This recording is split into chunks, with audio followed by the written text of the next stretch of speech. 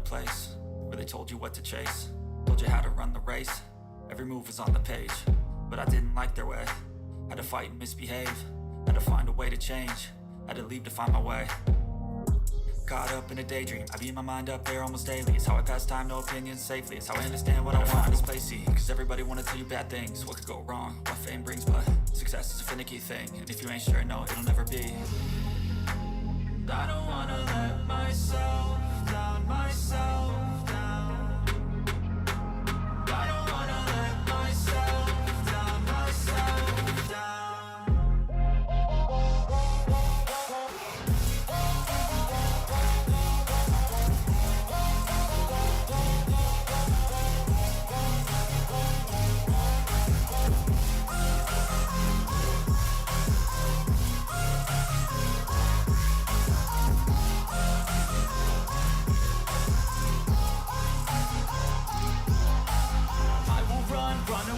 I don't have to plan it, I can go change my fate. You won't understand it, all alone, that's okay. People I can't stand them, they don't want me to change. Keep me where I'm standing, and I don't wanna be where I am. And I want something more, take a chance. It could be possibly my last dance, my last dance. And I don't wanna let myself down, myself.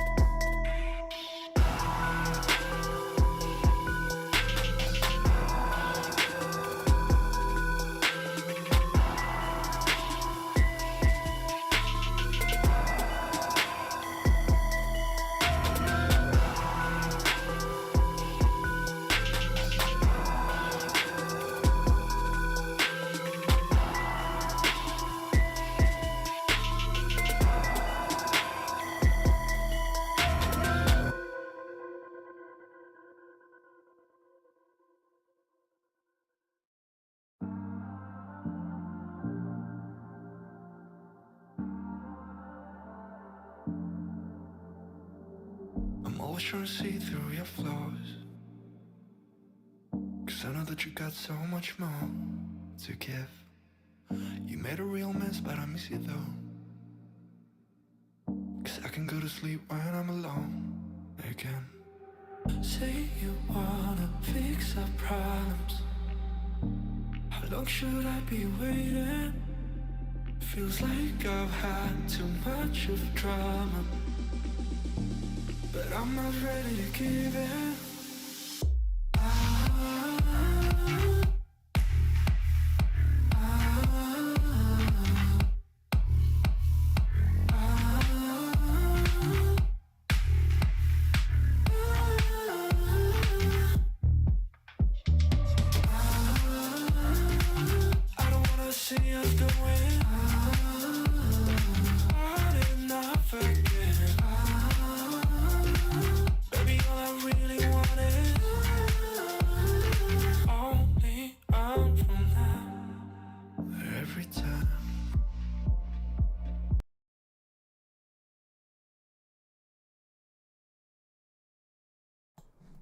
Okay, that's what I closed. That's not too bad. I can work with that. I want to do this. Alright, there we go. Oh shit, already? Yeah, we expect this to go 6 to 8 hours, and starting at 4, we wouldn't go till midnight. DA is just a tired little boy, so that would not rock. So we were like, yeah, let's start it early. Last time we had Tacos Goku. This time we have spoilers. What is it with Drizzt and Mexican Dragon Ball? I have no idea, because that absolutely did happen. Happy to be here. Coward to be here. That's very odd. Any tapping this stream? No. If there was tapping, I would set up a bet. Tapping is mostly for Anime wins, anime sins. yeah, that stuff. For the most part, we just try to get through everything. If there's ever a tapping, we'll let you know beforehand, and you'll see a bet in the stream. There will not be a tapping. I don't want to have to go through this again. I'd rather just get through this one quick swoop. Just bam, in, out, done. That is my dream for today. Potential early start, absolutely early start. This is quite early with my time zone. It's noon for us. It's probably early for quite a few people, but we wanted to. Like I said, 6 to 8 hours, and plus a little earlier lets people that are in way later time zones. Because I know we've got a couple of stream watchers that are like, we'll start at 6, and they'll be like, oh, it's like 1 a.m. for me, and it's just like, ugh. So give them a little bit of time. What's up, Carlo? I also don't like staying up late. What's up, Carlo? I am not ready. Who's ever ready? The only day I work at 12 is the day y'all do this. I mean, what do you want us to do? we can't structure streams around certain people. It's not feasible. Like, I don't know what you want us to do. It's unfortunate, but I can't remember if that's Eric or Corey creative username. React to Bricky. It's coming, Chris. Shut the up. One day. Bonesaw is ready. I've been watching y'all videos for a while. Listening to you guys at work helps. That's the only reason to listen to us. It makes the work day go fast. I'm writing my own manga, and hearing y'all's input on other series really helps me. PK, I'm glad to hear that. But definitely do what you want to do. Don't try to listen to an outside party of just like, ooh, this might be construed as bad. Just do it. Do whatever you think is best. It's your work. It's your creative outlet. On top of that, when you start releasing it, please send it to us so we can read it. Yep. We won't blast you. We won't revisit you. Don't know. Yeah, we won't like, revisit. Yeah, content. Here it comes. We'll give you feedback on it and everything. Yeah, just send it to us. Whether it's on Webtoons or just your own website or whatever, just send it to us. Just woke up. How is everybody? Not looking forward to this nonsense. I woke up just like, because I finished Dressrosa last night, so I didn't have to go into Same. and read Dressrosa. And I was like, maybe I should read Zou, but you were like, it's only a couple minutes. I was like, I'll get by on my past knowledge of Zou. And I think Meme said it was largely nothing. Okay. Oh yeah, since you guys finished Ruby, is there a chance for reasons for it? That's been in the plans for like 4 months. The only person that was holding out for Ruby was me, but they don't need me for because reasons. Because they've done like 3 or 4 because reasons on Ruby on their own, absent of me. And I don't think it was called that. Well, obviously it wasn't. Well, originally it was basically just a recap and discussion podcast of it. It was called the Ruby Cast originally. Okay, sure. Yeah, but yeah, that's over there. We're still planning for Volume 8 whenever that comes. I gotta rewatch that obviously, but if VG wants to set up some sort of... Why would I need to set it up? I know, I'm saying between us or Mike or somebody. It's just us two, and then like, who's available right now if anybody wants to join in, instead of just, hey, we need to schedule all this. It's like, if you're available, you're available. If not, we could just go through some certain things that we like and dislike. But, you know, I'm anti-content, and I'm not trying to do anything. I just show up. Glad to hear you're doing good, Worf. Well, I was about to do some laundry, but that's been put on hold. Get you some Bluetooth headphones. This boy's a lifesavers. What's up, Alfonso?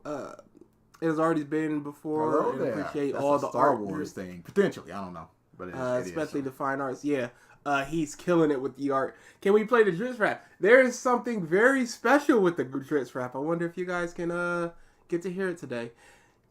We're all waiting on because of Late Ralph and Best Member Versus. I like how members always get flip-flopped around. Clearly, Drizzt rap needs to be incorporated in the waiting music. Oh, it's incorporated. Tap emojis. Still no there Mark. Will be no tap. Still no Mark month. No, we won't get a Mark much of it. What are you talking about? Warp don't promise these people anything. Yeah, don't put that in people's minds. The view request must just be in 8 Mark videos. No, sir. Oh my God, there's so many comments now. I read one comment on this. Apparently, the fact that people run is a major issue. And what? No face cam for Drizzt. Dang, I should have set up face cam. I don't feel like it now though. Dang. Are you excited for the new One Piece game coming out? Oh, absolutely. Yeah. Turn-based RPG. I wish the graphics were more cartoony, but I'm fine with them. Yeah. I've seen the mechanics. It looks good. No Jinbei. Like, what's the problem? Story by Oda.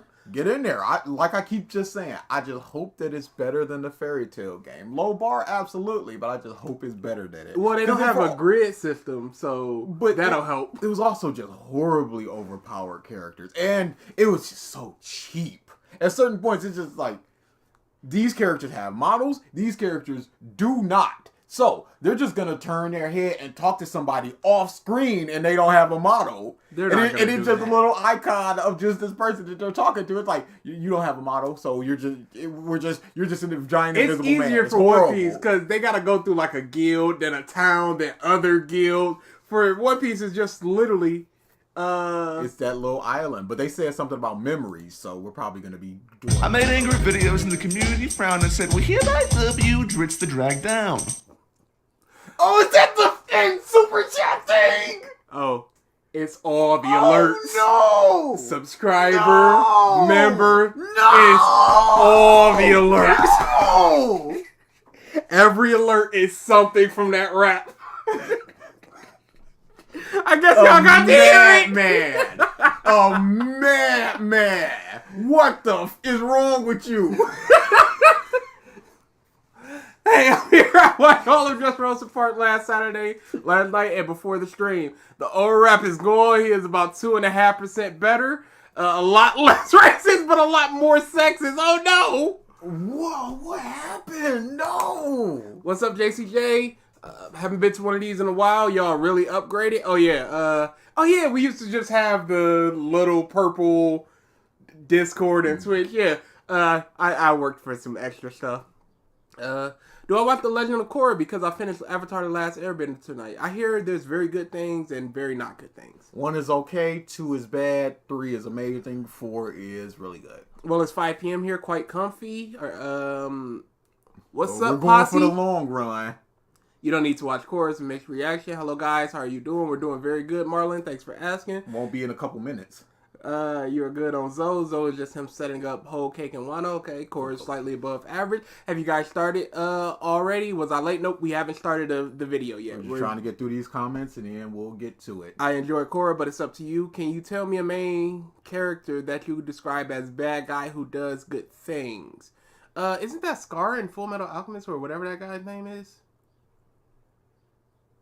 He was doing bad things for good reasons. I don't think he would necessarily be classified as a bad guy. We'll come back to that. Was that a main character or just a character? Yeah, just a character. Oh no, main character. Main character. That's different. Yeah, do some homework on that one. We could definitely talk about that. Did we have homework?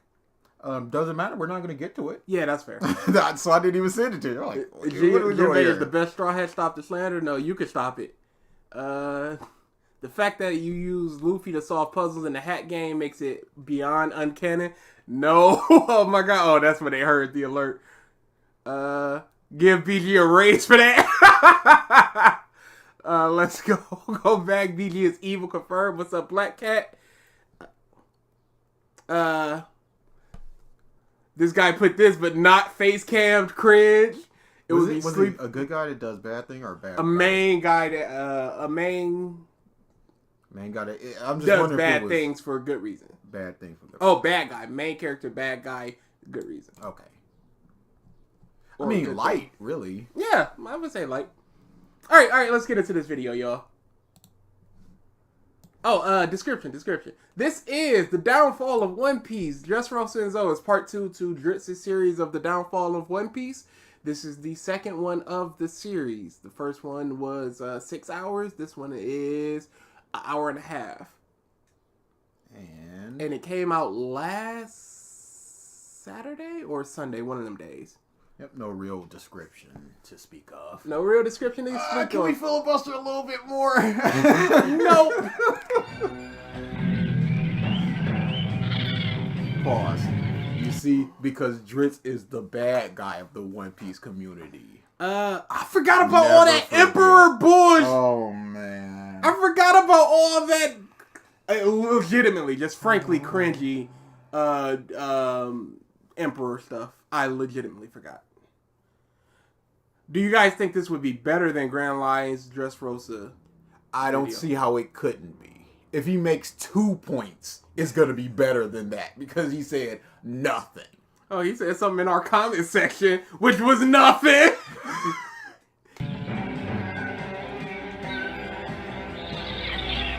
Deep within a bleak and dismal swamp, hidden beneath its murky waters, lies the headquarters of the most sinister villain. Goodness. Okay, this is going a very long time, Drizzt.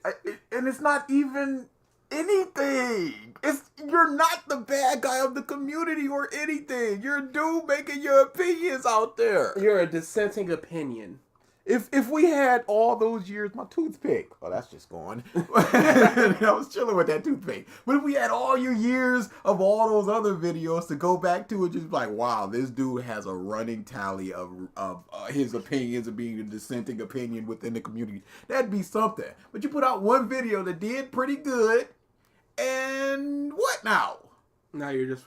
Well, I guess it's because of all the live streams where people were like, oh, here's Drizzt talking bad But about again, One we Piece. don't have them. I don't know if we still have those, because those weren't on his channel. We don't have a lot of them.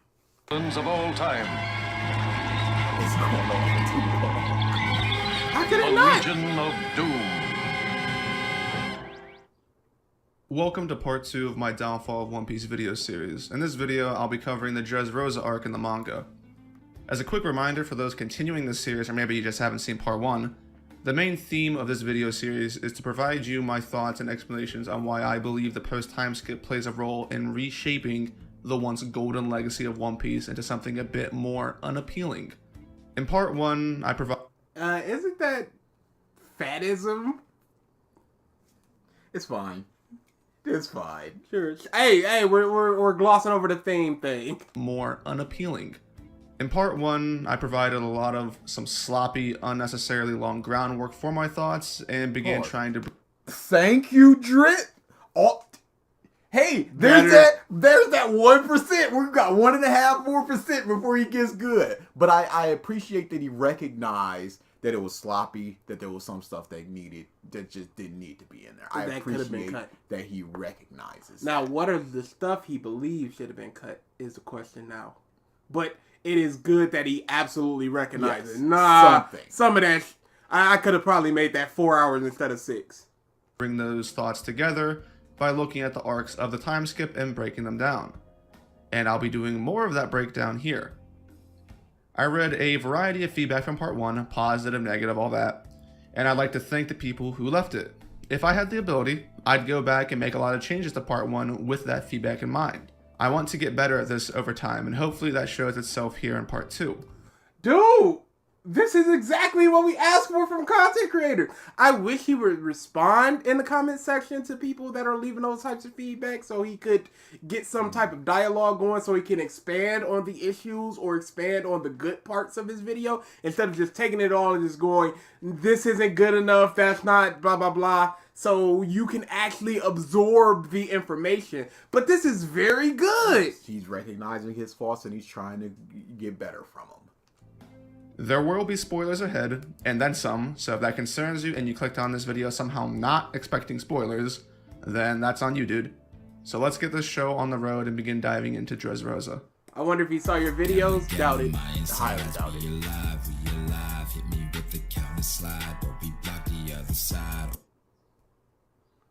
You know what? He's not doing his own. Okay, but this guy, he's very mumble rap. I wonder if Toei Animation. I wonder if this is an actual. I doubt he commissioned some dude to do this. So I wonder if this is just an actual artist and he. This sounds about right. Why or is you know this- what? It might be even be a fan of One Piece that made their own One Piece rap and just was like, can I use it? Or a friend of his. Yeah. Why is Guts' sword?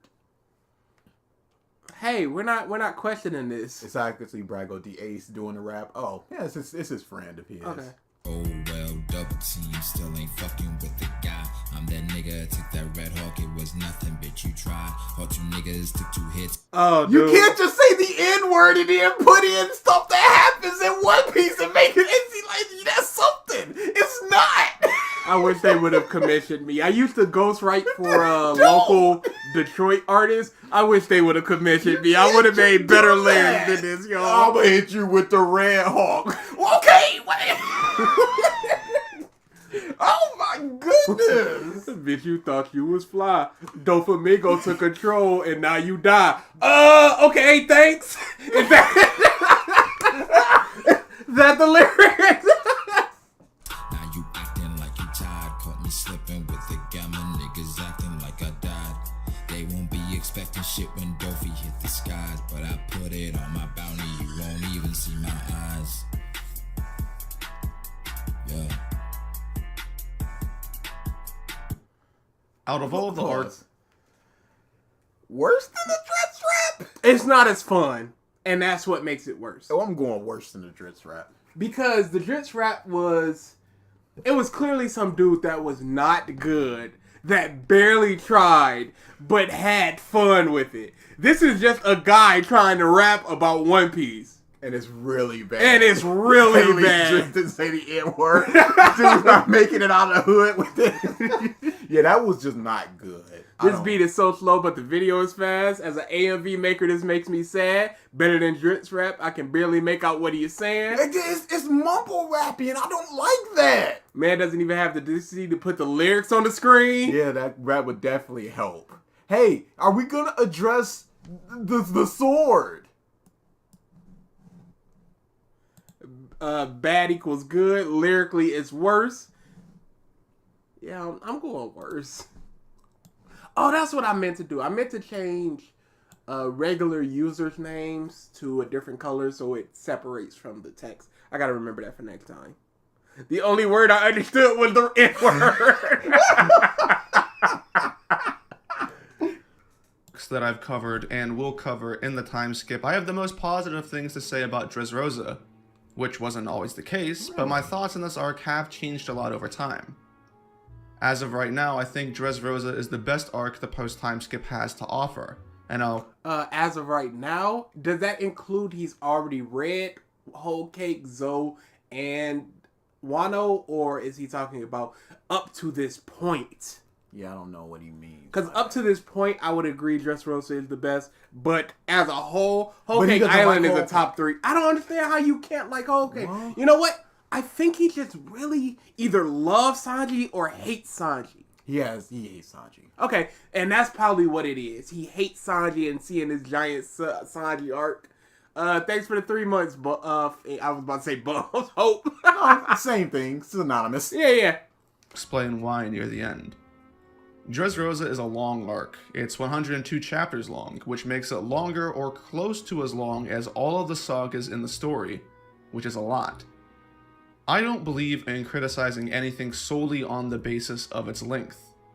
All I want as a reader is good storytelling and to feel rewarded for the time I invest in reading. That is fair. If there's a story worth telling, and it takes a long time to tell it, so be it. Yo, we said this forever. Make your video as long, make your comment as long. He also said that in the first video.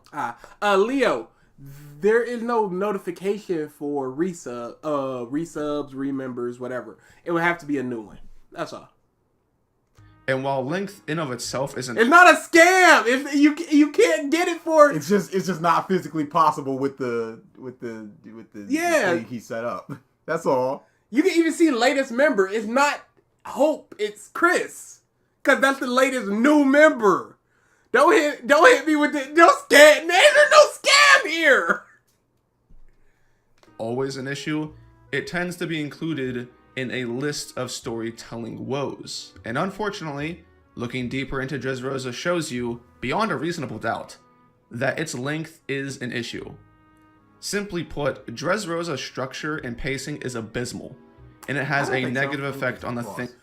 Yeah, when I was rereading it, I really didn't feel the length of it. When I got to like chapter 60, I was like, oh, they're already fighting.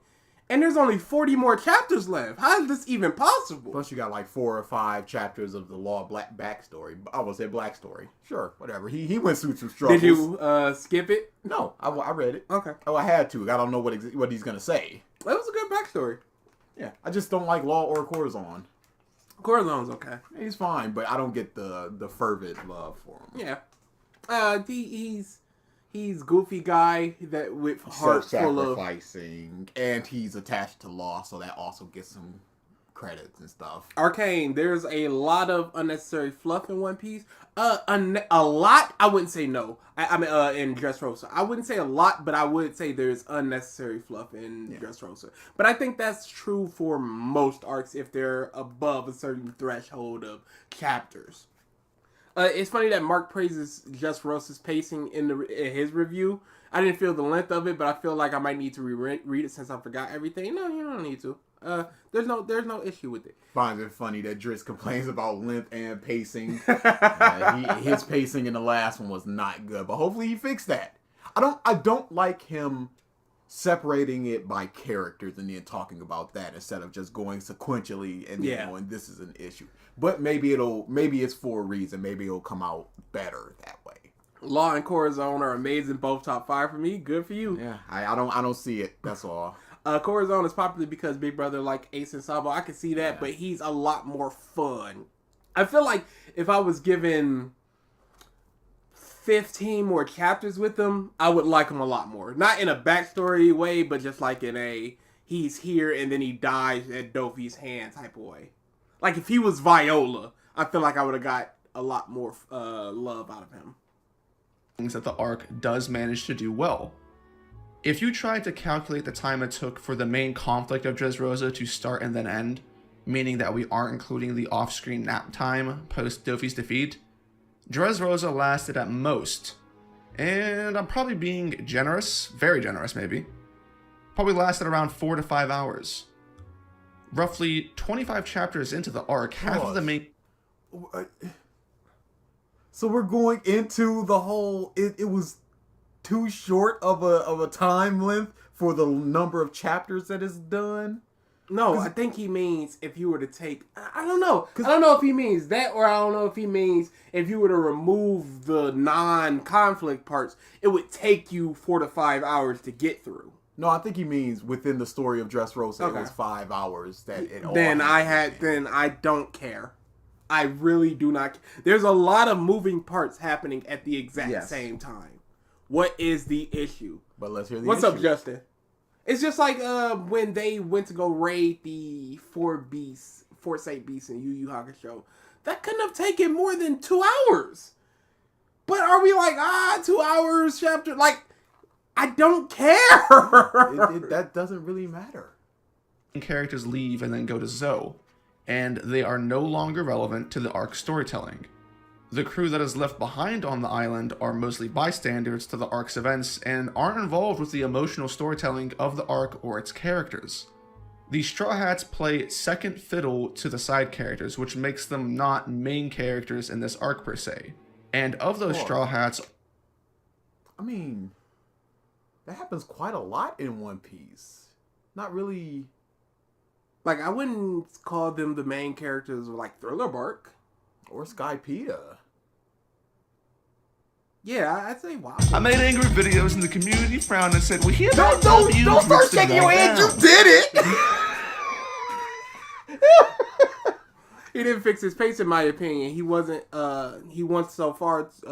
He went so far in the more opposite direction. It feels so short for something called the downfall of One Piece. Yeah, that's so weird. Like, and thanks for the super chats, Hollis. Yes. Yeah, that's so weird. I don't know what the purpose is of calling out pacing and how long and short something is when you have this long and or short thing that is very, like, you know you could have cut it down. You've even admitted it. But still, going back to this, the whole... What are we talking about? I don't know. Drizzt destroyed us. What a drag down. Go back a couple seconds. In what, the stream? No, not the stream, the video. It was the Straw Hats not feeling like main characters. Okay, yep. Yeah, no, they like I said, they just... I said Wiper. I meant Wiper. Wiper gone for all the people of they impact. I say Inaro might be the main character. That could be seen. A lot of people, but you know, does an arc need a centralized main character? I never really thought about this in a way of like who's the main character. He's saying the Straw Hats should be the main characters because they are the main characters. They should be the main characters for every arc. I don't feel that way. Yeah, I don't think so either, because at that point they're just basically I can turn the rap down a little bit if y'all need. Just let me know. But yeah, they're just sort of imposing. If they were the main characters, they just rock up and start affecting everything and everybody, and a lot of characters wouldn't really have agency in their own story. Yeah, and it's not even like they were like an emotional catalyst in like Dressrosa. I mean, not Dressrosa, but Whole Cake Island. Not Whole Cake Island. Skypea. Like, I don't understand the criticism here for Dressrosa. Mm-hmm. This feels, because remember in the first one, yeah, I'm gonna turn all the rapping down just a tad. Remember in the original one, he was describing a lot of things that were issues, but could also be seen as issues in the pre-time skip. Yeah. So I don't. But that's why I would love for him to talk more about the pre-time skip, when a lot of the issues that he has now can be traced back to the pre-time skip. And I remember him talking about the post-time skip should have skipped. I mean, should have fixed it. But you know, if it's an issue back then, it's gonna be an issue. No turn to wrap up. Y'all don't want to be hearing that.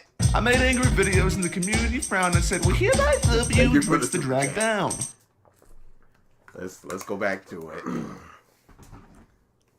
Hey, y'all were the ones asking for the stupid rap in the pre-stream, and I was like, no. All right, yeah. And of those straw, let's go back. Fiddle to the side characters, which makes them not main characters in this arc per se. And of those Straw Hats, only 2 get quote-unquote fights, and only one of the group gets a side plot.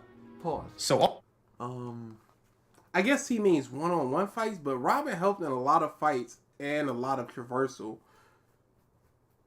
Who else was there? Luffy? Why did you not include Luffy? Yeah, that's odd, anime one.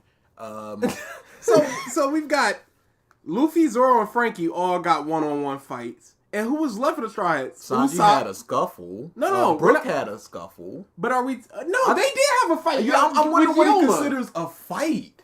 Because those were conflicts and blows were exchanged. I would absolutely count Chopper, Nami, and Brook versus Giola.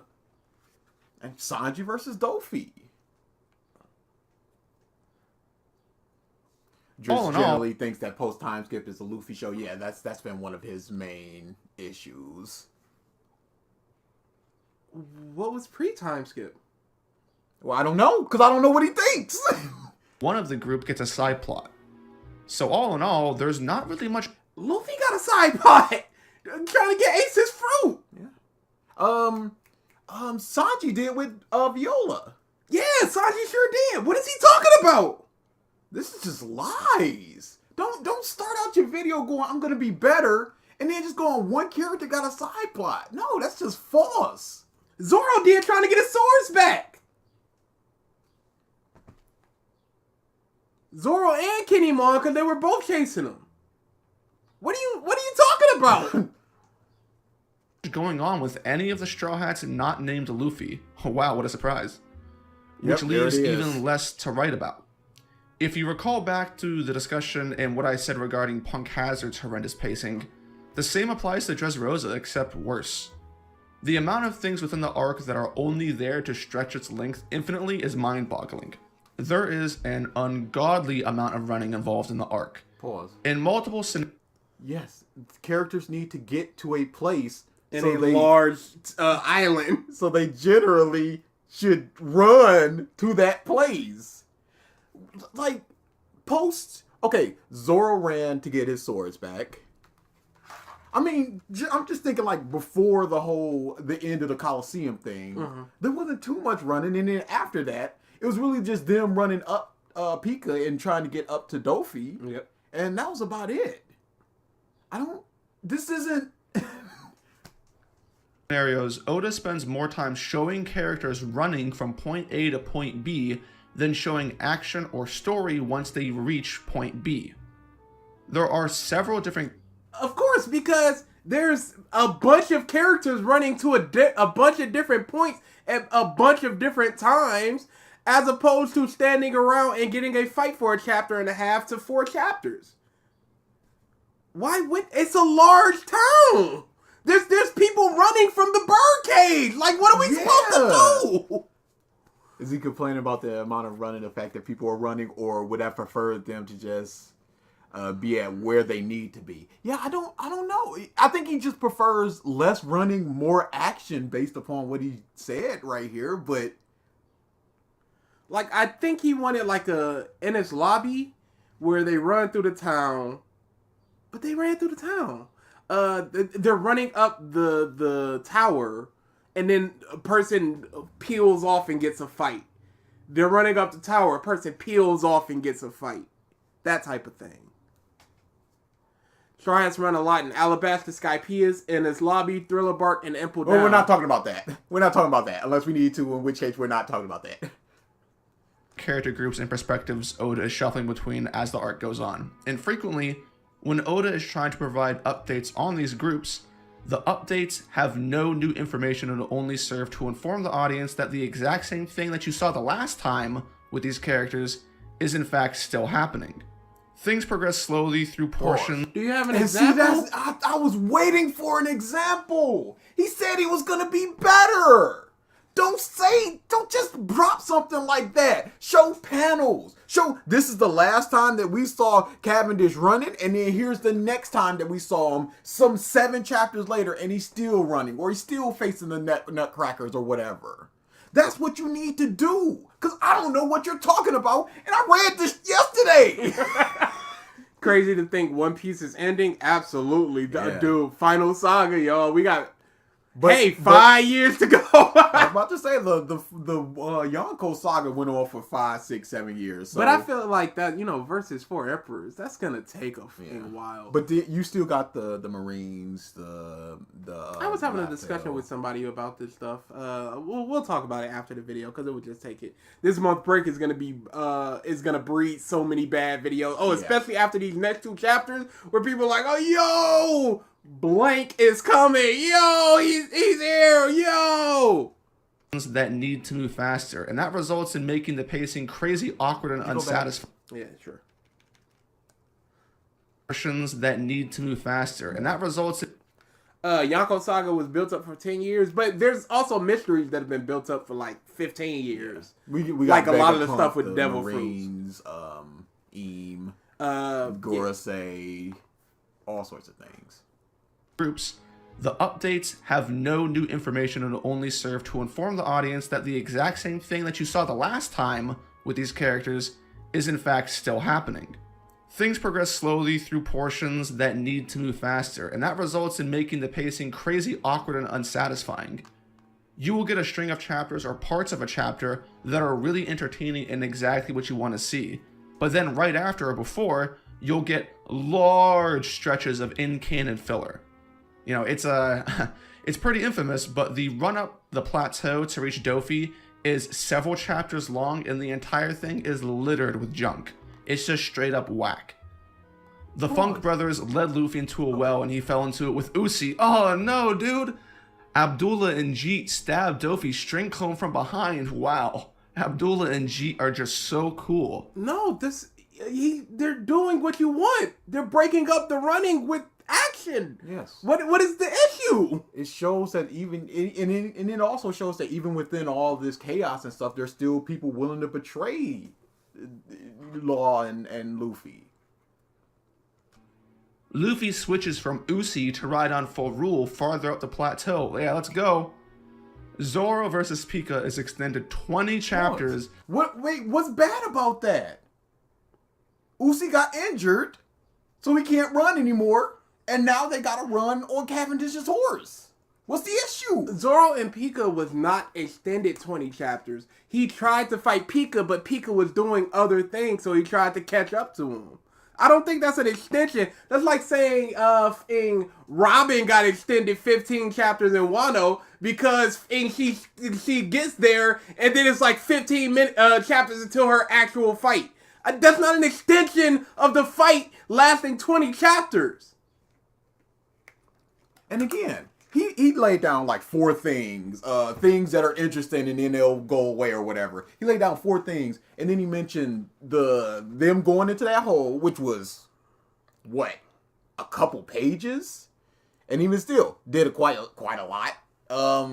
Going up, because that's where he was just like, we got to go up now, and then he did a big fist through that hole and then straight up, and then they started running from there. Then the running on Cavendish's horse, which is what? What's the issue there? You need to explain what the issue there is, Drizzt, as opposed to just going, he rode one thing and then he rode another thing. Zoro versus Pika might be Zoro's worst fight, to be honest. No, it is his worst fight.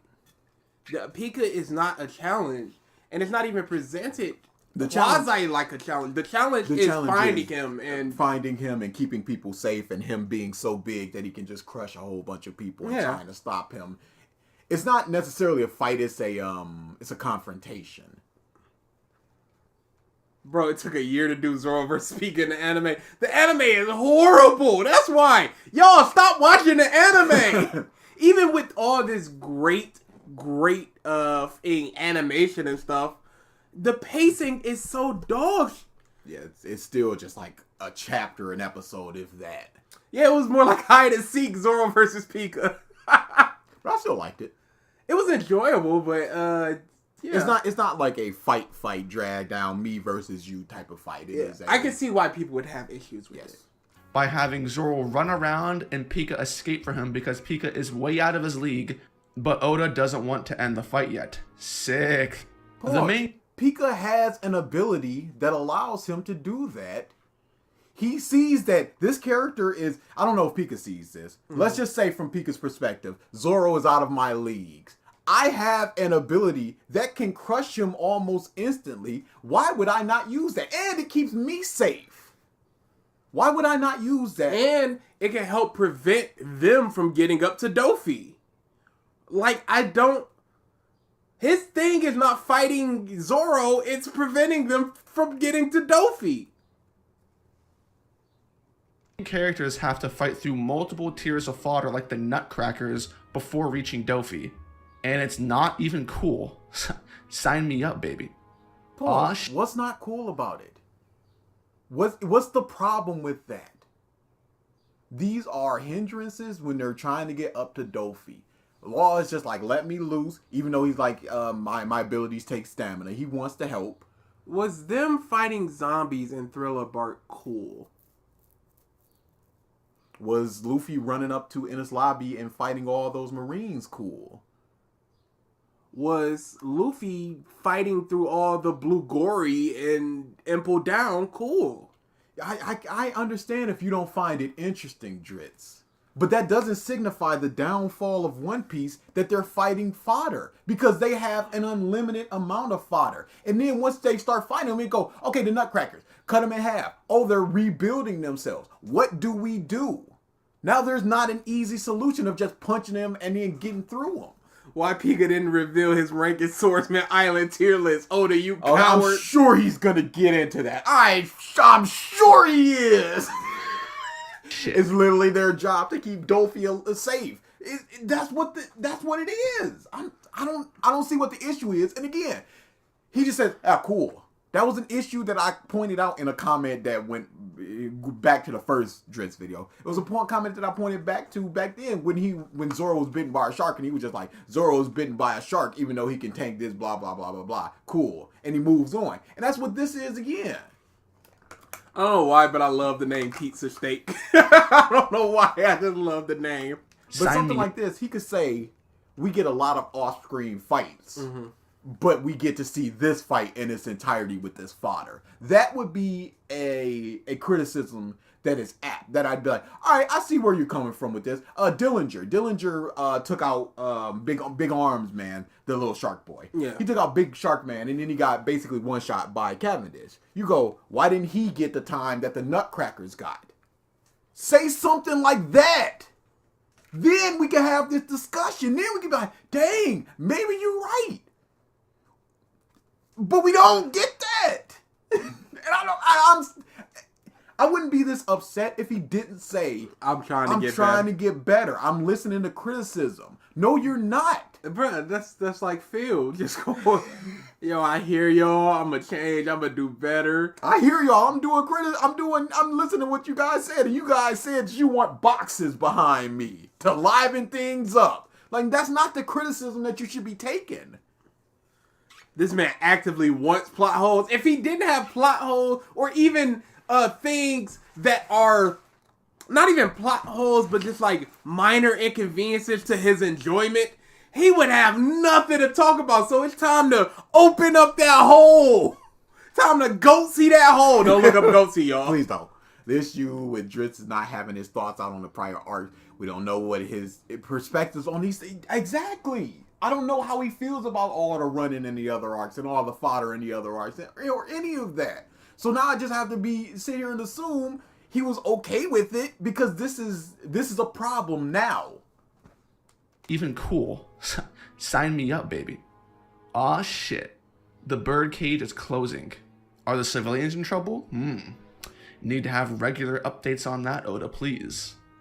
A flashback show. What's the problem with having updates on civilians so you can raise the tension of a bunch of people potentially dying? Especially since it's the whole point of the birdcage is to kill people. If we don't see those people getting killed, we just go, I guess people died off screen or whatever.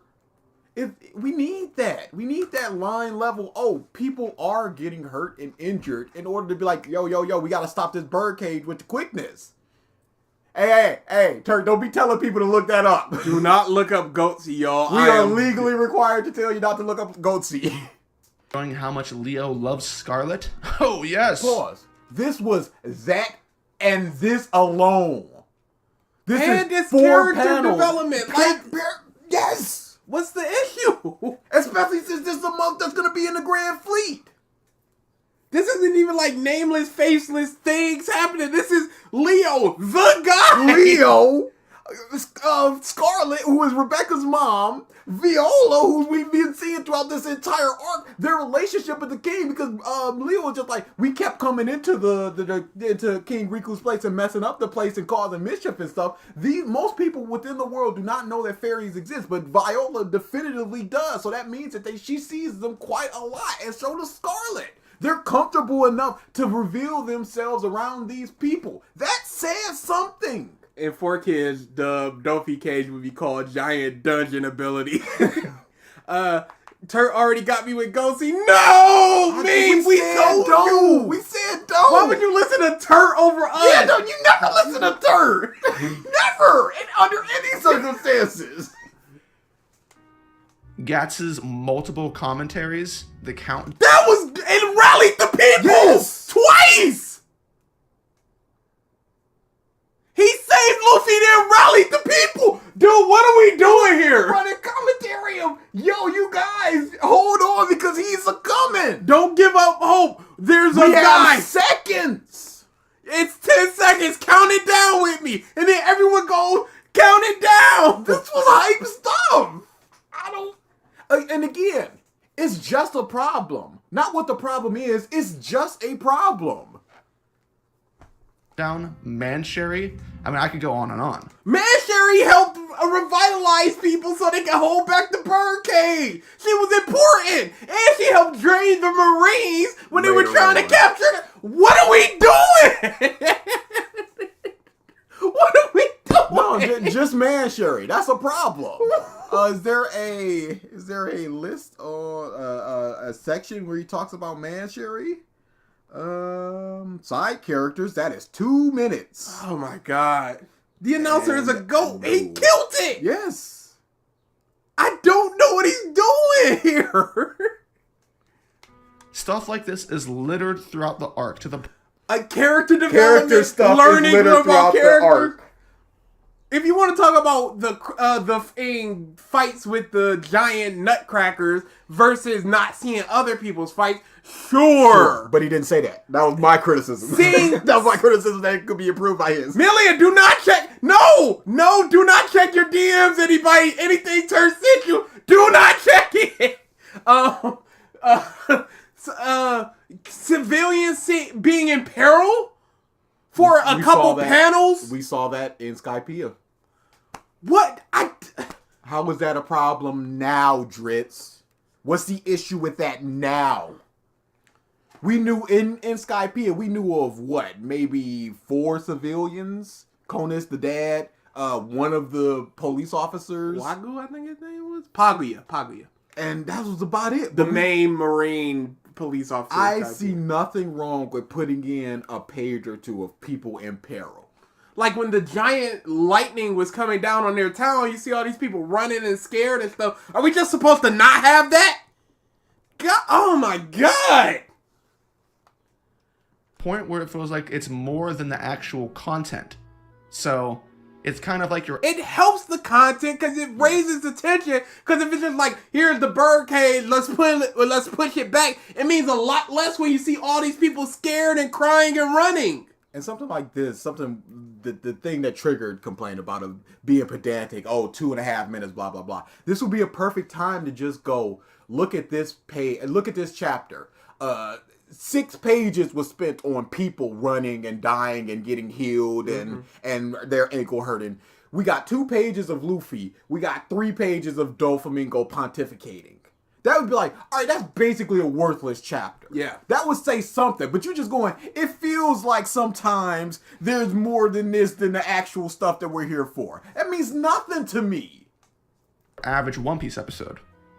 Characters are shoehorned into the story and you don't really care about them.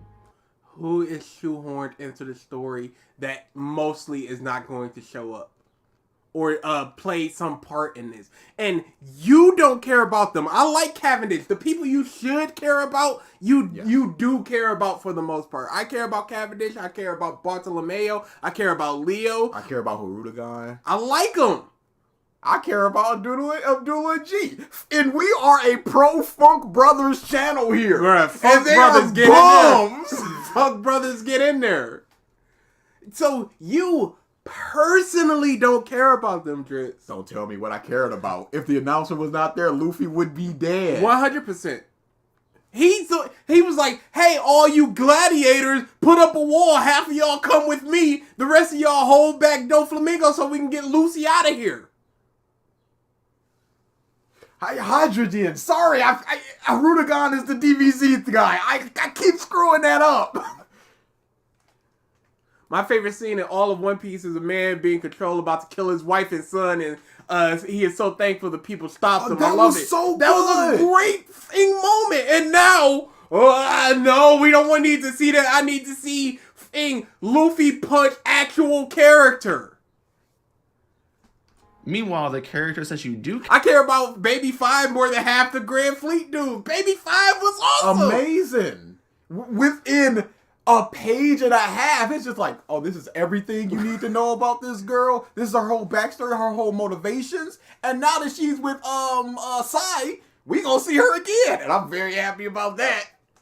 If we weren't shown the danger that the birdcage presents for the characters and people, Drizzt would just go, what is the point of the birdcage? Oh my Oda doesn't goodness. commit to danger it supposedly presents. Absolutely. You can't win for losing.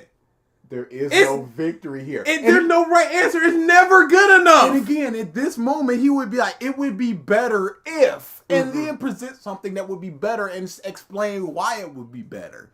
Then we could talk about your story improvements. Meanwhile, the characters that you do care about, the Straw Hats, don't do much. And what's left is a bunch of interruptions to the things that you remain interested in. They don't do much. Usopp saved the entire village. Oh, what about their side story with meeting the Tontatas? Yeah. That just doesn't count, I guess, for some reason. Like Dofi, Law, Fuji, Sabo. There is a horrible balance Go back. What did he say about them? of interruptions to the things that you remain interested in, like Dofi, Law, Fuji, Sabo. Pause. Why are you interested in those people? Because they big strong? Yeah, what is the interest of a Sabo who we basically just got introduced to here, the new older Sabo, and somebody like a Cavendish? What's the interest level? I'll tell you this right now. I in love Cavendish. I said last time when I reread it, I was like, my appreciation for Cavendish has grown. I really like Cavendish. Cavendish has a lot of little moments that are amazing. He didn't have to give Robin his coat, but he did. Yeah, that was great. He saw her back and just like, here. Nothing is made of it. It's just here. And I then love his also- I'm the superstar stuff. I love it. Great. When the announcer Giats is just like, the star is coming soon. He's just like, the star, is that me? And then he goes, and then Luffy yells down, Cavendish, do this. And then he transplanted it to himself like, he needs me. He's a fan. Blah, blah, blah. Well, I gotta help a fan. Well, I guess I'll. It's just 7 degrees of separation from what he love sees. Cavendish is great. But no, just I care about him more than Sabo. I like Fujitora, but I don't like him enough to really have a solid opinion on him. He's cool. I like Fuji quite a lot. I like his sense of justice. Yes, his justice is probably the pinnacle of what Marine justice should. Because there were several times where some Marine was just like, we got to get the pirates. He was like, no, help the people. And That was that's great. good stuff. I don't understand how Drizzt gets invested into characters. He seems to only care about main characters, but when they are introduced, they're side characters. Hey, shut up! I don't understand Drizzt's point there either. Like, Sabo is a side character as well, so but he cares about Sabo. Fujitora is a side character. He cares about that. He doesn't Why care do we about care about in-arc these side characters that are treated like the most important thing. I would assume the side characters in an arc are treated as the most important thing when the conflict revolves around literally them. Otherwise, why introduce them? Why establish them? Why have them have personality traits and stuff like that? We have to care about these characters in order to care about their struggles. No, Dad, what are you doing? Especially when considering most of these months are going to be in the Grand Fleet.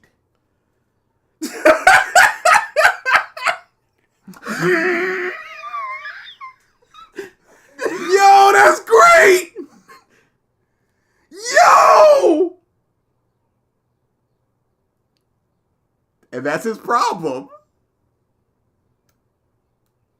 Oh, I kind of want to put it up right now, but we got to get through this. Yeah, Sabo is just Ace 1.2. Yeah, that's my biggest issue with Goofy. Sabo. Him and Sace.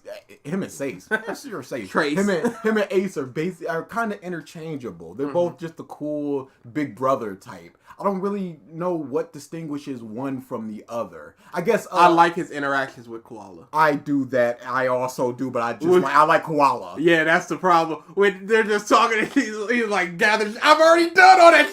Click. Why did he hang up on me? I think it's just Koala helping that. The law of Fuji Sabo. There is a horrible balance between good and bad. Then why is good heavier? You would go bad heavier. If there's a horrible balance between good and bad, why don't you talk about? I don't know why you like the characters that you like. You say Fuji is I don't good. like Law. Fuji's good, but he's got 5 minutes in his video. Law has 46 seconds. The issue is with Dofi and Law. I suppose that goes into it. Mm-hmm. But yeah, what makes them good? What makes these side characters bad? When you lump all the side characters into a 2-minute bit. Characters can be good and be used in the story and not be used in the story. Absolutely. I don't need to ever see. I don't ever need to see Magellan ever again. He did what he did. He did what he did, and I loved him. I don't ever need to see that man again in my life. I really hope Sabo isn't just capturing and turns out Marineford too, because he's already deep in the Ace 2 allegation. Yeah, that's what I'm hoping as well. I would think that the other revolutionaries would sacrifice themselves before Sabo get caught. But who knows? Which makes for a bad reading experience. Cool. And Dressrosa's reading experience is so bad that it doesn't really matter how you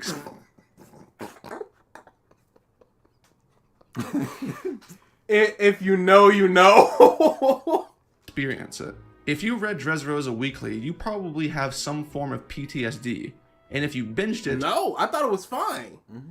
Back then, when it first finished, I thought it was a top 3 arc because it was so impressive, the scope and the characters, and I love the Plus, you can't remember your family can't whole remember thing you. is great. Dofi's great. That helps the arc immensely. We got a whole new form, big law stuff. Come and leave. How you doing, Micah? Comment. No. Sit down, take a seat.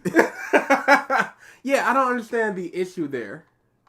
Then you probably skimmed through so many chapters that you don't even remember. No, dude, don't tell people what they did and what they didn't do to make a point. You don't know these people. You don't know what they did. Don't tell them that you just skimmed through chapters. That's good, Comment. Oh, Comment, what was that video you were talking about last time with Life is Strange? Because I would definitely want to listen to it. Just here to chill before a video I drop in 10 minutes. Hey, there you go. Y'all, go watch Comment over us. Legitimately. Y'all don't need to be here for this. The Ruby video went well. Stop lying to Comment. Yeah, it was quite good. It's just another case of Drizzt projecting on people. Yeah, I wonder if that's how he consumed the media and felt and was just like, this is how everybody is. Or he had such a small sample size between his friends where they were just like, yeah, I just kind of skimmed over the running thing. And then he just takes that and just goes, everybody did. Wait, skipping chapters? He implying he's skipping stuff? We don't do that here at least. I don't. Yeah, I don't. I read every chapter. Yeah. I didn't skim nothing. Even during my reread, because it's the second time that we've had to reread Dressrosa for a video, I was still just not skimming over stuff. I'm like, I don't know what he's going to talk about, so I'm going to take in everything. Half of the bad stuff. Okay, Straw Hats. Zoro's path through this arc is odd, to say the least. Things start off with Zoro arguing with Kinemon because Kinemon is freaking out again that Zoro has Shusui. Kinemon tells Zoro that... Okay. Isn't this after he got the sword stolen? I can't remember. But they got the mustaches and the... Who will duel him to return Shusui to Wano. As we know, this goes nowhere and is forgotten by the time we get to Wano. Pause. It goes nowhere because... he relinquished the sword! He not only relinquished the sword, but Kinemon is still under the impression that he stole it. So he's like, you stole it, I gotta get it back for the honor of Wano. That's the big difference. And then once he figures out, oh, these people are the best people. Clearly he didn't steal it. There's no reason to follow up on that. Is he done with this point of the Shisui's just dropped? Because I don't think the issue is that Shisui was dropped. I think the issue is that they didn't battle for the sword like Kinemon said they would. They don't need to. That's why I'm like, he relinquished the sword. I be skimming my mangas even in my rereads on Chainsaw Man. I can see that parts you don't like on a reread. I feel like you shouldn't skim if you need the information. If you're trying to make a point. But if you're just like, if you're making a video or something, yeah, do not. But if you're going, I'm rereading this, I know this part I won't for my enjoyment. You don't need to, Zoro joins Luffy and company walking around Dressrosa, where Shisui gets stolen by Wika, who Zoro gives chase to for several chapters. When he finally catches her, Wika tells Zoro that the Dofi family... Is he playing Persona 5 You music? know he is. What's the problem, Holmes? I can't wait for the day they're like, yo, we're claiming Persona 5 music, and they're a hit. Nah, it's fine. Catches her, Lives forever. Wika tells Zoro that the Dofi family went out to attack the Straw Hats on the Sunny. Zoro wants to go save the crew, but he doesn't know where he's going, so him and Wika make an agreement to go to the flower field. Skip forward in time to when Frankie arrives with Kuros at the Tontada base. Zoro is already there cheering for Luffy in the fight. Zoro literally forgets that Name's group was being attacked by the Doflamingo family, and that's what he wanted to do. Sick. After remembering, Zoro... Wait, no, he forgets and then he remembers? starts to head back to the ship, but he meets Sanji along the way. And instead of Zoro going to help the Straw Hats, Sanji does instead. Zoro then meets Kinemon and stands outside of the Coliseum. He's playing my favorite Persona 5 song. This is irritating to me. I would just prefer that he goes point by point instead of the big synopsis, because he just goes, he forgot about it, cool. But then he remembers. Yes. Hey, Zoro's an idiot. Yes. He got distracted, yeah. He's the big dummy. It's not a good thing that he got distracted like that, but it is within his character. It's nothing that is not expected. Especially considering the next time he sees Luffy, he just went, you should have invited me to the fight. I've explained this right, and there's so many other music out there. Yeah. But, yeah, he's a man that likes a fight. And he's missing out on a fight, and he's seeing a fight. It's not a good moment for him to forget like that, but... It is within his character. It is within his character. I wouldn't even say it's not a good moment. It's a moment that is just within his character. Yeah. And you have to, personally, if it's good or bad. He watched his best friend and captain fight. Yeah, I can see where somebody would have an issue on it. I would prefer that Drizzt explain instead of just going cool. Hey, no. Then meets Kinemon and stands outside of the Coliseum until he runs into Bart.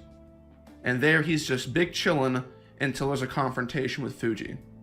Where is he supposed to go? What is he supposed to do? Yeah, I was about to say that. And also, the reason why Bart went to go get Luffy was because Zoro was there. Had Kinemon just gone go get Luffy, I don't think that Bartolomeo would have done that. And they're waiting for Luffy to talk to them. What is he supposed to do? Take a jog until Luffy comes? He doesn't have a place to go right now. He doesn't have a mission. He's not stolen by the Tontadas. He's not being led somewhere like Frankie was. He's awaiting his purpose. I don't see a problem with that. And apparently, I don't know if Drizzt does either, because he's just moving on. Luffy leaves the Coliseum. Zoro goes with Luffy to the palace. Then runs into Pika and spends almost the rest of the arc getting stalled by him until Oda is ready to end things. Until Oda's ready to end things. I cannot believe. Little things like that hurt his criticism. It would have been better if he just gone until the story catches back up to him. He's saying this like it was an intentional thing by Oda when he has that. When he's just like, all right, it's time to end this. Ugh. Pika and Zoro's going on long enough. Let's end this. That's the type of problem that's holding him back. That's the type of problem that he needs to clean up. This is why he should have engaged with his commenters. In which Oda gives Pika swords for no reason other than to throw in Pause. the weak. A lot of people in One Piece have swords. They're not swordsmen, but they have swords. Bellamy pulled out some swords. Of King, Queen, and Jack, 2 of them use swords, and one of them used these hook things. There's a Cracker, lot of... Smoothie, and Katakuri, 2 of them use swords. Swords are a prevalent thing in One Piece. It's not an issue. They're pirates. They're pirates. Pirates use swords and guns. That's like the main 2 things they use. What's the problem? Dude, don't you... He just gives him sword for no reason. Okay, what's the reason that Queen has a sword? What's the reason that Octopus Man has a sword? Do we need reasons for characters to have swords? Why does Shanks have a sword? What's the reason behind that? This isn't a problem that a Muff pulls out a sword. He wasn't even like, I'm the greatest swordsman on Dressrosa or in Double Group. He pulled out a sword against a swordsman.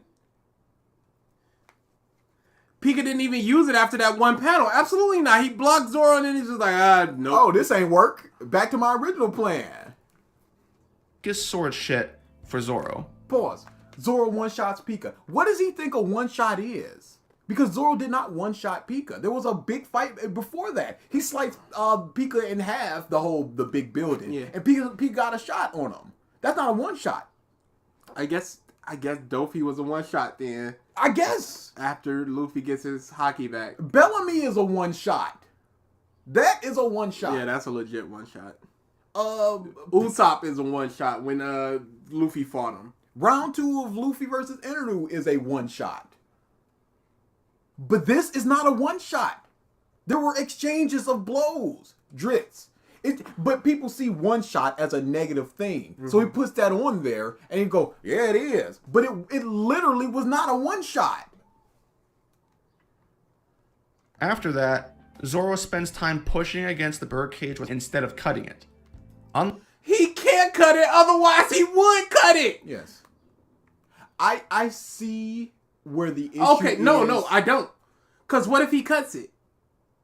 I will let me continue. Okay. I see where the issue is, where he potentially may go.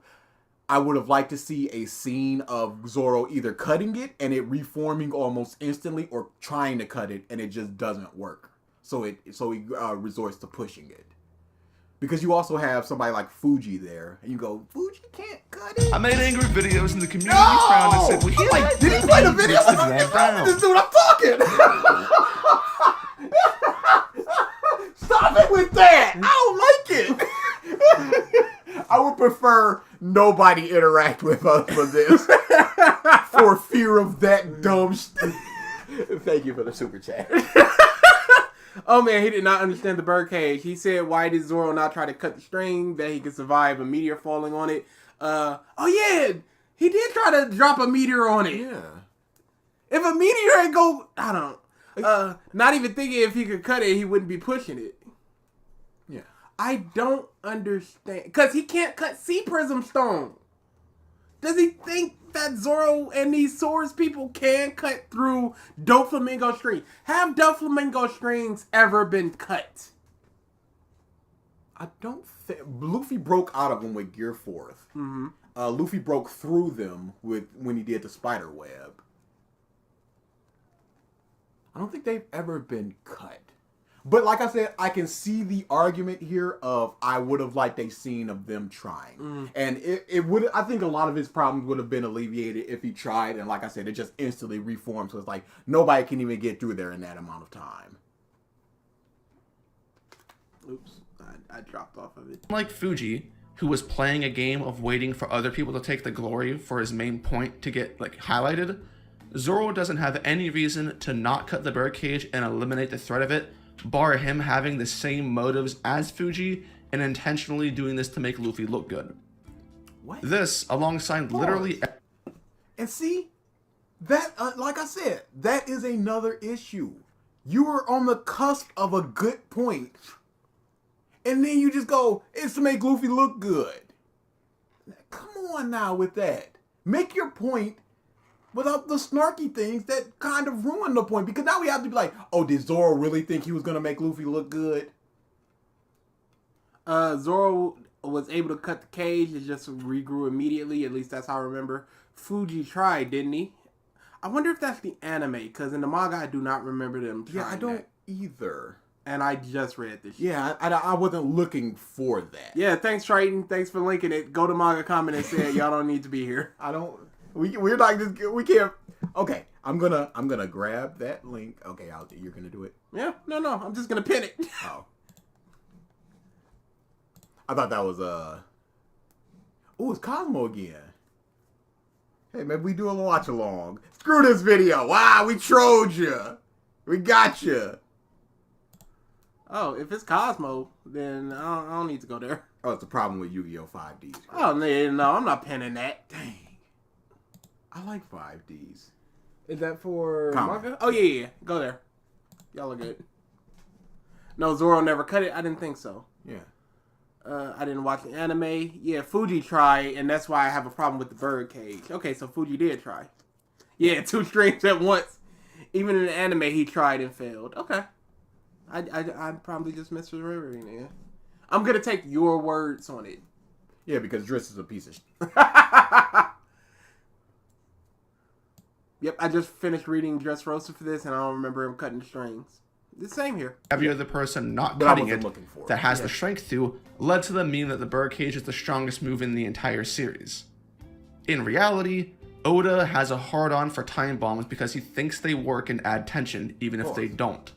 Even if they don't, why doesn't this one add tension? What about the other ones did add tension? Because again, this is a pre-time skip issue as well. This doesn't contribute to the downfall of One Piece. If this was a purely Dressrosa is bad, here's why, then I wouldn't have anything to say about the pre-time skip stuff. But this is contributing to the downfall of One Piece. This time bomb thing that Oda has always done.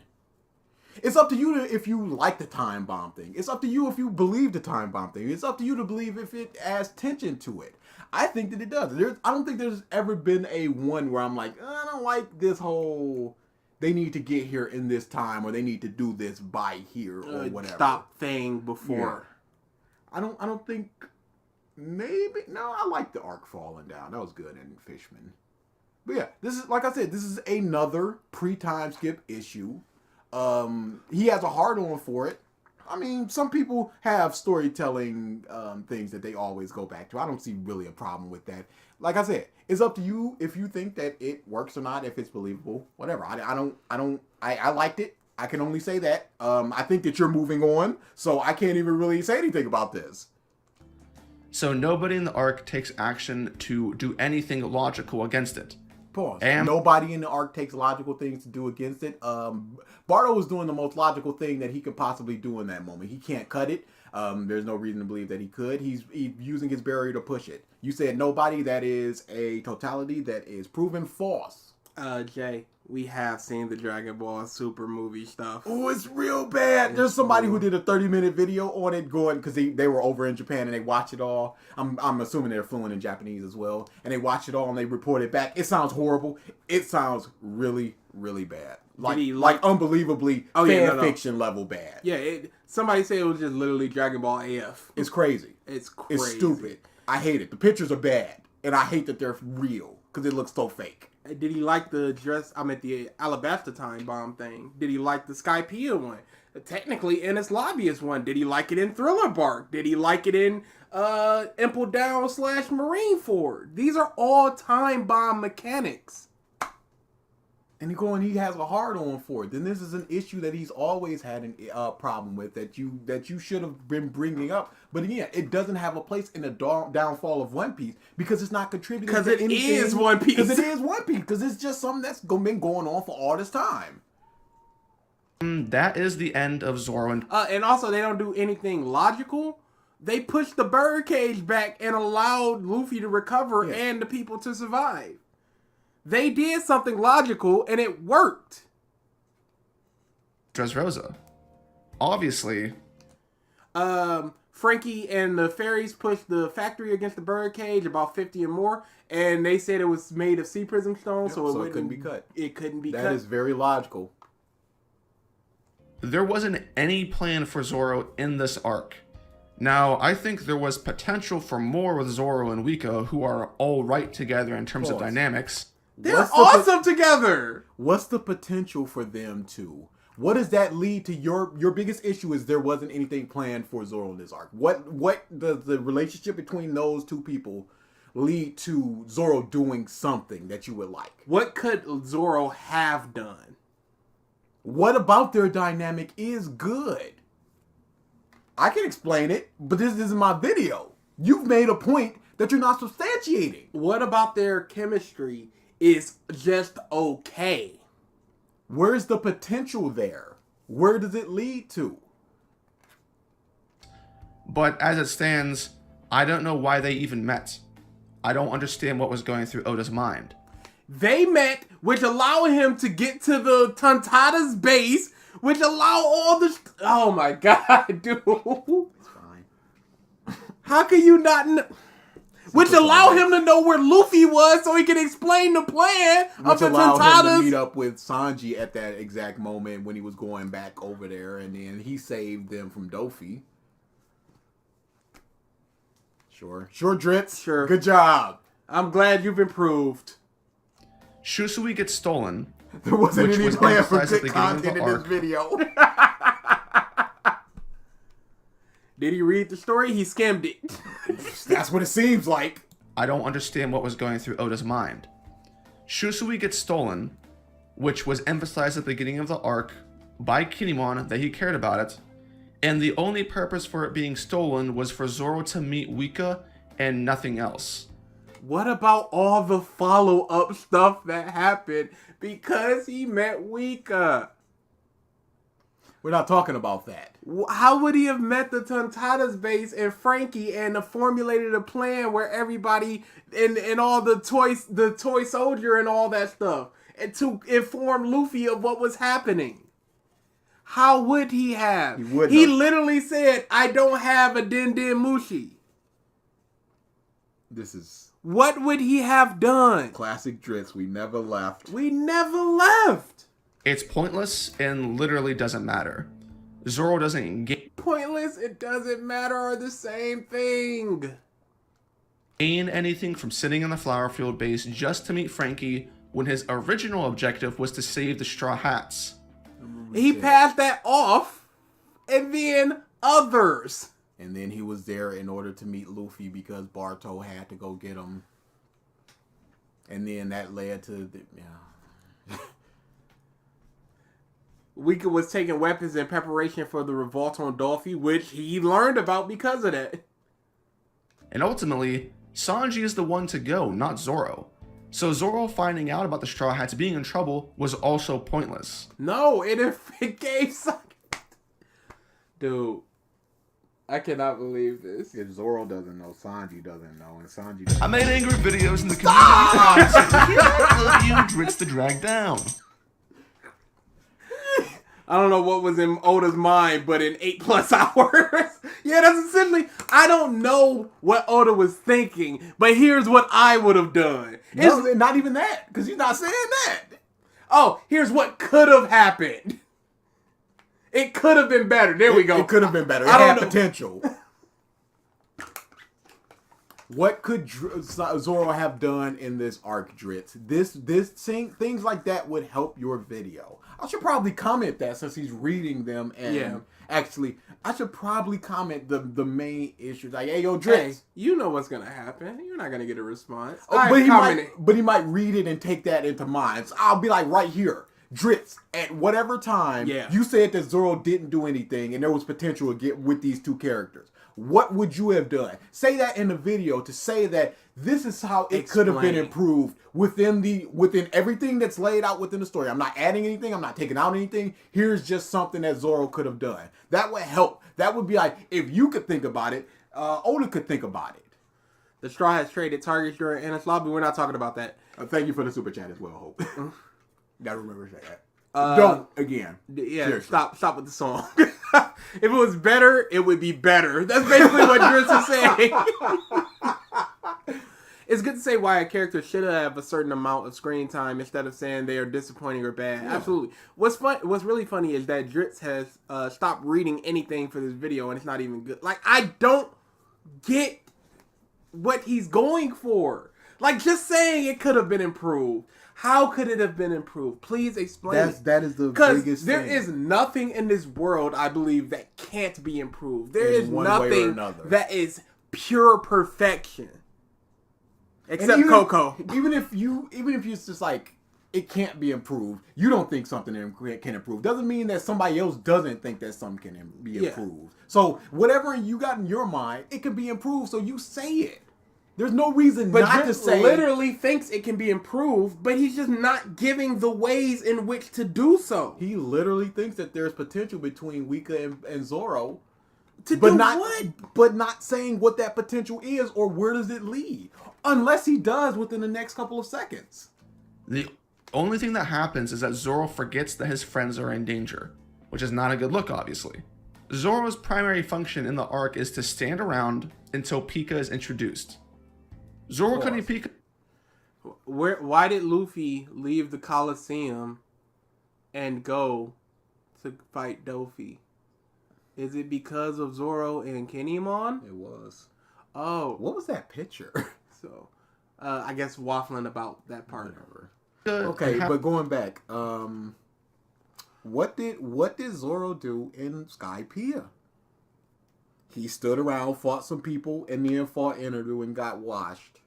And then cut down part of the beanstalk. This is not a thing that hasn't happened before. What did he do in Water 7? Stood around until it was time to fight Lucci. What did he do in his lobby? He ran around until the cuffs were off, and then he fought Kaku. Again, what did he do in Thriller Bark? This would be a perfect time for him to go. Unlike in this arc where he had actual agency or he learned something or he did something where he directly affected the plot or something, he doesn't in this arc. What did he do in Alabasta? Ran and fought. No, but that's the good stuff.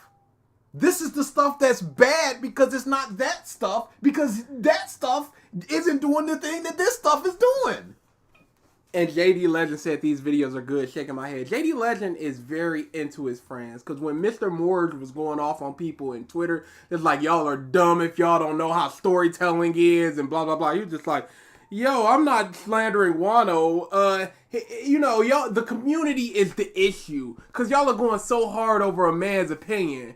But Wano, though, like, these are actual good points. He goes very hard for his friends. But it's in bummy ways. Whenever Zoro is not on panel, everyone should be asking, where is Zoro? Classic joke. What did he do in Logtown? I don't know. Again. Zoro only stands around in Little Garden. Zoro stands around and waits in Arlong Park until the Hachan. Yep. He has very little effect on the plot directly. For a lot of arcs. So he has very little, like, this is a hard planned thing for Zoro to do. In a lot of arcs. He's not the type of character that directly affects the plot or people or whatever. Look, I was going back, I was skimming through Zou. Yeah. Because I was just like, skimming? Yeah. Because once Hope said that he don't really say anything about it, I was just skimming through it. But a lot of the stuff where there's a lot of big revelations and stuff, Zoro's just sitting there. Zoro's not the type of character because at one point they all just go Raftel and they big shocked expression and he's just sitting there, mouth closed, arms folded in the same panel. He's not that type of character. Now, if you want to complain about Zoro being this type of character, you can complain about Zoro being this type of character. Don't complain about Zoro now being this type of character. Yeah, Zoro did a ton. Yeah, he did. He did a lot of. Well, he had to. A lot of people did. Zoro cutting Pika in half is cool, right? But overall, the fight sucks because of the way it was structured. Having Zoro... Not even structured. The fight itself just wasn't very good. Like, even if it was back-to-back within 3 chapters, the fight wouldn't be very good. I liked it, though. I think the time between really helped it. Because just think about what would have happened if you cut out everything else except that Zoro-Pika interactions and fight. I don't think it would be very Slash, good. where is he? Stomp, hand. Oh no, they're going for Usopp. But I like puzzle fights like this. Oh yeah, no. That's my biggest thing. There's no issue with it. I'm just saying I don't think the fight itself is very good. I think the lead up to the fight and then the conclusion is fine. I don't think the fighting itself is very good.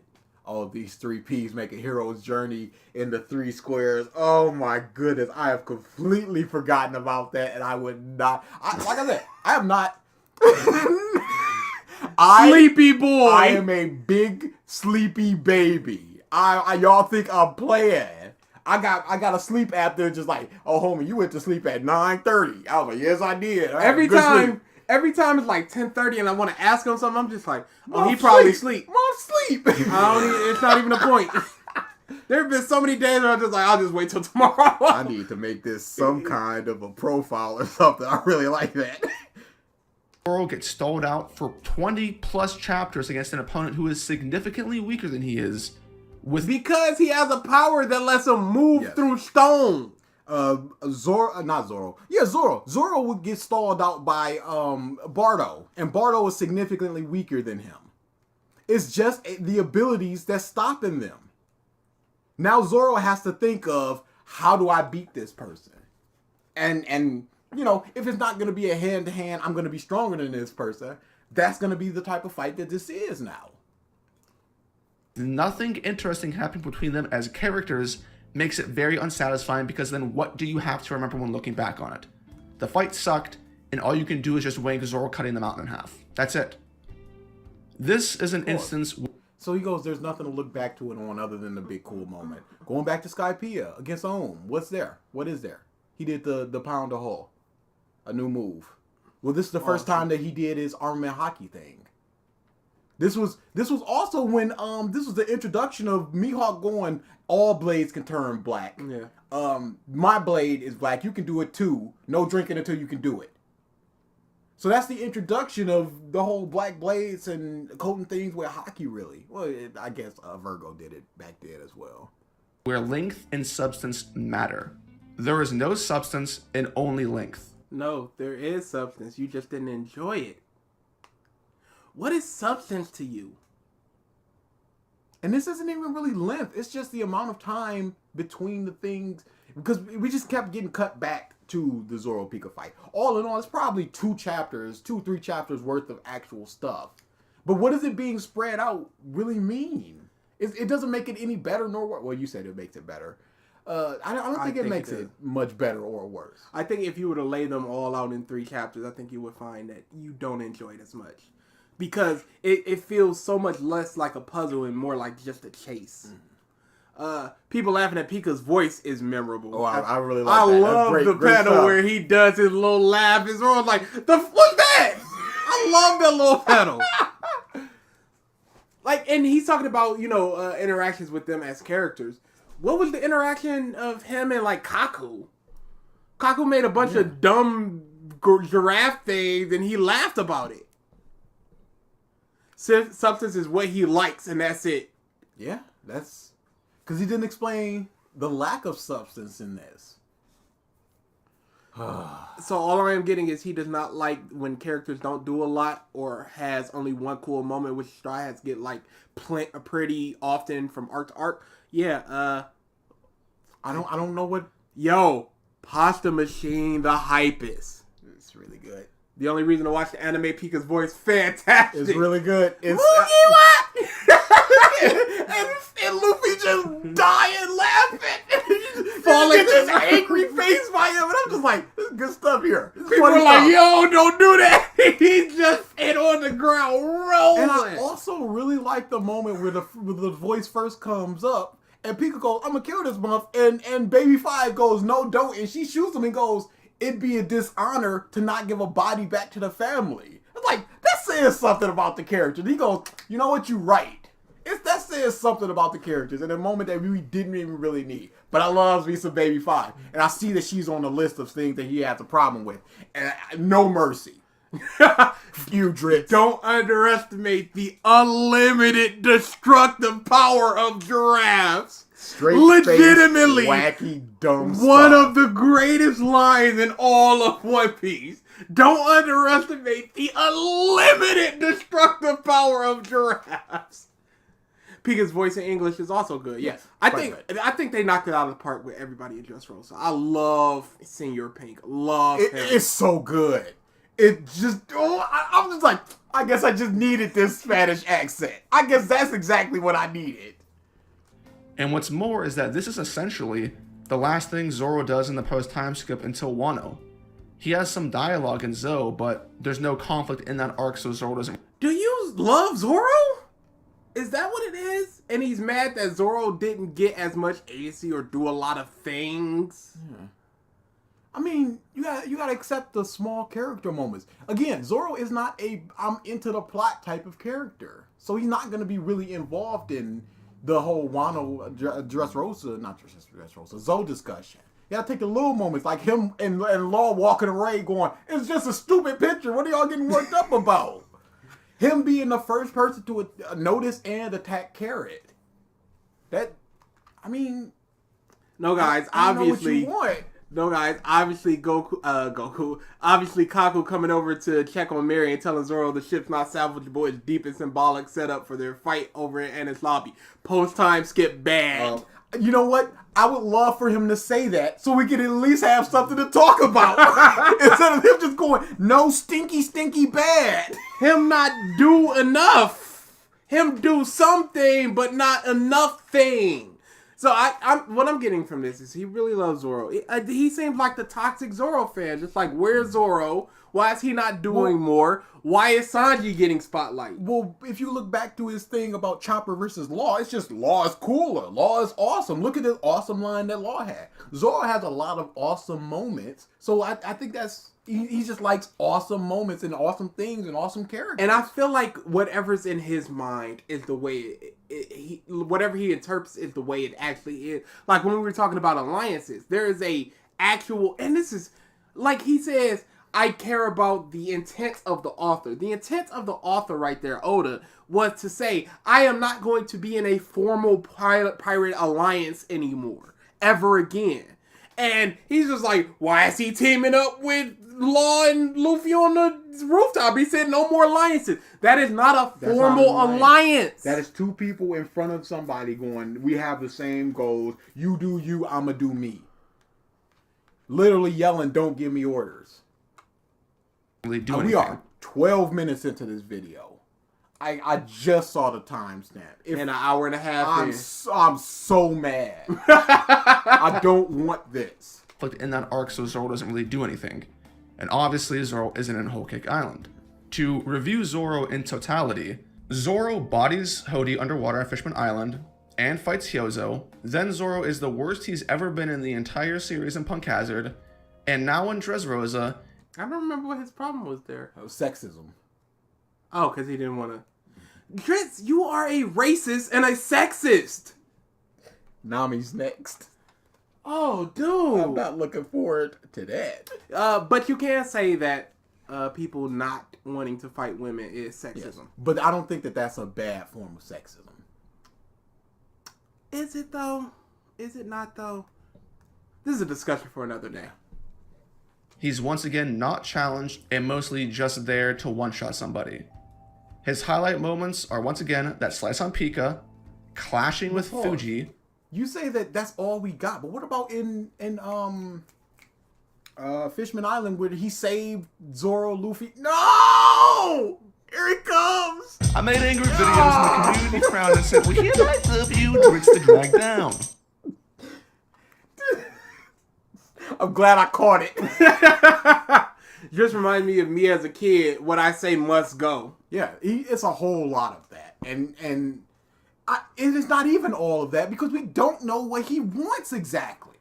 He goes that Zoro could do more, but what more? I guess a struggle of a fight. Because he's saying there's no challenges.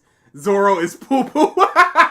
He's just saying he's just one-shotting people. He hasn't been challenged. I guess he just wants a struggle of a fight like Mr. One. I guess he just wants Mr. Ones. I think he just wants Kaku. But are you just in it for the fight at that point?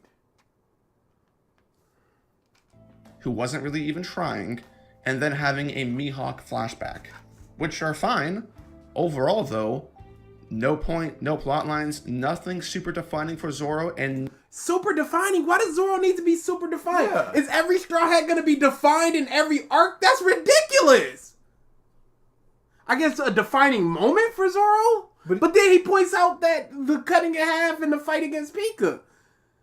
So what do you mean Zoro's not defined? Legit 5 people left this video for comment. Good people. no point, no plot lines, nothing super defining. He had several plot lines. He had several points. And he had a defining moment. For Zoro, and no struggle. Struggle, like I said, that's his issue. He wants a struggle for Zoro. But the Pika fight was a struggle. It just wasn't a struggle in that you're stronger than me. But how do I get to you to slice? About the alliance thing, if that's the case, why does he still have crewmates? Since technically that is an alliance. He has a whole fleet. Nah, but Drizzt fine with that. For a lot of this in my analysis on his dream, but it helps to show you as the events are occurring in the arcs themselves. These arcs will seem like a bigger wasted opportunity in the future when we talk about how Oda destroyed the power scaling within the Straw Hats. Next up is Nami. What? Why not talk? The top guys are too strong and the bottom guys are too weak? That's what I'm assuming that he's Because talking that's about. what legitimately power scaling is. It's the strongest versus the weakest. But that's always been the case. And the weak guys have agency in ways that the strong guys don't. Sanji said, I'll do what you can't, which is fight a strong opponent. You do what I can't, which is save Robin in time. Everybody has a purpose in their moment that only they can do. Robin isn't necessarily a fighter, so her power scaling shouldn't be that high. She has a purpose on the crew and within the world. Zoro's purpose is to be the best. We should be listening to Trigger, but y'all bastards wanted Drizzt. Hey, I was all for it. No, you weren't. I was partially for it. I was straight up just let's do in Trigger. Nami's venture in this arc is short since she's in the part of the group that leaves early, but that doesn't mean there's nothing to talk about. Nami's part within the arc is all centralized on staying in the Sunny while the rest of the crew go out to attempt the swap with Caesar. And there's an underrated scene here, with Nami, Brook, and Chopper playing Shogun with Momo. This ends up being a continuation of Oda's newly introduced mechanic for Nami, which is her care for children, because she gets to dote on Momo. But it's also good for Momo because I don't like him saying that that's an underrated moment. I think that is a properly rated moment. Yeah, it's fine. Don't say this like, oh, everybody else is looking for something else, but this is a good moment. No, I believe that that's a good moment. If somebody wants to talk about it, we can talk about it. adds a layer onto the trauma he has from the past. It's fairly accurate too. Playing with him so he doesn't get sad makes the dynamic he has with the Straw Hats, specifically Nami, feel stronger, which I was a fan of. Unfortunately, Oda will ruin this when we get to Wano. I'm so sick of this future Drizzt, this whole thing. Talk about it now, or just don't tease it. There's no purpose in teasing it. Yeah. No purpose in going, there's a bad thing coming later. That does nothing for me. It's good now. I miss short hair Nami. Yeah, she was awesome. But Usopp can do everything, though. Absolutely. Best member on the crew. Not unique to Zoro or a problem. Fundamental part of every Straw Hat is that even if they're not the main part of a conflict, they still have moments that add to them. It doesn't need to be big. Yeah, I don't. Yeah, I don't know what he wants because we're not being told what he wants. After this scene, Giola somehow... Why did he say a mechanic like Nami is a character in a fighting game or MOBA? when we get to Wano. After this scene, Giola somehow sneaks her way onto the men's room in the Sunny. I don't know how she did that, but she did. It becomes known to the crew because of Viola that the Straw Hats are being attacked on the ship, and I want to stick here for a moment and highlight this. Because what happens is a microcosm of a bigger issue in One Piece at large. Alright, so let's run it down. After learning of the attack, Sanji is worried and wants to go help Nami right away. But he's on the phone with Frankie, and Frankie says, "What? Do you really think she's still just a delicate little flower? She'll be fine." A fa. When we get back to the crew, they have been outmatched by Giola. Her powers are super She has weird. a broken ability that can basically weaken you almost instantly. She can't do her climb attack stuff. Brook cannot do his sword stuff. They basically cannot attack. If Sanji was there, he would have got taken out. If Zoro was there, he probably would have got taken out. Because they can't do their regular stuff, and they're weaker. If it was a bunch of fodder people, there'd be an argument. If it was somebody like Lao G, there would be an argument. But this person is, I touch you and you're weakened. This isn't fair. This isn't a fair comparison. This isn't a fair criticism. Also, yeah, they won. They beat Giola. Nami's body has been turned into a gag with no boobies, which, as we'll see, Everybody is flattened. Yes. It's not a gag. Everybody's flat. Look at it, bro. Or It's just a horribly callback to that exaggerated. painting. Look at Chopper. They're exaggerated in certain ways. Is it a gag because he's not cute? ends up being the only thing Nami is good for in the post-time skip. Nami and company all end... Whoa. What did he just... Whoa. Are you... Drizzt. When we get back to the crew, they have been outmatched by Giola. Nami's body has been turned into a gag with no boobies, which, as we'll see, ends up being the only thing Nami is good for in the post-time skip. Pause. So the navigation, I guess not. That's just dead. I guess they would have just survived coming into the new world after Fishman Island without her. Just survived it. Hey, when Bartolomeo's crew is sailing and they're like, where's your navigator? We ain't got one. We just been kind of surviving. And they're going through all those turbulent and windstorms and stuff. They're like, I hope the sunny... No, they got Nami. They're good. In this arc, Sanji was just like, let's go back. And Nami went, no, we got these two pieces that they want. Why would we bring them right back to them? We're going to Zou. If they don't go to Zou, they don't help with the whole poison thing. Neko Inu die. They don't get information. And Zou is just raised from the ground. Minecraft Straw Hats. No, but you see, they struggle, which is a problem for Drizzt. No, stop! Stop doing I this! made angry videos in the community. Oh my found goodness! and said, well, here I help you, Drizzt the drag down. This was a mistake. I regret it, y'all. Thank you for the super chat. He didn't even add anything. He just wanted to annoy us. I appreciate the hustle.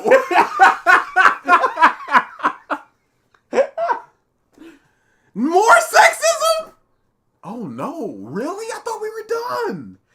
You know what? There's a Robin section, and there's probably Side the character. moment where they climb in their clothes. Oh, also. Rebecca as well. Nami and company all end up being defeated by Giola. And the only reason... They're not defeated because they win. They're being beaten. Present tense. Defeated means they have lost. The battle's not over. The battle is not over. Legit didn't No, know. vital for Cracker as well. Legit didn't know about that. Just wanted to sip. So it was just, hey, I appreciate you guys. Here you go. Oh wait, the rap. Oh shit! What's that music playing? The reason they get out of the situation is because of a gag with Brooke, which makes it an Thanks for the super illegitimate chat, win. Wait, What? What? Thanks for the super chat again. Yeah, I gotta go back on that one. Out of the situation is because of a gag with Brooke, which makes it an illegitimate win. So It's he not a gag. outsmarted her. He went, hey, I'm a lover of art. You guys gotta understand. I'm taken by the art. I want And to play Soul King music over here. I want to play music, but I can't with my thing like this. I Oh, appreciate your art. This is great. I love this stuff. Give me my bow back. Oh, by the way, this is also a sword in your cut. He outsmarted her with a gag, yes, but I don't... How... And see, drop that is illegitimate. Taking away his efforts, legitimately outsmarting her. I guess being together Sugar our was old game. illegitimate.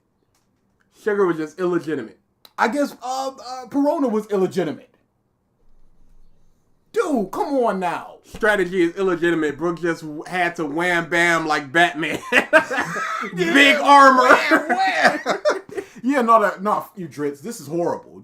Come on now. You can't just say that. And just drop it and then move on. That's the worst part. Don't move on. Explain why it's illegitimate. Explain how it could be improved. Brooke is a gag character, essentially. I see nothing wrong with giving them a gag fight. How do you win illegitimate? Steroids. A win is a win. Like, especially in One Piece, I don't care if you underhanded tactics. I don't care if your fruit is a hard counter to somebody else's. You won. Stop it! Please! This is horrible. Hold on, y'all. Come on. Stop with the suspense. It's playing already. Did it break? Are we good? We're free. Oh, it might have froze. All right. I made angry. No! It's the drag down. You piece of shit. You piece of shit. Wow, even our own equipment is trolling us.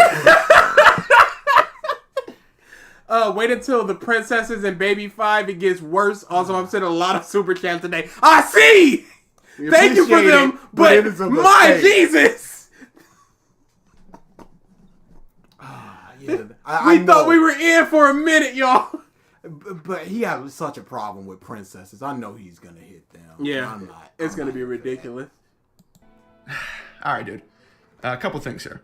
The fact that Oda tried to hype up Nami with Frankie alongside, Chopper and Brooke, only to have them get sauced on by horrible, smelly Giola and... When was he? When was it beat up? And she has a broken fruit.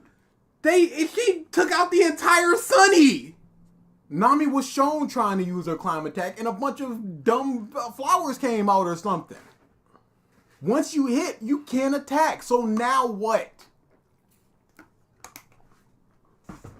Not redeem themselves, and for all to mean nothing, is criminal. Oda gives them a Mickey Mouse win, and the main takeaway is that they suck, and your time was wasted. Unbelievable. This is unbelievable. This is unbelievable. The crew was legitimately in danger. Brooke outsmarted this person. And won. With a busted ability. And won. But it's illegitimate because Oda just wants us to see that they suck when they got... Mickey Mouse win? Yeah, I don't know what that means. I guess cartoony win? Mickey Mouse is it's a derogatory term. Just like this, it's kiddie, it's childish, it's basically nothing. It's like going, this is a clown show. This is something like that. But yeah, it's just I'm just shook. What are we? What about Zoro back in? He got hit by Candleman and got trapped there. Does he suck all of a sudden, or was just Candleman broken? Broken. There are people with broken abilities. Perona could have killed the entire crew with her broken ability. Giola was the same way. It's not illegitimate. It doesn't say that they suck. They just got matched up with a bad fruit person. And they outsmarted her and won. That's a positive. It wasn't even like somebody had to come in and save them. They got the V. What do you think about versus Perona? I wish we can go back to a video, but I'm sure shoulders. Man, what does he think about Triton, something like you can that? leave again. Because it's such a good fight. It's a great fight. But it's a joke fight. So, I don't know what he... Nami has another nice scene later on in this arc, but the things that are starting to matter more are getting thrown by the wayside. What matters more than her nice moment later on in the arc? And her underrated Shogun play. What matters more? The lightning fingers. Don't forget. Never forget. We never. Usopp is just too powerful. Perona didn't stand a chance. He's so good. Of course, he commands 10,000 men. Enelu and Crocodile deserve a run back, though. I think Crocodile would get pieced up, I think Enderu would be a problem.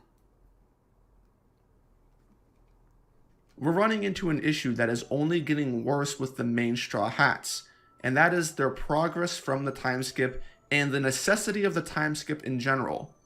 Is there any difference from pre to post? They would have died 1,000 times over if they didn't have their abilities that they have now. Usopp, I don't think that he could have beat the little tunneling person that he fought, because he had to exploit the tunneling and hit him. How would they get on Punk Hazard? Because how they did it before was through Nami creating a cloud that they could walk on. How would they have gotten there? Zoro could not cut Monet in that situation. They would be dead. Yep, because she wouldn't have the threat of hockey. Virgo would have stepped on Sanji's neck, no problem. Once the big dude became the big dude from the Fishman Island arc, and Sanji did the step kick thing, he couldn't do that because he couldn't fly. I feel like Luffy would have lost to Hody. Oh, he would have got big pieced up. So there are things that they couldn't have done before. Nami has a much better understanding of lightning and stuff like that. Her first scene, she already created a huge cloud. We didn't see it. It's a bigger thunderstorm than she had ever done up until that point. Zoro didn't use hockey on Monet, but she knows he has it. And that's what scared her, because he has the hockey to cut her. But if he didn't have the hockey to cut her, she would just be like, you can't even cut me, so why would I be afraid of your blade? And he did use it on her a little bit because he cut her cheek. So I can cut you, but I'm choosing not to. You would be dead if I was not a sexist. Bro, Jinbei versus Crocodile, instant violation. Jinbei too broken. What was the 2 years good for outside of Luffy getting stronger? Everybody got stronger. Everyone got better. Yes. Do you think Usopp could have made that shot before the time skip to save Luffy from Sugar? I submit no. And he just added Luffy, so now we have to add Zoro and Sanji. And that's a shot in the head and whole cake, because he couldn't see the bullet coming. Hey, they survived their exploration heading into Fishman Island because Sanji could do Skywalk. It's almost like their abilities come into play at different... Do you think Zoro would have beat Pika? Because he used observation hockey. What are we talking about here? What are we talking about here? Did it accomplish anything other than Zoro and Sanji getting base level hockey and no legitimate power-ups? Pause. I guess they didn't just get power-ups. I guess the Dragon Twister wasn't so much stronger. Is it called the Dragon Twister? Yeah. Okay, because it was called that in the 4Kids version, and I didn't know if it was the same thing. Yeah. Because it was Crab Grab, Dragon Twister, Bull Charge. Oh, I remember. A couple of them I know for a fact. But yeah. Crab Grab is not it. You sure? Ew, Crab Grab. Hockey is a power-up, especially since he can coat his blade in hockey. Yeah. I don't see how Sanji you can got think. Skywalk. Literally, they could not beat a single pacifista pre-time skip. You know, I think they did take out one of them through a complete combined effort. But then Luffy one-shots them, and then Zoro and Sanji could have taken them out by themselves with no hockey shown. That's a clear delineation of strength. Robin is now better at using her abilities, bigger hands. She can create a full body now, which helped them in the versus Law. Now. It helped them when she was like in Dressrosa, where she popped up and was like, "Hey, I made angry videos, and the community frowned and said, well, hereby love you, Drizzt the drag down." I was talking, Adonis. Stop with the in money. middle of a conversation with my brother about this terrible video. Would y'all ever do a Rent a Girlfriend video? I absolutely would. Y'all, I got so many opinions on Rent a Girlfriend, but he would need to read it. Thank you for the super chat, though. Thank you for the super chat. Stop with the super chat. Don't become a member. Do not become a subscriber. None of that. Oh, I'm going to mute us for a second.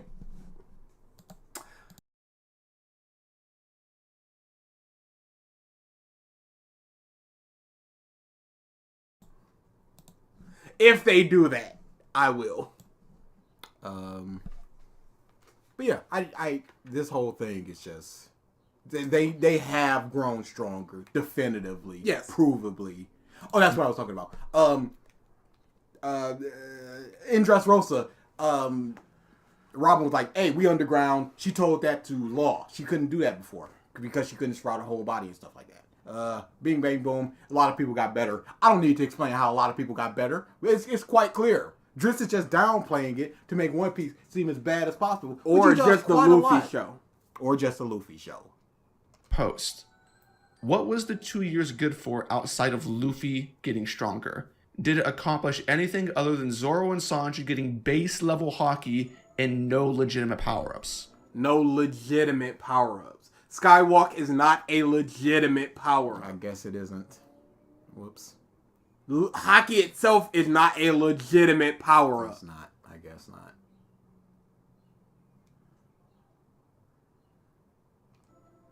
The answer is starting to become more clear.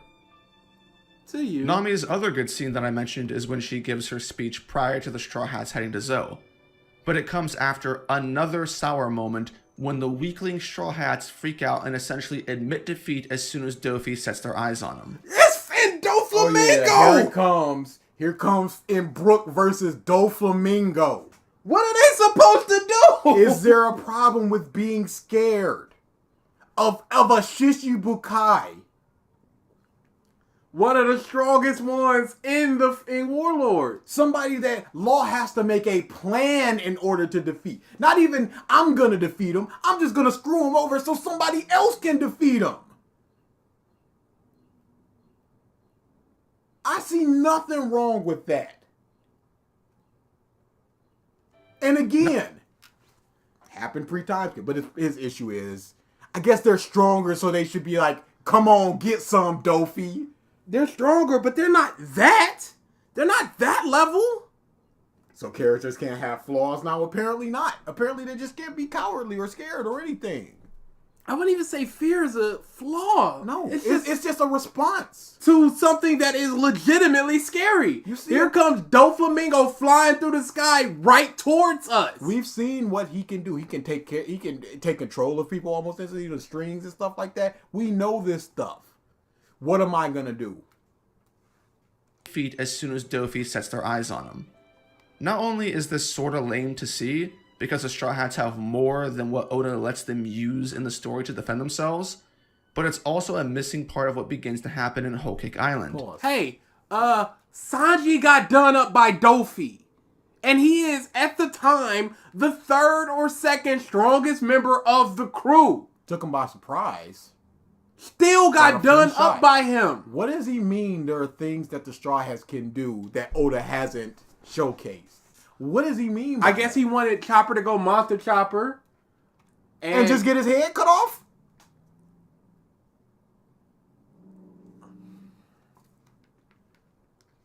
What can the 3 of them do when Luffy had to go almost die against them? What could they do? Brook, Dofi needs to get close. Dead. Well, not really dead because, you know, he's already dead. He puts him on some strings, tosses him into the sea. Dead. Nami hits her with a lightning. Brook, breathe. He poops. I think it is, I am doing things that keep me... I am a human, but a skeleton. Yes. Ink Hot Fuzz. I cannot say skeleton. Always skeleton. But Chopper, you need to get close to Doflamingo in order to hit him. Dofi has the webs and stuff.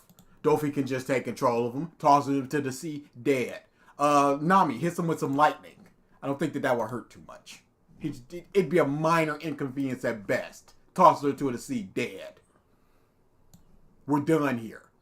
Use in the story to defend themselves, but it's also a missing part of what begins to happen in Whole Cake Island, which is the Straw Hats acting tough with no change or storyline to accompany it. Who acted tough? Nami was scared until she pulled out the Viver card, and it was just like, you fools. They cower in fear and... Hey, Turt, anything is better than this. Go to Manga Comment, go to EFAP. Have fun, people. Get away from us. in front of Dofi and then act tough in front of Big Mom, and people say, oh my god, go, when it's really not. Big take. Pause. It was also a rampaging Big Mom who was out of control and out of her mind. So you can go, okay, we're smarter than her. This is basically just an animal at this point. She's not using any of her real abilities. She's just swinging her sword. So if we can get a good hit on her sword. Oh, a sword? Where's Zoro? Oh, she just got a sword for no reason. But they did just go, okay, she's riding on a thundercloud. Let me hit that with some thunder and shock her. Let me freeze her. This wouldn't work if she was in her right mind. And it still didn't work because she still hopped on that shit. But they saw it like, this is their opportunity to take out a what happened when they animal. first saw it? Oh God, here comes the wave. I think we're dead. With Nami here is that in Dressrosa alone, she's only in for a handful of scenes. But in those handful of scenes are two bad ones. Hey, she lost to a broken fruit. Mm-hmm. And she got scared when Dofi started flying towards them. You said that those scenes were good. Now you're saying they're fine. To downplay it. And a couple good ones. Oh, good? Fine? What are we saying here, Drizzt? Did Drizzt forget how Dofi literally pieced up Oars Jr.? Hey, doesn't matter. They should have stood up to him. Dofi, bring it on, I say as Nami. Let's go, Chopper says. The more you tell me to leave, the more I want to stay. Keep staying in. Maybe that'll convince you to go. It has to be Brooke he is talking about. I still don't see it. I don't see it. Brooke was scared of a sleeping Big Mom. Though he was awesome in Whole Cake against Big Mom. Yeah, that must be what he's talking about when he goes, they're big up in themselves, but I think you were better than EFAP because you were more bullyable. Fair. Yeah, EFAP, for the most part, doesn't really read chat. It doesn't allow themselves to be like, you're trash, blah, blah, blah. They do quite a lot, though. Yeah, they do a lot. But not it's also the fact that there's so many of them over there that chat just goes. Yeah, so you'll catch something when you catch something. Stand back, I will handle Usopp 2022. That's what he wants. The negatives far outweigh the positives in this scenario because the positives are starting to become throwaway moments that don't... Good moments lack substance. Like what? You didn't explain why what was the substantiveness of the he's the Shogun of Wano. He didn't even show that. He didn't even no, I mean, sorry. He didn't show the, hey, we've got two pieces here. Yeah. No, he didn't. He didn't explain why that was good. He just said it was good, but it was right after a bad moment. He quickly glossed over the good moments and then went, look at all bad. He quickly glossed over the good moments, and now he's saying they're good, but they lack substance. When he didn't explain, just explain. That's the biggest thing that any creator can do. Have any substance as the story's progression and the Straw Hats' role in that progression seems more minimal and not important to Luffy's dream. Now let's go on. Do you think Luffy could accomplish his dream without every member of that crew right now? Because he would have been done up without Usopp. He would have been done up without Zoro, Sanji, Nami, Chopper, Frankie, Brooke. How would they get the poneglyph if not for Brooke?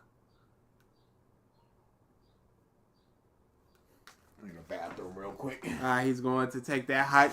Oh, yeah. I'm going to be going for 3 hours, y'all. Go ahead. Go. You can play the video. It's fine. I'll be listening. No, you I'm won't. doing The side. Best hair colors? I like multicolored hair, so I like a purple with like the end of it is blue. A lot of Demon Slayer characters have that type of hair. Outside of that, just pure solid color, like a dark red. I'm in love, and some blue. I can rock with some blue. I had my one of my ex-girlfriends. So we both. I wanted her to dye her hair blue, and to do that, I would have needed to dye my tips pink. And I legitimately considered it because I wanted to see her with blue hair. It would have been amazing. Nami is the heroine. I think she's the main heroine. It's kind of like Uraraka is the main heroine of My Hero, even though she's not the heroine. We are not 20 minutes in and 2 hours. We might not be able to finish this video today. Oh, we will. You say that. Hopefully you just go, once we start getting into stuff where it's like, yeah, that's fine, and we just move on for like 3 or 4 minutes. That's what I'm hoping for.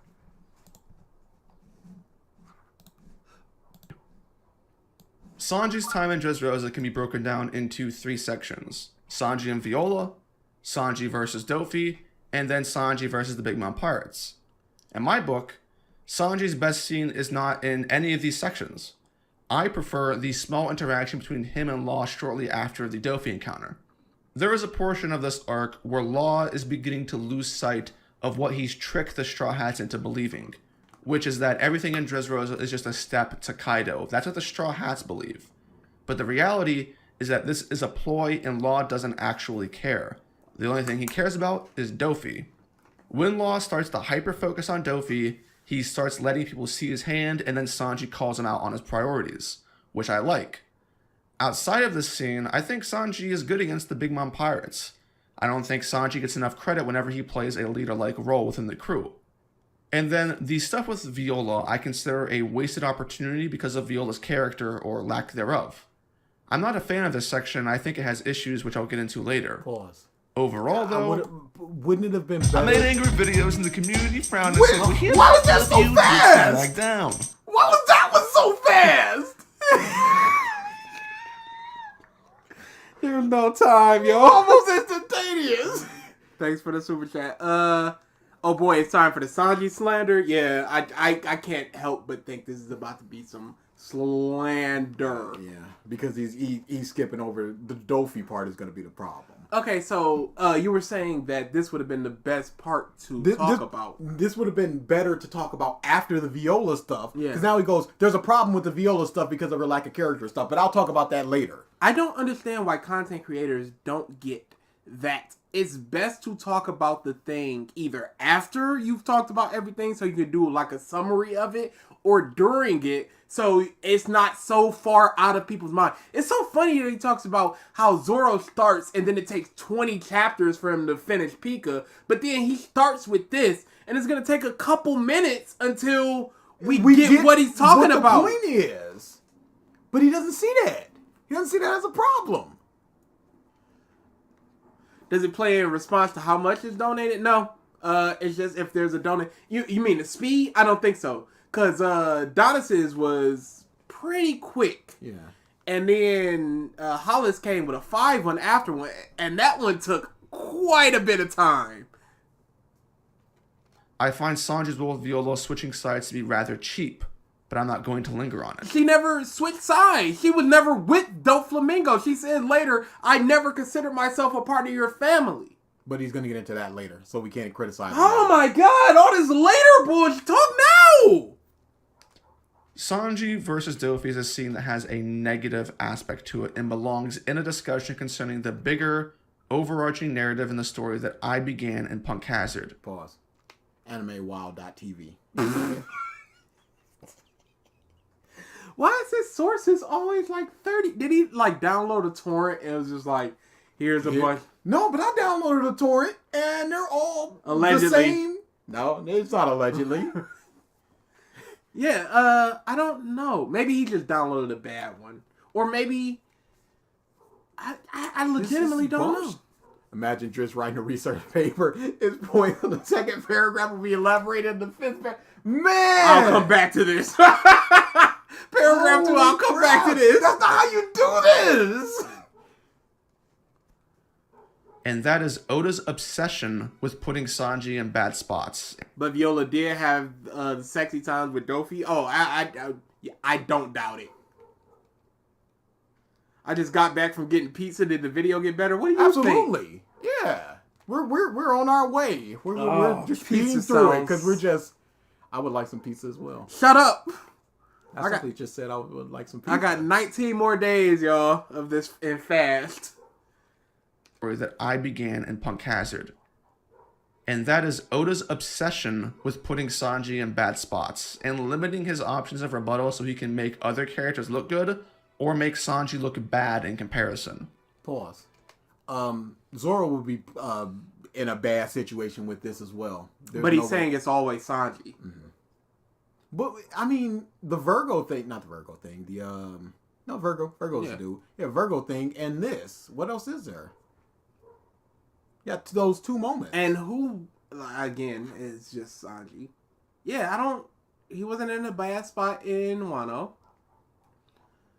He had, the entire arc was dedicated to him in Whole Cake, so that's not the same. Wasn't really in a bad spot to prove somebody's strength or downplay Sanji. Is VG trying to starve himself? No, it's a fast. You get electrolytes, you get a little bit of salt every day, and you drink a lot of water. You just don't eat any food. And DA's longest was 14 days, and I'm trying for 30 because that's just what I decided to do.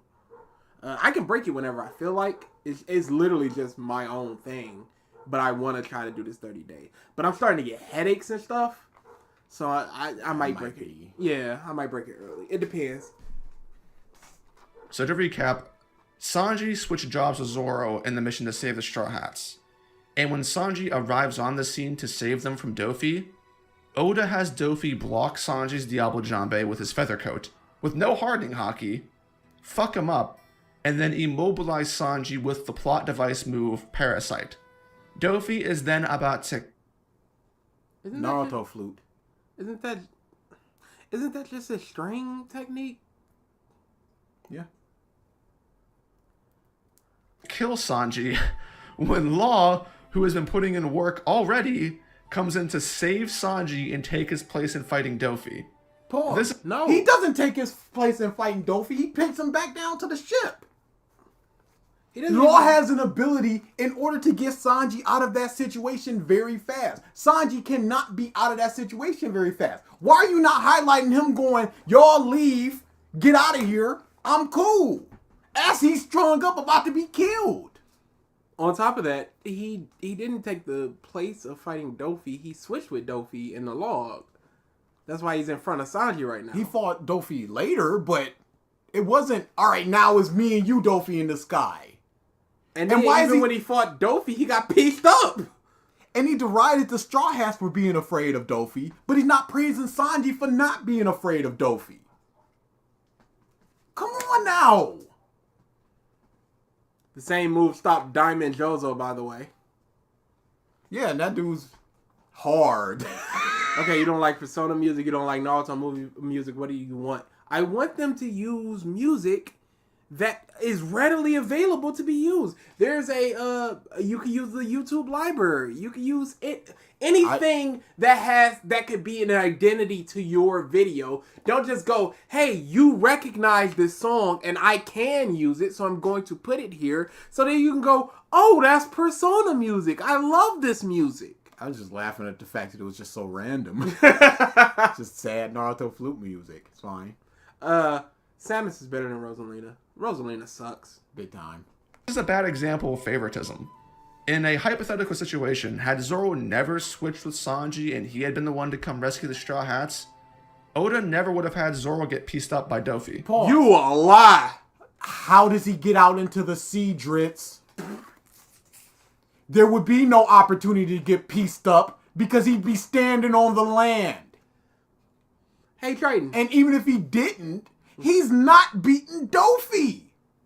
Legitimately just not. Don't tell me that he is. He got pieced up by Inadu. Zoro is not infallible. Don't sit there and be like, yeah, nah, Zoro's taking Dofi or Zoro's doing better against Dofi. You've got no information to back that up. Triton. 90% of the music we used before I started finding lyric-filled songs that were free use were from the YouTube library. Like 40% of the music we use in our is from the YouTube library. The YouTube library is very good. You just gotta look. Zoro swinging his sword so fast he achieves flight to bring the fight to Dofi in the sky. He does a poundo hole in the opposite direction and flies towards Dofi. Ah! We know this because Oda made sure that Zoro did something in response to Fuji back near the Colosseum, and then again later in the arc off. You said that Fuji wasn't trying! So what does it mean that he does something against Fuji when Fuji's not trying and Zoro's not trying because his blade's not black? Neither of them are trying, and this is a feat? This is an accomplishment? No! This is something! He got pushed down, glasses broken by the gravity, and he threw a wave. And he was like, oh, long distance sword attack that I blocked? Don't act like this is something when you said it wasn't anything. Green. And despite Fuji barely... Star Wars Rebel did lightsaber helicopters. Oh, so horrible. I saw the scene. It's so dumb. And this is why I'm just like, stop Star Wars, because you're just going to get Stop more... Star Wars! You're going to get more and more dumb lightsaber stuff. Because you have to justify... Like, if Kylo had just pulled out a lightsaber, just like, that's just a lightsaber. But no, he had to have those exhaust ports, so you could be like, oh, this is something different now.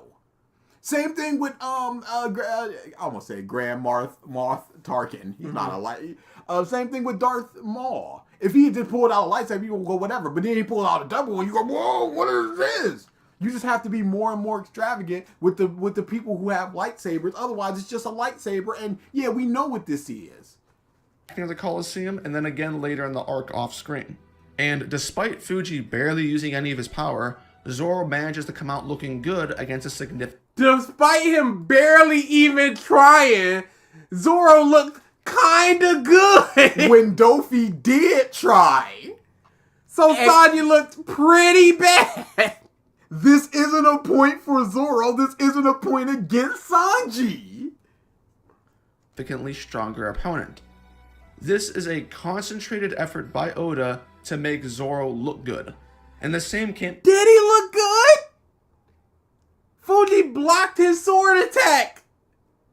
End of thing. I would not say that looks good. I would not say that looks bad. That is neutral. He got pushed down and then he blocked his sword attack. It's just like neither Blackbeard nor Luffy looked good in Impel Down when Luffy punched him and then Blackbeard punched him.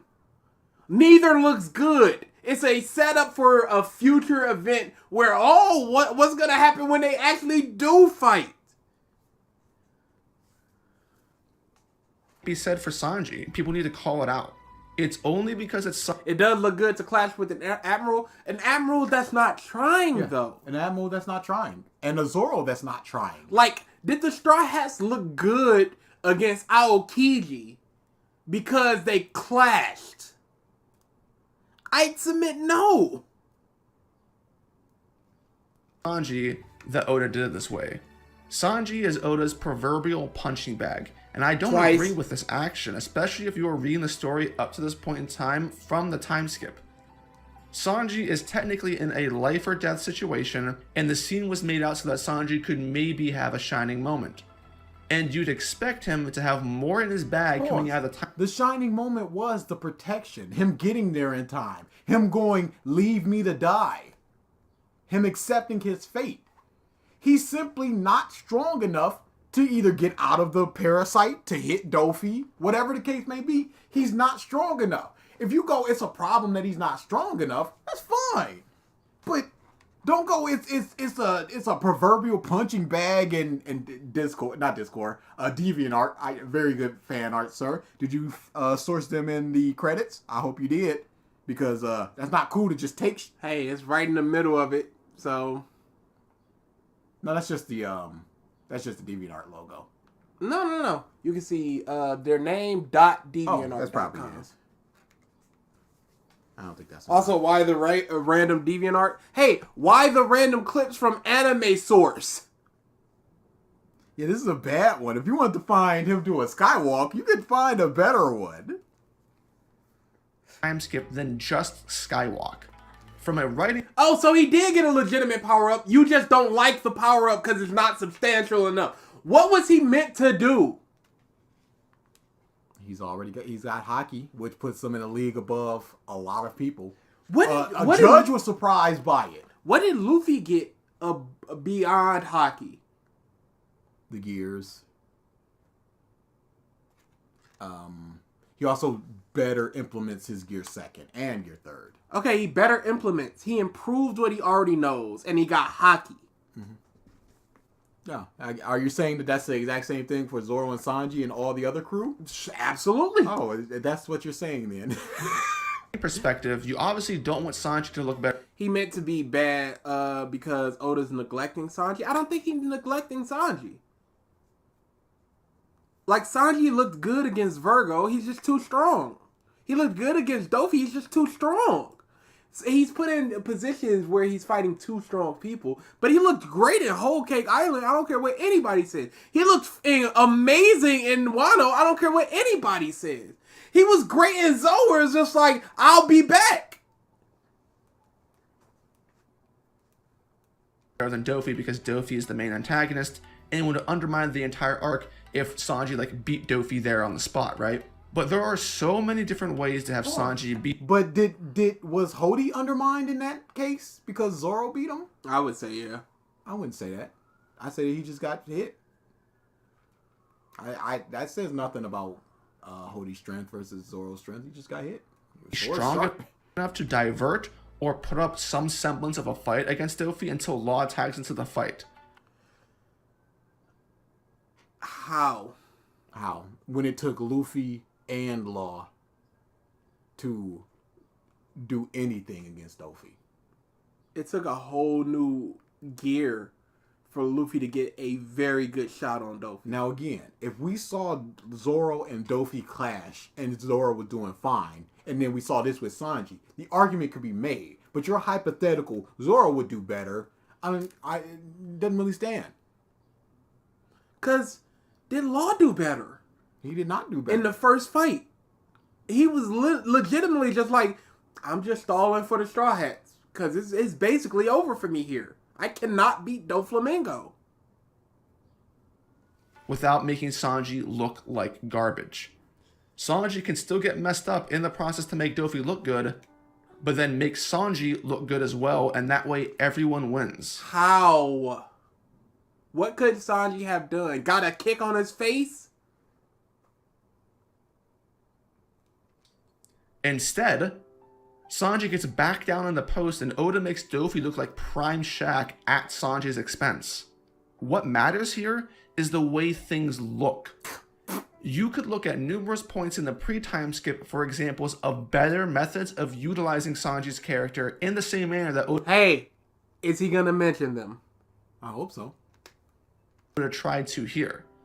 As a matter of fact, many people's favorite Sanji scene is his. He got pieced up here. He didn't look good. He just said I needed a smoke. It was just a good moment, but there was no fight or diverting or anything. So now it's not about strength, it's about the good moment. Because this is not a strength feat. This is him outsmarting somebody, which he does in the post-time skip. Scene where Sanji gets absolutely shit on by Enel.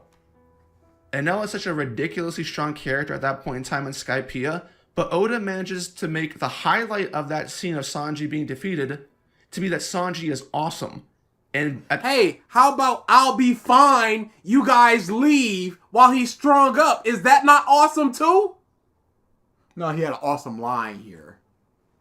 I needed a line. Get ready to cry. Isn't that an awesome line? Not according to Drizzt.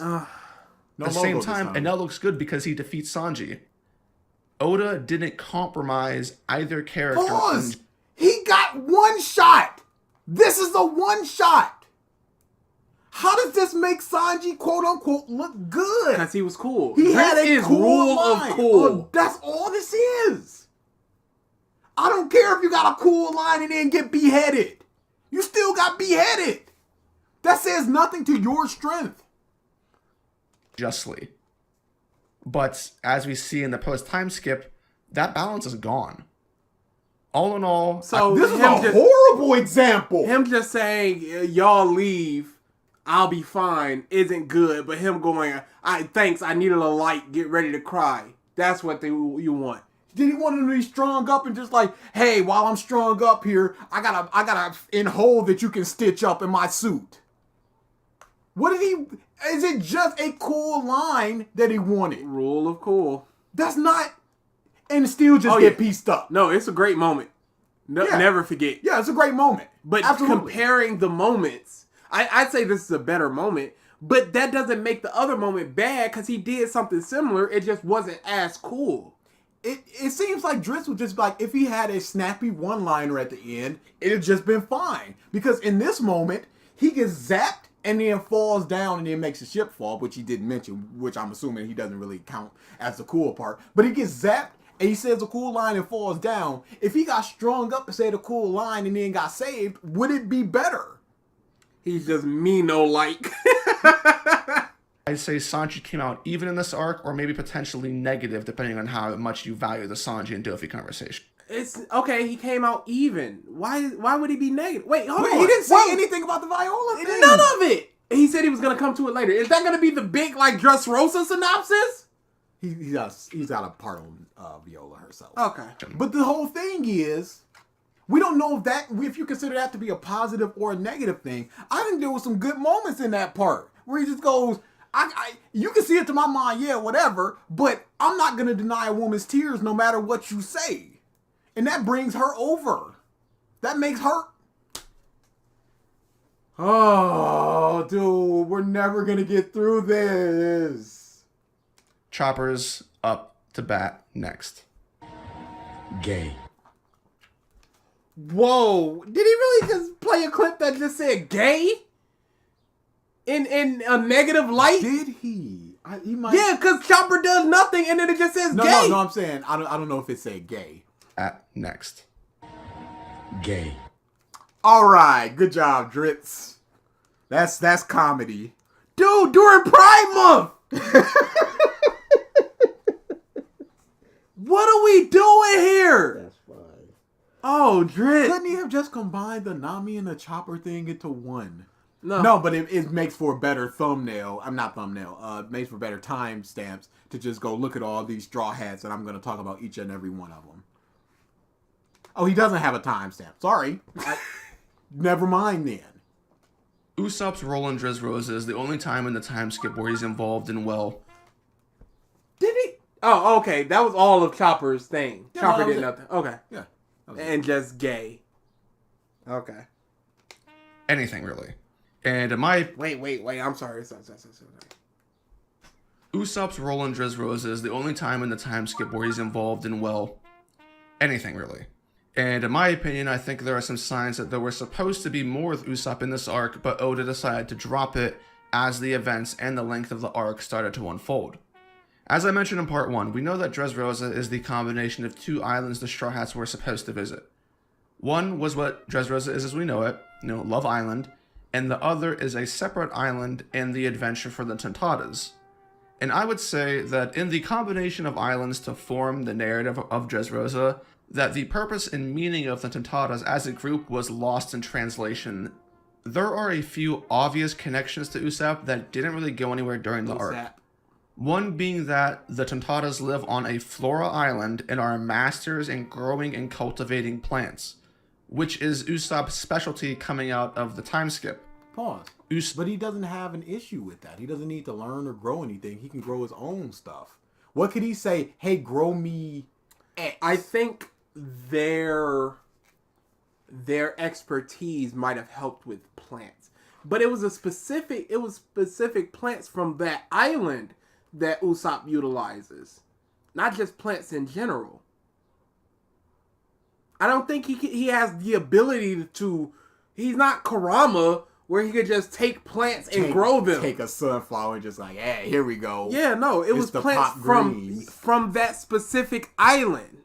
But maybe he's talking about they could make him another plant that could make him stronger or something. Like the seeds, but they're good at growing and cultivating, not instant growth.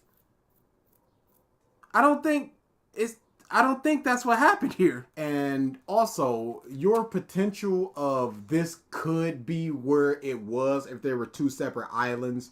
It's not a criticism because you don't know that. As it stands, the tontatas and the plant thing were purely for the they can cultivate the smile fruits. Usopp learns nothing from the tontatas, which that doesn't make any sense because What is he supposed to learn when the plants he utilizes come from a specific island? What is he supposed to learn when Dressrosa takes place over a couple of hours? They're already in the midst of planning their big revolt. There's nothing to... Hey, by the way, also, this plant thing, tell me all about it. I guess in the downtime when Luffy was out for those couple days? It was a day and a half or something. I forget. But, even still, I think it was 3 days. But you still got the Marines and stuff breathing down the back of your neck. I think he means that if this was its own separate island with its own separate things, he could have learned. Like a little garden. They would have more time to develop that. I thought that was an SBS where Oda said he combined Dressrosa and the Tontata stuff. Yes, yeah, and that's Drizzt's problem. He wanted them separated so Usopp can get something. you think that would be an obvious pre-gone conclusion for Usopp getting something because that's what they specialize in. If there's something in common, then, as a reader, you expect something to come of it. But that doesn't happen. 2, we know... Yeah, that wasn't the purpose of it. The purpose was the smile fruits. Usopp is doing fine with his abilities. He's not lacking. If he was just like, man, I wish I had something to get better or stronger, then you could be like, that's where the Tontatas would come in. That's where he should be saying something like that. But every encounter that he's gone through up until this point, he's succeeded in. that the Tontatas were saved by Nolan in the distant past. This is another, more obvious connection to Usopp that Oda seems to be going for. I made angry videos and the community frowned and said, well, hereby dub you, Drizzt the Drag Down. Nami, thank you for the super chats. Did I really miss the Nami part, and was it any good? And please, God, tell me it wasn't just big boobs equal bad. No, it was. That was one of the points. It was big boobs are all she's good for. Yes, you missed it. It was basically Frankie said that Nami is strong, or she's not a delicate little flower, she'll be fine. And then Nami did not do anything against Giola, and then was scared of Doflamingo. Thumbs down. Thumbs down, Nami. That was essentially that part. Than the lost opportunity for Usopp learning something from the Tontatas. But the fact that there isn't anything more to this, and Nolan's lore in the arc ends up being heavily understated, it's a bit odd. He had a whole backstory in Skypiea. What are they supposed to expand upon? What would it add to the story? Dead. Everybody who was involved in Nolan is long dead. They revive him as a hero because Nolan helped them in the past. What more could you do in that situation? They did the thing. Nami, you made the right choice. Pizza would be better. If the Tontatas had some kind of special plant on their island, maybe I could see his point, but there wasn't, so there really isn't any problem here. It's a plot point he made up for it to go nowhere. Yeah, like if they were running from a bunch of man-eating plants or something in that giant forest, I could see it, but it's just very well done regular flowers. Last time we had a Nolan conversation going on, it was fully integrated into the Skypiea plotline. And because it was part of the Skypiea plotline. It was the whole thing was Nolan. So of the course it's gonna be and there. everything. Jaya and Skypiea were heavily influenced by Nolan. We're just the people that was saved by him. Themes, and we got a lot of mileage out of it. That was not the case here, and I think it's a shame because it could have been used greatly in tying together a better written character plotline for Usopp. How? He's gonna explain it. We know if we know one thing about Drizzt, is he's gonna explain exactly what he means, and we're gonna agree with it. Oh, hold on. Yeah, let me take my supplements real quick. Cause I need my pills. Yeah, this is, I am not feeling great for some reason.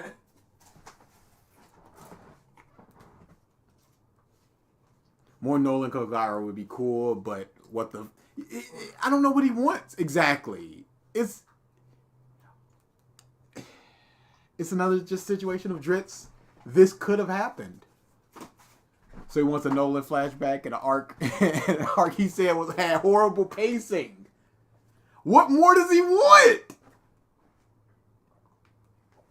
Make it shorter unless it's a thing I want, then make it longer. Yeah, sorry about that, y'all. And now, it could be that from the beginning that we were never supposed to get more Nolan And you stuff. see? It could have been I've been done fasting better. for 11 days. Shut up.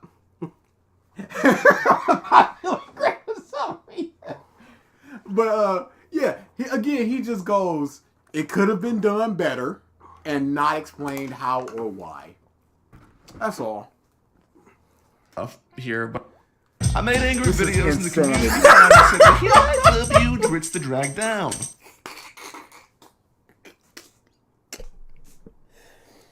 All right, I see. I Thank you, cannot Rami, do for the super specialized anything. Y'all will keep sending money. No. It was meant to be a meats lovers pizza, by the way, aka the best pizza. It's up there. No, it is the best. I'm a normal cheese man. Really? Plain cheese? Extra cheese, love it. Dude, I need some type of meat. I know you do.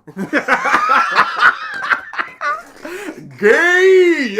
That's the joke, y'all. Yeah, that's like that we're Drizzt over here. We're Drizzt. That's just the joke. People are gay, and that's a joke. I can't believe that. Call him up sexist and stuff, and that's his whole point. That's just a joke. No Pineapple pizza is horrific, Get y'all. out of here. Horrific. Steak is good. Steak on pizza is good. Don't look at me. No, I'm just thinking. I'd probably rank it the third best meat on pizza after sausage and bacon. Why do people say this is too long and then want to add their own stuff to make it even longer without ever explaining what could have been cut or shortened? It's just what Drizzt is doing. Nothing that could be cut or shorted. But it's kind of hard to say. I think the Tentadas, without their main purpose being connected to either of those plot lines, which are Usopp-centric, result in them being more of a plague on the arc than anything else. They're connected to Smile and Dofi and the King, not Nolan. Nolan saved us. I as Leo, don't know that motherfucker. So what am I supposed to add to this? Nothing about the connection with the royal family, Scarlet. None of that matters. How the people. Why of was it Dressrosa Nolan? sees them and just accept the fact that. Oh my god!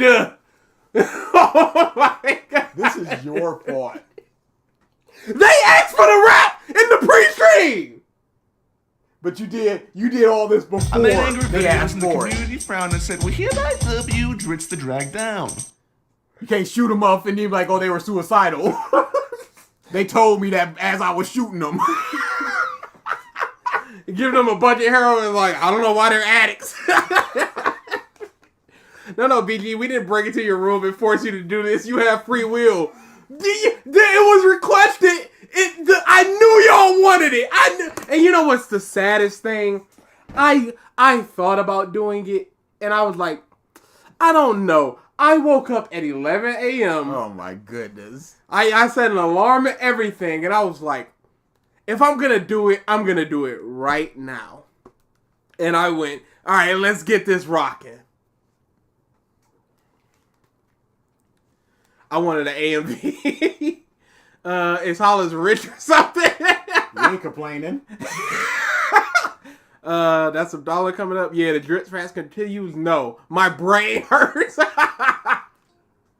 Especially because the only thing they are good for after leaving Greenbit for the invasion day is to take up screen time and to introduce the dreadful Rescue Man Sherry subplot. who helped revitalize fighters to push back the birdcage, who has a connection to the royal family, who helped Robin, Bartolomeo, and Usopp get to King's Plateau through their bugs. He said that the only reason why after that was the Manchuri. After they left Greenbit, they went to try to get Sugar to eat the thing. The only reason that Usopp came back was because they were yelling and screaming and crying. If Usopp did not come back, everybody's still a toy.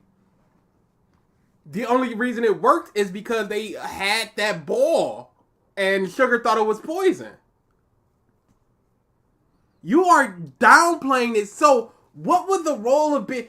Usopp likes Nolan. But it's not like Elbaf, where it's just like, we skipped over all of Elbaf. That could have been great for Usopp. He wants Elbaf the baddest. What could have been done for Usopp here with Nolan and the Tontatas and the plants and stuff? No answer. But there could have been something, you see. I'm a black man that's about to own my father's company, so not yet. Oh, dang. Wow, Hollis. Why are you associating with us?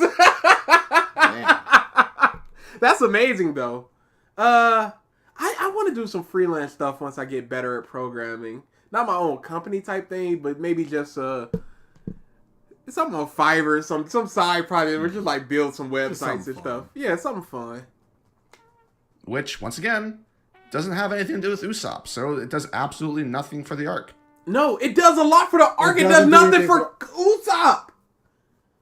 Usopp has agency elsewhere, has roles elsewhere. Has things to do elsewhere. What would it have done for Usopp to know what happened with Nolan?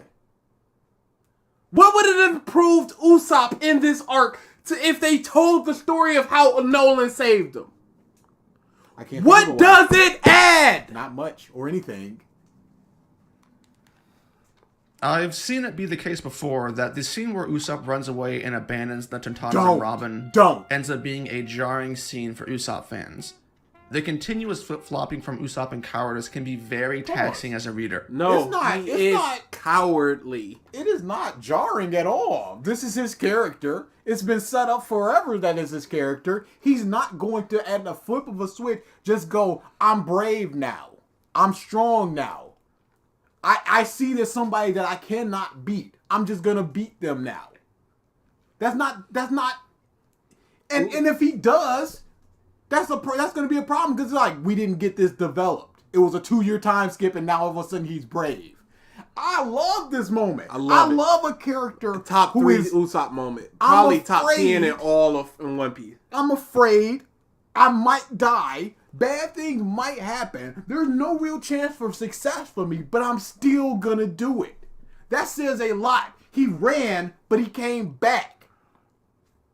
All right, y'all. I'm out, about to get on my flight. I'll watch the rest later. All right, Turk. Yeah, I think he said he was going to Chicago. Yeah, have a safe flight. Get on up in there. Get some pizza. Our mom loved roast. What was it? Sandwiches? Some sort of Chicago sandwich. Something beef. I remember I was on a Greyhound going into a con in Chicago, and she was like, "Give me one of them Italian beefs." Yep, that's what it was. Italian beef. With some dipping sauce. I'm gonna be on a bus for 14 hours. You want me to smell like me? She's like, "Give me." I gave it to her. Yeah, she was slurping up in it. She was from Chicago, so it's, one of them things. Because y'all like my writing, that's all. And I like to help small YouTube because we all know YouTube won't. Absolutely. Yeah, we appreciate it. YouTube is a monster, dude. Muff just saying lies and wanted his own fan storyline to be real. Like, again, he didn't even explain why. Yeah. Or how that would have helped Just Usopp. that it would have been. Just that it would have. And Usopp fans, if y'all think Usopp is going to be brave and see all of this massacres of the Tontatas who he knows is strongish, and he's just going to go, hey, stop picking on them. Hey, they couldn't beat Treble, but I can. All of a sudden. I don't know what to tell y'all, honestly. Usopp is still a coward. And I think people were expecting more from him coming out of the time skip. And that's their fault. Yeah.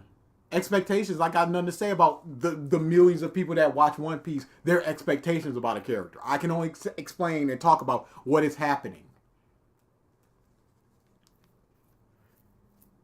I can't blame people for feeling this way because I think the time skip promised things and continuously failed to deliver on them. Again, that sounds like you also had expectations that were not fulfilled. You expected Usopp to just be some outside of the bottom 3 strength characters and brave. That's not Usopp. In fact, when the time skip was happening, many fans were worried about the dynamic of the characters changing because they've gotten so strong that we wouldn't get cowardly Usopp, that we wouldn't get a naive Chopper. They were afraid of these things. I love that hat on Robin. Robin got some fly outfits. It's a really good one. This feeling of frustration could have gone away if there was a plotline around it in the beginning to unravel here in Dressrosa. I put it out there myself. Just because Usopp has the body of a hero doesn't mean he's mentally a hero yet. And while Usopp does redeem... Exactly. So are you talking about people who are complaining about Usopp? Yeah, he's talking about people. He's not complaining. Okay. He's just saying Usopp fans, Okay. and I can understand. Yeah. I don't care about addressing people that say things, especially without context, without anything to say anything. Like, hey, here's somebody on Reddit saying something. Yeah. I don't care about addressing nebulous people out in the wild and in the ether. This was the start of a plot line. himself by coming back to save, quote unquote, the Cantatas and Robin. It mostly ends up just being more of the same old, which means that it's kind of unsatisfying. You think that was unsatisfying? I lied to you, but I'll be your hero now. Done up. Still takes out Sugar. And then In later line just with his goes, character. Later this piece just goes, Sugar's still around, but my super special surprise attack should have done her in. I'm like, oh, Sam, come on. I noted that line, like, oh, you piece of garbage. Hat piece. But I see nothing wrong with a character trying to get over their faults and flaws. Nope. Even if it happens over and over again. If I'm afraid of knives and I see somebody getting mugged and I stop them, and then I do it again, should the second time be less commendable? Should someone who has a fear of heights that goes on roller coasters but still scared, and the next time they go, they're still scared, is it still not commendable that they're trying? Or if they have a fear of heights and it's like, oh, your sister's about to jump and she wants to talk to you and only you. That happens twice. Less commendable? This man is so delusional. If he was 20% more successful, he'd be a cult leader. His live streams, that chat is something else. Dude, I don't know what it is about chat. We get called out so much by our own fans on things. Triton keeps calling me out for the music. But these people, and Triggered, Drizzt, all these people is just like, you're right. This is so amazing. You're so correct. I think it's probably because we don't have an air of correctness around us. We're just like, hey, we're some bums. Oh, did that happen? Oh, it did happen. Whoops. And when we move on, we admit our faults a lot. And instead of just somebody going, hey, that's not what happened. Down. And they're like, oh, you timed. We just go, it did. Is that what happened? I'm going to take your word on it. If it did, then yeah, it's bad. And you know you bums. Oh, yeah, the other absolutely. people don't know they're bums. They want to act like they're going into the golden toilets of some executive washroom. We were just like, change, sir? Don't give a change. Then Dressrosa gives birth to the God Usopp meme. God, Which no. And I don't know why, but Lord just going, wait, God. That's so good. I feel love it. And then Frankie just in the background, just like, this mother. Black. Oh my God, how? It's because they come good opinions. You guys are very critical and open to criticism, so that's why we are like this. The streamers reflect the audience. You know what? That's very fair. Because Triggered fans are a bunch of hyenas. It's like, you guys aren't thinking. Because if they probably weeded out all the people that would be dissenting at that point. That would make sense. I don't really have a whole lot to say on in terms of what actually happened. It's a running gag, maybe a potential future plotline. Personally, I've been kind of turned away from this meme because of its rampant overuse in the community. Don't talk about the meme. Don't talk about the community. Talk about the moment. Talk about what it may mean. Talk about the moment right here and now. Talk about them going, yeah, we'll help you, God Usopp, but then they're fleeting, just going, oh, he's worth 500 mil? Bet. Give me that head. And then King Riku talks, he's just like, I'm so sorry, God Usopp. Talk about how he got a statue right next to Kiros and Luffy. There's only 3 statues there. The hero of the Colosseum, the hero of Dressrosa, and Usopp. The God Usopp meme was very prevalent when it first came out. But I still like its incorporation into the story. Okay. Usopp's big scene in this arc is where he comes in clutch for the sake of his friends and unlocks a new ability while under duress. A shonen classic. Theoretically, this moment opens the door for a lot of things in the future with Usopp. Don't do it, load face. Unfortunately, because of Wano, it's hard to look at this Usopp scene the same as I did when it first happened. Okay, I gotta know this, but I hope he's not going that he's not using it anymore. Because he had not mastered it. Mm-hmm. He unlocked it. It's a whole difference. I would like more talking about it or asking about it or exploration about it. It also hurts that we went essentially 2.5, 3 years without Usopp. Yeah. As I said, Usopp unlocking observation hockey in this moment comes off as the beginning move in a series of events planned for Usopp to become stronger and learn new things, which he will eventually learn how to utilize it. Yes. Is great, but in retrospect, it feels pointless because Usopp is useless and irrelevant in the arc that the entire post-time skip ends up being built to. Usopp's observation hockey only shows itself in Dressrosa and is not... Yes, he has not mastered it. He just used it. Just like when Luffy sometimes used the Conqueror's hockey. He can't just use it as he wants. Usopp cannot use observation hockey as he wants. I swear to God, if this man doesn't talk about Kiros, my favorite character in Dressrosa, he's going to the time step. It's probably in the side characters thing. Yeah, he might pepper him in with the Viola Rebecca stuff, but he does not have his own section. Unbelievable. Expanded upon in Wano, even though he's at war with 2 Yonko at the same time. That doesn't make any sense. But he didn't fight the Yonko. Yeah. He wasn't up against the 2 Yonko oppressions. Now, you could say that he went up against a stronger foe than what he could handle, and thus he should have unlocked it or improved it or something, but that's not the argument that you're making. You could be like, Ulti in page 1, bam, but you just go 2 Yonko. But Usopp is not expected to face off against those 2 Yonko. But with that, what would he have used observation hockey for? Here, he needed to concentrate and see where the people were. These people are in front of him. Why would he use observation hockey in that moment? I don't know how you have those stakes in theory and don't use it as an opportunity to grow Usopp more.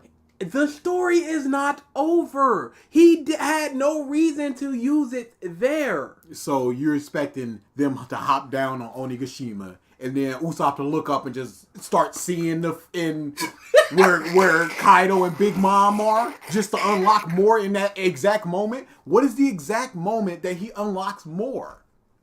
What is the circumstances? Because they're going up against 2 Yonko. So when? From what you started here in Dressrosa.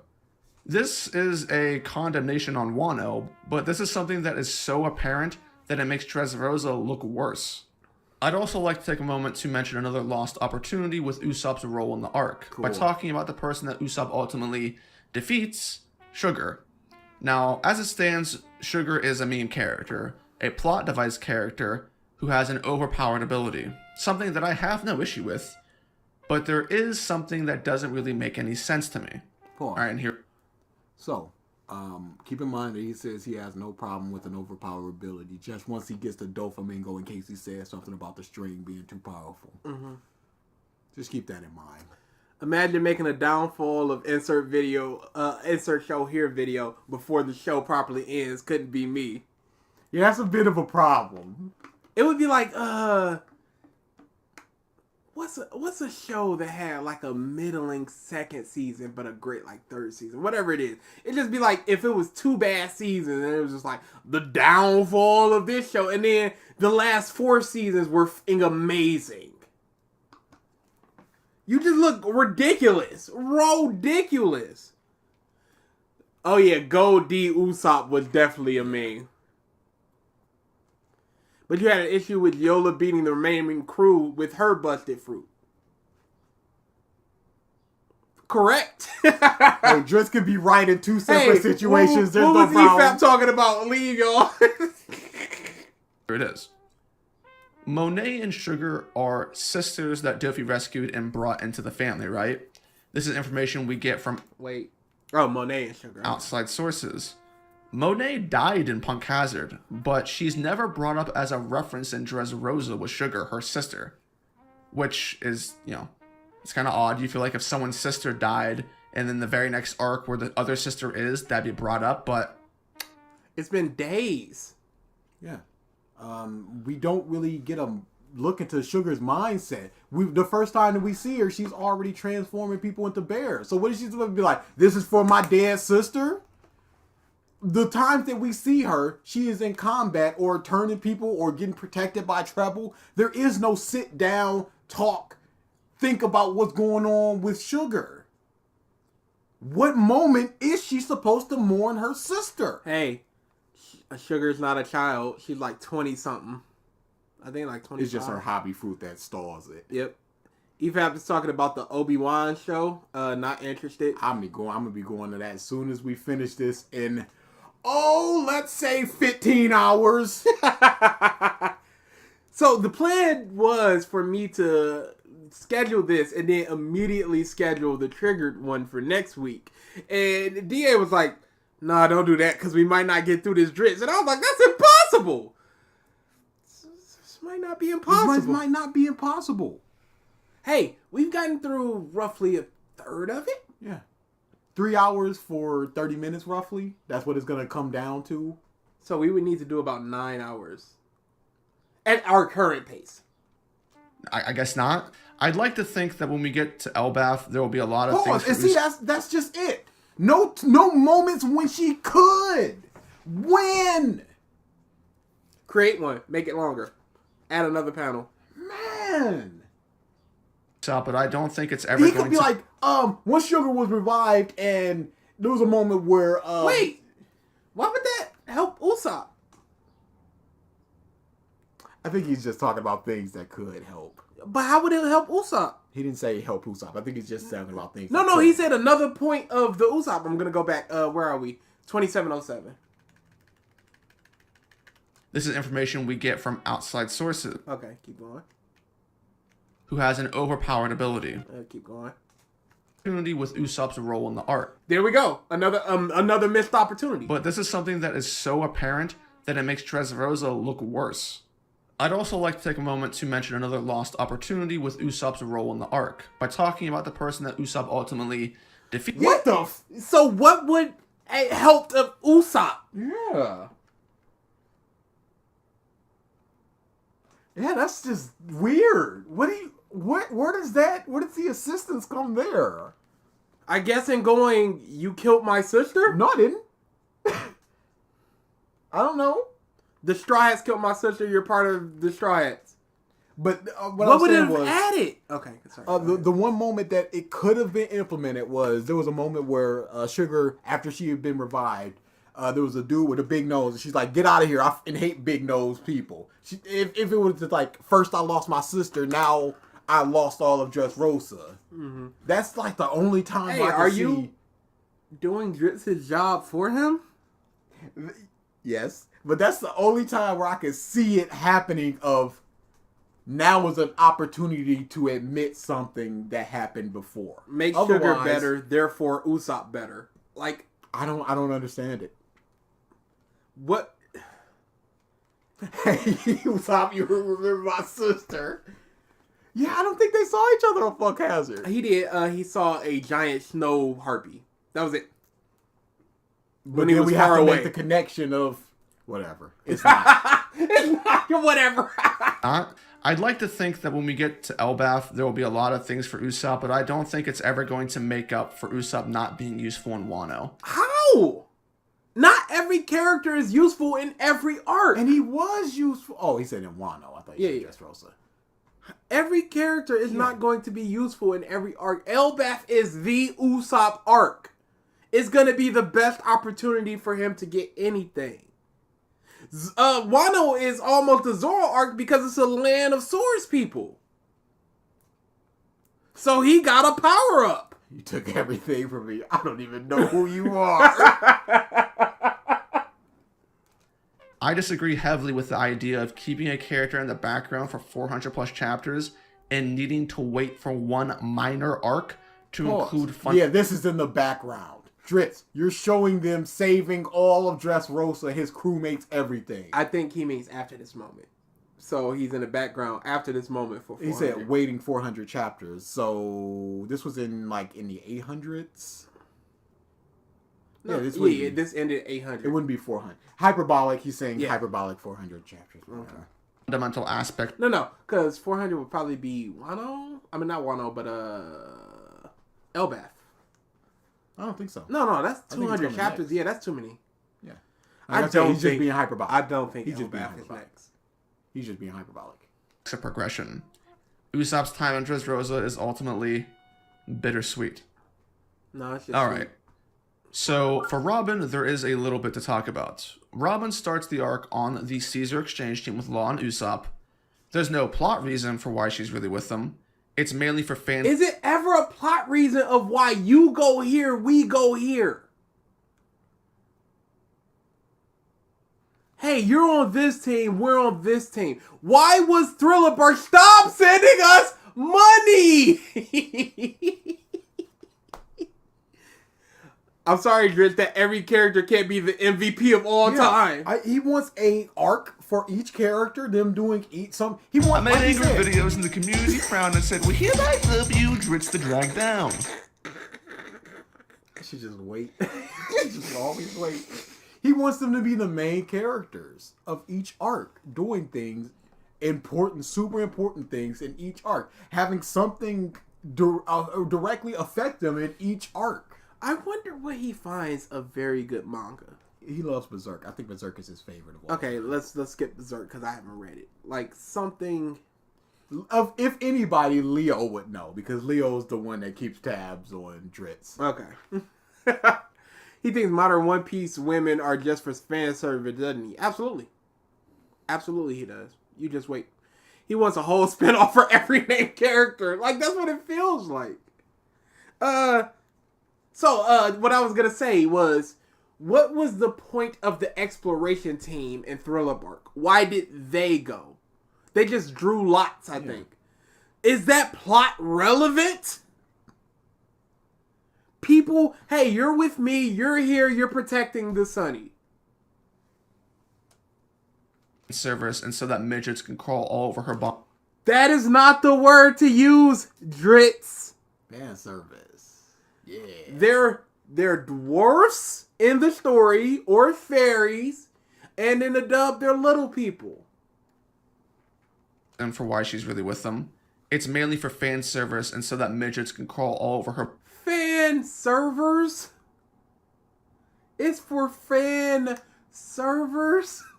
Body and pop out of her cleavage to give exposition. Robin then shows in the background of panels, like usual, for the next 12.5 chapters until they overhear what happened in Dofi's rise to power over Dressrosa. This is where I think there's clearly a missed opportunity or some type of connection missing with one of the characters in the arc. During this recounting of Dofi's rise to power, there is a lot of attention on Robin's reactions to the news. She's shown to be thinking of things, and then she says that she can't forgive Dofi for his actions, which is very rare. You wouldn't expect... That's a bit of a joke right there. But You can call somebody a devious man without, I'm assuming you're wanting to take direct revenge against. I don't know where this is going. I assume it's going. I don't know where it's going. This is a missed opportunity. What is the missed opportunity, Drizzt? What is it? Oh no. Gavin didn't like The World Ends With You. I know. Oh no. Oh my god! Thanks I'm for just gonna shut up until it happens. Thanks for the super chats, people. Stop. Also, Frankie wanted revenge on Duffy too. Absolutely. I made angry videos and the community frowned and said, well, hereby dub you Drizzt the Drag Down. I think that wasn't on camera. Because there's no proof anymore. I pointed right when it happened, y'all. He saw it. He synced it. Robin, of all people, to say something like that. But it makes more sense. I cannot forgive Doflamingo. Anybody would have said that. He's a horrible man. After hearing your story, I can't forgive Suffer from Success. I hate that song so much. Hate that album. Sense for her to care now than it does in the past. Dressrosa is an example of a peaceful place being overthrown and turned into a hellhole. Robin is a proxy revolutionary, and she learned about things over the time skip that could all reasonably make her care more about what's going on in the world and the revolutionary cause for change. Her caring more about Dressrosa makes sense at a base level. Robin's dialogue here in this exchange don't translate to anything within her character, and I find this particularly odd because the revolutionaries are introduced in this arc, and the only thing they really do is fuck with the weapon boxes. I don't know what he means by that. I don't. Her And I'm not going back. going Doflamingo is a piece of crap, and you can't forgive him? Was that supposed to go somewhere? Can you not just hold a grudge against somebody who's a sack of garbage? Luffy does all the time. He did it with Crocodile. I'm gonna kick his ass. I'm going to. Stop giving money to these guys. Franklin literally said to Luffy, his captain, that he could not do his mission. Absolutely. He asked Luffy, yo, I can't. Luffy, I can't just do it. Hey, Frankie, go wild. Hey, I also have a request, Luffy. Can I fight back? Sure, Sanji. Fight to your heart's content.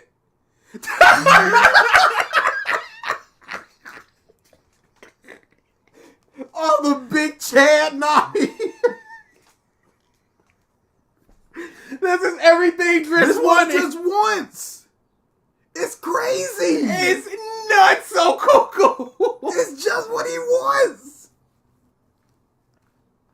He got the Chad Chopper back as well. Oh, Chad Chopper was fantastic. It feels like there should have been something going on here. I mean, even CP0. It feels like something should have gone on. This is set up for future events because CP0 plays a huge part in Wano. Why does everything introduced need to be resolved in arc? Was in this arc, and they could have been used for more than what they were against the revolutionaries to do something. They weren't under orders to attack the revolutionary army. They had a mission. You don't just do whatever you want.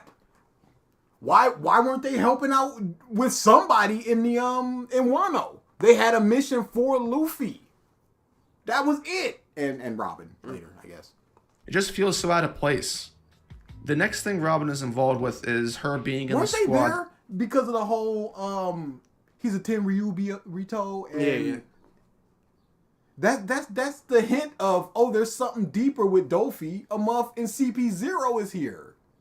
How far are you guys in the video? Hold on, I'll show the playback position for a second. There we are.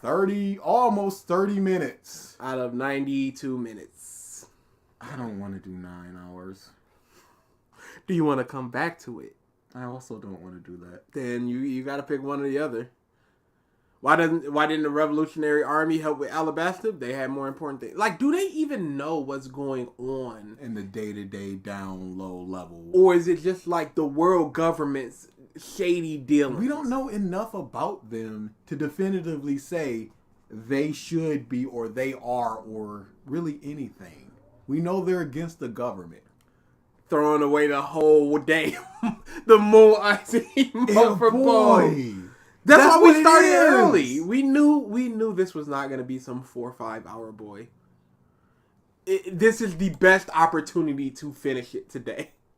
That is supposed to deal with sugar. And Robin has a little run here where she pretends to be a guard and then gets out of danger when her cover's blown against trouble, and that's nice. Then she gets turned into a toy, and then I like how all the things he think are good or he likes or positive is just like, yeah, that's nice. Yeah, that's good. cool. It's all very But the bad, oh my God, let me wallow in this for 3 minutes. And it was going to be a subplot for the revolutionaries with finding the metal he was made from the guns. Yeah, they did find it. I don't know if it was going to be a subplot. I'd have to read the SBS for that. restored pretty quickly. This probably could have been used to a greater degree for Usopp's plotline in the arc so that his desire to remember Luffy and save him comes off as a bit more epic and emotional. And he said right before he shot the shot, I don't want to go out in the sea without Luffy. I can't lose a motherfucker. I can help. I will help. What do you want more than that? That gives you what you want. You just want more. And what more do you want? That was perfectly serviceable. But it did exactly what he wanted. I don't know what the problem is. And it was a good moment too. Because Robin being turned into a toy and then being forgotten, then remembered, it didn't really seem like that big of a deal. But back to Robin. How do you make it a big deal if he don't remember who the Robin is? If nobody now remembers who Robin is. As he got turned, they all got turned back. He was beating the up. So he's not going to be like, oh, Robin, as he's sitting there dying, I forgot about you. He was beaten up and then they held him up. More, but only the more that I want. If it's not what I want, less and less and less. Less and less and less of this video, please. Please. Robin's recounting in the arc. When she gets turned back into a toy, she sort of just sits around on the plateau while their group is being chased by fodder. Then she's flying through the air on the Tentatas, gets attacked by Gladius, momentarily stops him from hitting other people out of the sky, and for a second here, it looks like Robin and Bart are going to team up to take on Gladius. She has a nice line saying Luffy's the trump card, and ooh, everyone likes that. Then Bart tells Robin to go ahead and just leave it to him, and this is something I don't really understand. Robin's goal is essentially to help Rebecca. I don't know why though. Robin and Rebecca have no connection whatsoever. They don't interact in the entirety of the arc, and there's not a whole lot gained from having this be Robin's thing for the arc to begin with. It doesn't end up tying to anything we talked about in terms of missed opportunities with the revolutionaries and Dofi, and Kuros was going to end up at the top of the plateau on the flower field anyway. So what She was hanging around with Rebecca, and she did... Oh yeah, and Luffy said too. And she didn't want Rebecca to be hurt or killed because there was a strong person. She even says, I feel really bad that we allowed Rebecca to go alone and knowing there's stronger opponents up there.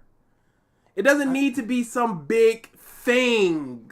Especially considering she knows the story about the Tontatas and the parents and stuff like that. So she knows at least of Rebecca's struggles. And also, she had Law's handcuffs. The key to her handcuffs. Robin gets to do is go up to the flower field and essentially stand around and watch Kuros fight. And then to only just put her hands up to protect Rebecca from the falling spikes. Yes, at the cost of herself. And what was she supposed to do? Should she help in this man's almost decade-long revenge quest? Just like, I'll help you defeat this man as well. Especially since he's the hero of the Colosseum, very strong, very capable, and saying, and his biggest issue is, I'm hindered because I need to protect my daughter. And she's going, nah, I got this, you got that. Another one of these situations of I'll do what you can't do, and you do what I can't do. Don't you have to be 13 to have a YouTube account? No, there's kids YouTube. I think anybody can have a YouTube at any age. And that's it. That's all Robin does for the rest of the arc, essentially. There's no... He really wants every Straw Hat to do a lot or big things in every arc. Mm-hmm. Every arc is not going to have every Straw Hat do a bunch of things. And I could just name pre-time skip arcs where Straw Hats don't do anything, but it's just belaboring the point at this point. Just making this whole thing longer. Alternate universe here where maybe Robin could have played a bigger role against Diamante because it just wouldn't be good. Diamante is a strictly Rebecca and Kira's thing, and it just seems like Oda didn't really have a whole plan for Robin, and this is what he gave her to have her get something to quote-unquote do. But I guess to Robin's credit, it's not like it's bad. Her doing these little things here and there aren't in any way detrimental to her character, but like I said, a lot of the Straw Hats play second fiddle to the side characters in this arc and aren't really that involved. And that's what it is. It's about them. I care about Rebecca. I care about Kiros. Is every arc supposed to have some link back to Robin's people or something or somebody that she should care about? No, or the characters of the arc should play second fiddle to the Straw Hats and not the other way around. That's 100% all it is. I'm gonna fight you, Diamante. Stand back, Rebecca. Why? No. I was thinking the same thing, Leo. If it's not a problem, why bring it up? But the problem is that she's second fiddle to other characters. That's what it is. I hate that. One of the downfalls of having a huge cast of characters is that audiences are always going to complain that some of them aren't doing enough. Yeah. Absolutely. Or just the fact that some of them just aren't doing enough. But again, not everybody can do everything in every instance. Not all arcs need Nami to do something. Not all arcs need Zoro to do something. I legit teared up at her saying, "I want you to be my dad." That was fantastic. Good stuff in there. I only have one father. Don't lie to me with that bush. What's wrong with giving the other character showtime to develop? Nothing, as long as it's not at the expense of the Straw Hats. That's what he's talking about. Quick, name all 20 kids in Class 1A. You got it. That was Slow it down quick. If you want. Which ends up being a weakness for the arc overall, in my opinion. It's a weakness because the Straw Hats are not the main characters of the arc. Because the arc is about the people being subjugated. Sorry. Vivi is not a Straw Hat. The Alabaster is about her. Sorry. It's fine to not have the Straw Hats be the main characters of the arc. Be the main thing about the arc. It's absolutely fine. You say it hurts it in your opinion. You haven't really explained why. Other than, well, they just should be. We already care about the Straw Hats. Why not the Straw Hats? Hey, why how not about trying to care about characters that I'm presenting now? More characters. We care about the Straw Hats. My care for Brook is not going to go down because he's not doing too much. Nope. But if a character shows up and they're not developed enough, they don't have enough screen time, and then they're just crying their eyes out, talking about, oh man, I need to do this and do this, I won't really care. So you give that character the time. I don't care about nameless, faceless people in Dressrosa getting cut up as much as I would care about Sai getting cut up. Because I know Sai and I like Sai. Vivi is half a Straw Hat, so that's something. Oh, they want her back on the ship so much. I don't understand why people want Vivi and not Carrot in that instance. Because then it's no longer about strength. Because I understand Yamato, they want him in the ship because he's big, strong. But Vivi? Get that out of here. Dressrosa did so much for Bellamy. I didn't know I wanted, and I'm glad I got it. Absolutely, good stuff in there for Bellamy. Was fantastic in that arc. Even at the end, where he's just like, "I'm not gonna follow you, Straw Hat, but I'll take a piece. A piece of that."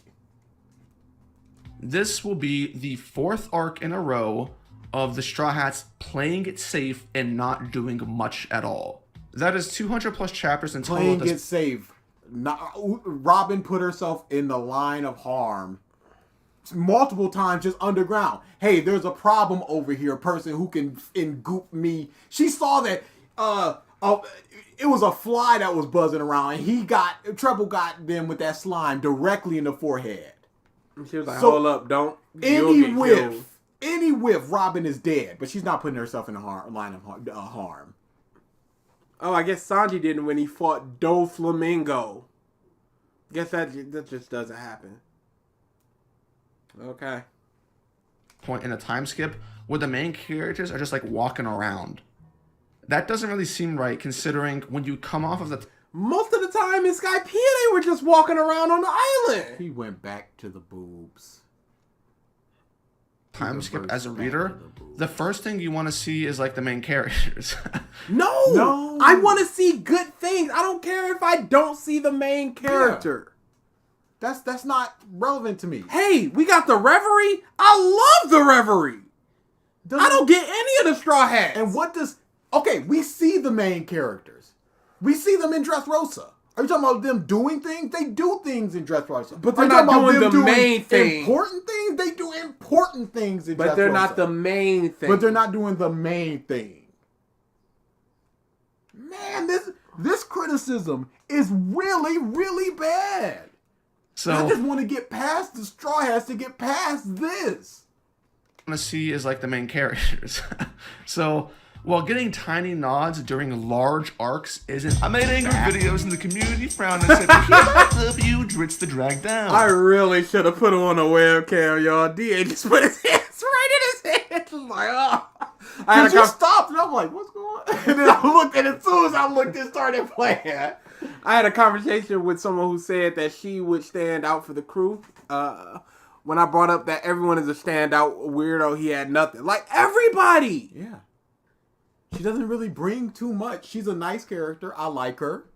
She's good. She has good interactions with the crew. But, you know, a lot of people that could be said for. And I really just think it's just again. She's a furry character. Like, that's what people think people love her for is because when she got voted so high, people were just like, oh, furries. All that. No. Character. She's a great character. She slots right into the Straw Hats. Seamlessly. And Jinbei, stop trying to give him. He ain't that. I hate it. He not funny, man. Make him dad of Straw Hats like Robin. So when he does get those faces, it means more. He's not that guy. He's not the spry, stupid Usopp type. Carrot is fun, but she ain't for me, and that's fine. I just don't like it's only the furries that like her. Because I've given so many reasons of why I like her. People, furries. Per se, I don't think it's good either because you end up sacrificing these characters. But the Straw Hats were not sacrificed. They had plenty to do. I'm sorry, they weren't the ones running up the building when all the other gladiators and warriors from other cities were doing things. It wasn't just Usopp with them. It wasn't just Sanji and Nami with them. But again, they are doing stuff. I don't know what stuff he wants them to do. He's not explaining it. What are you gonna do? What are you gonna do, Robert? He's fading. This must have been at the end of a long recording session. And he's just like, I'll be goofy. Ad lib. Drizzt likes Marineford, but but Luffy is the only Straw Hat in it. By his logic, Marineford shouldn't be that good for him. No, he'll have an excuse. No, it's different over here because rule of cool. Like, what did Nami do? And there was a lot of running as well. What did Nami do in Thriller Bark? Not a lot. I don't care.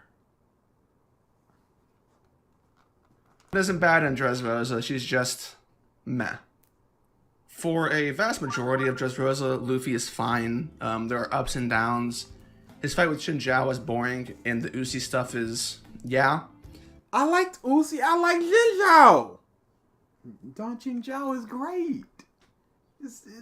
Your grandfather, and then that also ties back because Luffy at one point just goes, your grandfather, y'all hate Rebecca because of all this stuff that her grandfather did. Y'all shouldn't do that. And it ties directly back into what Don Shinjao was doing. No, but it's just bad. No, but it's just whatever. Sorry, I don't think he said bad. Well, he did say that Marine 4 had massive power scaling issues, but he likes it. What did Yep, Zoro... That is that wealth of knowledge, Leo, about Drizzt. What did Zoro do in Drum Island? There's so many arcs where you can just say, hey, what did X person do that in that arc? And there will be almost no answer. But his interactions with Bellamy are mostly good, and Luffy ends up just getting stalled out too long by him before Dofi. That's the only, like, brown spot. It's not a brown spot. He didn't want to hurt him because he thought the next hit would kill him. Why is it a brown spot? So is he's it just struggling. because he's getting stalled out? He's struggling to hit this guy because he believes that it will kill him. But he doesn't want to betray his convictions because Bellamy was just like, yeah, I'm an idiot, but I'm going to be an idiot that sees my beliefs through to the end. So the only way to stop me is to hit me. The entire Bellamy section. The Sabo interactions get a Boy, thumbs up and from... you see? Moving on. It's a brown spot. You need to get better. I don't really see market improvement here. He admits there were issues in the original. Yes, but what did he do to change them at what we've seen in this 32 motherfucking minutes? What have we seen that shows improvement? He said that he's not going to belabor points or something like that earlier. Mm-hmm. But you're not going to explain yourself? Something like this, if you bring it up as an issue, I expect that you explain it. What does he mean, a brown spot? He means it was a bad moment. That's it. Yeah. The Sabo interactions get a thumbs up from me, and so do the Blackbeard ones. Which I think have a lot of... I don't know why, but Jesus Verge is going, oh, hold on, Captain Straw Hat's here. I love that so much. Just a casual, oh, hold on, Blackbeard, Luffy is here. Potential. If there's anything that I would really like Oda to land, for sure in the future, outside of like legacy characters, I would really want him to nail down the dynamic between Luffy and Blackbeard because I think it has a lot of potential. Outside of that, everything is just a lot of potential. And it's whether something lives up to that potential or not is what he sees as good or bad. I'm sick of this potential stuff. You potentially need to shorten these in videos.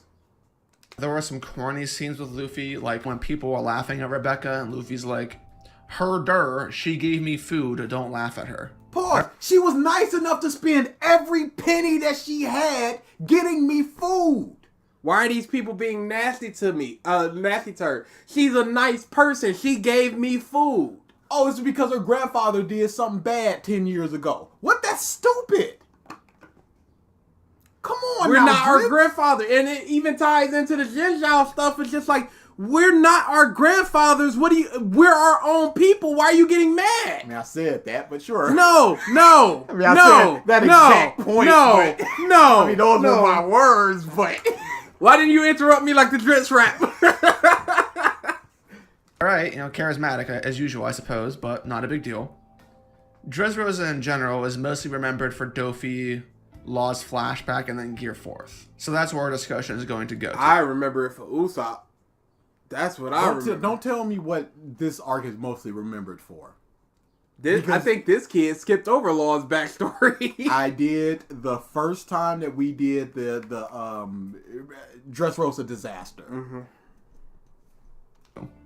Gear 4th. Okay. I didn't read Dressrosa weekly. I came into the weekly grind partway through Zou, so there are some community opinions in the heat of the moment that I don't know because I wasn't there.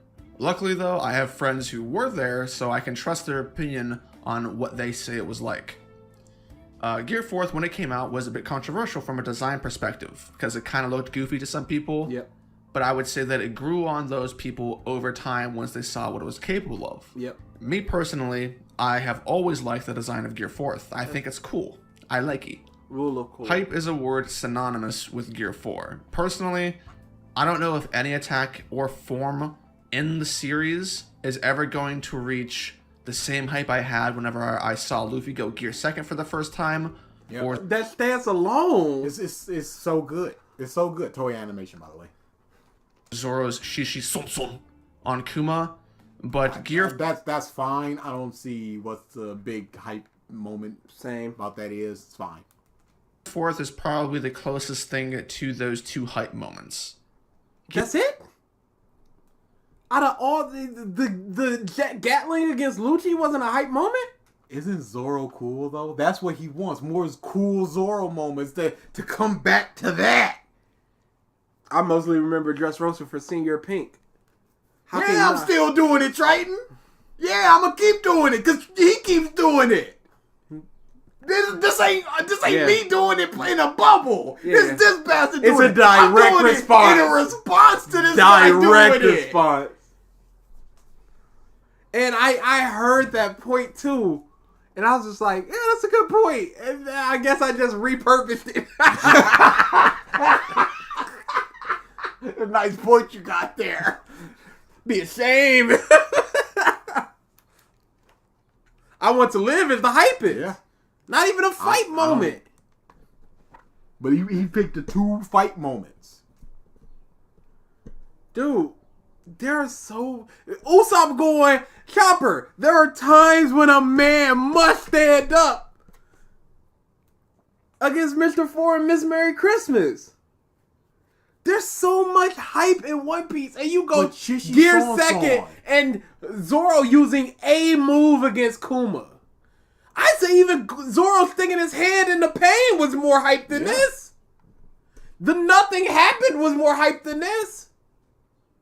I don't understand why he thinks it's good because we'll just never know because he doesn't explain it here and he got rid of the videos that he may or may not have explained it. Luffy helped me hype. Guess I'll cut off my legs. It didn't work. Bet you guys wish you were in a cool pose too. The big pose at the end of Skypiea where it's just like the bell was always up here. There's a sky. I gotta up ring here. it so they'll know, so they'll stop digging and hurting themselves. It's gotta be wrong. Jump into the Mary. Nah. Big hype fight moments. There's so much. There's so much.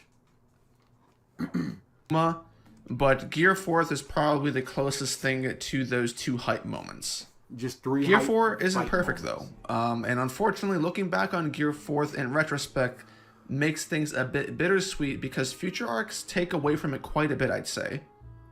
What I'm about to talk about is minor, but entertain me. I think it was a mistake to make Luffy use Gear 4th twice to defeat Dofi. Gear 4 at that point in time was Luffy's trump card, right? Hey, can you please stop switching between Gear 4 and Gear 4th? It's fine. All versions of it, but Bowman was for speed, strength, durability, and to end things as fast as humanly possible in a fight. The time limit and hockey usages are brought up during Luffy's first go-around in Gear 4, so that sets the stage for its weakness and limits.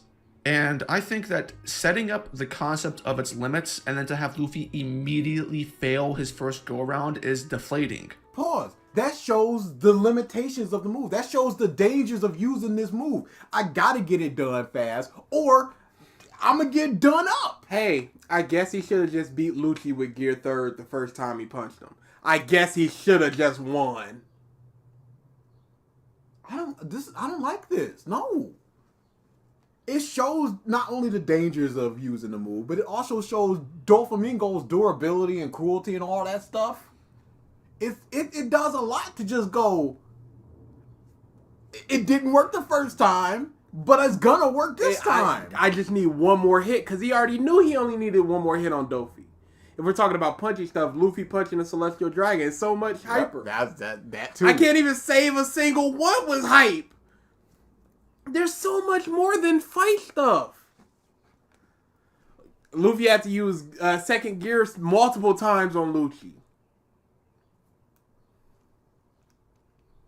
Well, he showed his limitations, but I don't like that he did. Come on, Drizzt, you just contradicted yourself. And even more so when you look at future arcs, because as it stands, Bowman has failed to do his job every single time Luffy has used it.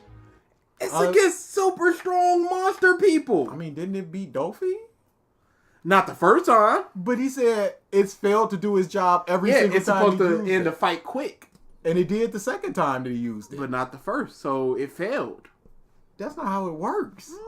Hey, didn't the Straw Hats lose against Giola? Oh, they lost.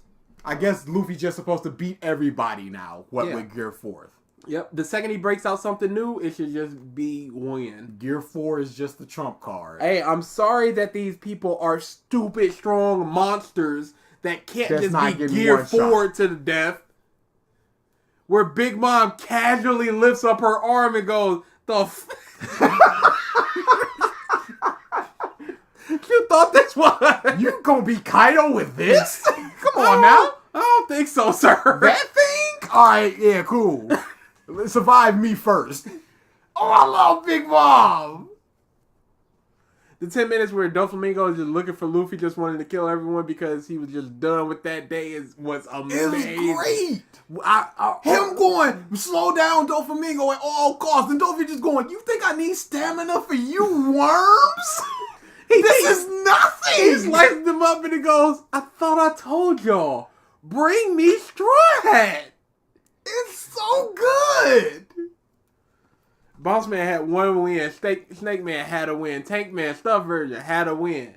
They all had wins, but they didn't win quickly enough. He beat Cracker immediately when he used Yeah, it. not quickly enough, though. Not Apparently. immediately enough. It has never gone a complete W. The entire point of Is this not a complete W? Dofi? Like you said, it didn't get him the first time. It wasn't an overwhelming W. It should all trump cards just be a one-hit kill. This is gonna win me the fight, definitely. Did you want him to just go, oh, Cracker, here comes Gear 4th Punch dead?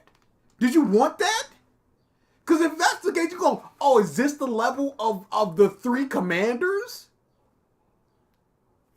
Bowman was to use it to be the final aspect of a fight so you can get the W the first time around. Like, Luffy's not planning to lose in it. But that's what he does. They're too strong. So because he does, that's a problem.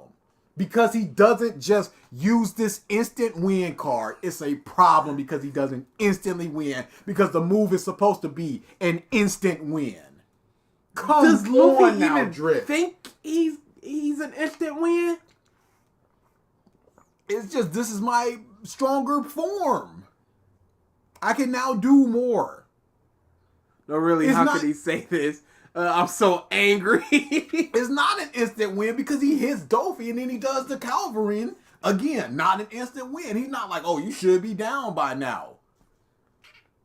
What counts as an overwhelming W? The first Bellamy fight? I'd say so. Yeah. But Drizzt overcoming obstacles is part of a hero's journey in the 3P's octagon. Don't with the 3Ps. Don't, please. Goku didn't kill Frieza with SSJ instantly, so it's Luffy didn't beat Lucci instantly with Gear 3rd, so it sucks. Drizzt, have you not played a game with RNG like Persona? Just because God Hand is strong doesn't mean you are getting 100% dub. Like, you aren't immediate. This is my immediate win. This is my move. trump card. It's supposed to win things fast and hard, but it's not winning things fast and hard, so it sucks. It still won the thing, just not as fast. And if it doesn't, that just means the person is strong enough for it not to win. I was thinking of playing Like a Dragon after this, but I might be too angry to play it. Ooh, it's a very good game. I That just- ending alone is one of the greatest video game so endings good. I've ever seen. I really want to meet KG Tang again, just to be like, you killed that scene so hard. Did you meet him before? Yes. Oh, no! Once. No! Once. Where was it? It was at Texas? Colossal Con. Oh, Colossal Con. Okay. Swing Con. Yeah. Luffy failed to beat Dofi the first time, failed to beat Cracker, Katakuri countered it, and it just doesn't work on Kaido. Now you see what I mean? They're too strong. I'm sorry. This was my best move. Now I need more. Hey, wasn't there a big monster that he used Gear 4th on? That doesn't count. They're not the No, big that's not what he said. No, that doesn't count. No, They're not the big strong. No, but that's not what he said. I remember the good animation of him swooping and swapping, and he hit him, and he fell. So he count. did beat something. Nope, that doesn't count. He said every time it doesn't succeed, Against but the this is big a strong. time where it did succeed. Against the big strong. What about the times when he was going over to Onigashima and him, Law, and Kid did their big moves, and he get Gear 4th, and he was beating people up. He beat people up But there. was it the big strong? It's not about the big strong. It's about what he said. I got to chapter 12, the arena. Oh yeah, you're near the end. Oh yeah. What are you doing here? I'm playing that. Pokemon got insta-kill moves, but they have horrible accuracy rates. With Drizzt, though, he'd complain, why aren't they always hitting? Like, Persona's the same thing with the Hama and all that stuff. Yeah. You got an instant-kill move, it's horrible accuracy. But this isn't an instant kill move because in the first time that he showed it, it was showcased to not be an instant kill move. So you're supplanting something like, why isn't it instantly beating somebody? That's what it's supposed to do. Well, it didn't do it the first time, so it's not what it's supposed to do. Gon couldn't beat Pito in one attack in his adult form, so it sucks according to him. Hold up, this is how Luffy wins fights. This is how Luffy wins fights. He loses, get back up, and gets a win. I don't think Luffy has ever had an overwhelming W outside of, like, after they left East Blue. I don't think against the main antagonist he's ever had an overwhelming W. Yeah. He even struggled with Foxy. He struggled with an Enelu, and he was the perfect counter to him. Giving Luffy a full dub on Dofi while showing Gear 4 has limits sets him up better for when Luffy needs something more than Gear 4. How do you show the limits and how bad they are If he done already won the fight. and then he's just in a cooldown? It's just like, yeah, but I can't use it after 10 minutes, shrug shoulders. It's more meaningful so you can see the limitations during the fight. This is a quick, I gotta get him. And if I don't, I'm screwed for 10 minutes because my hockey does not work. It's a double-edged sword. Hey, Leo, you can add to that in Moria. Same happened there. Got done up by the brickbats. Going into future arcs.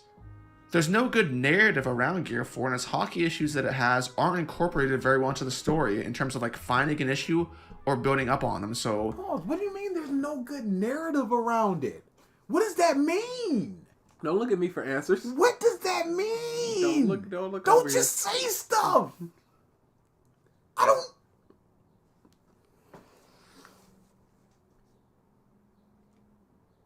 you know, looking back, it's why did Oda even introduce it to the first place if he wasn't going to focus on it? At least, Why did he bring up the limitations? So the audience knows that when he uses these forms, there's a drawback to them.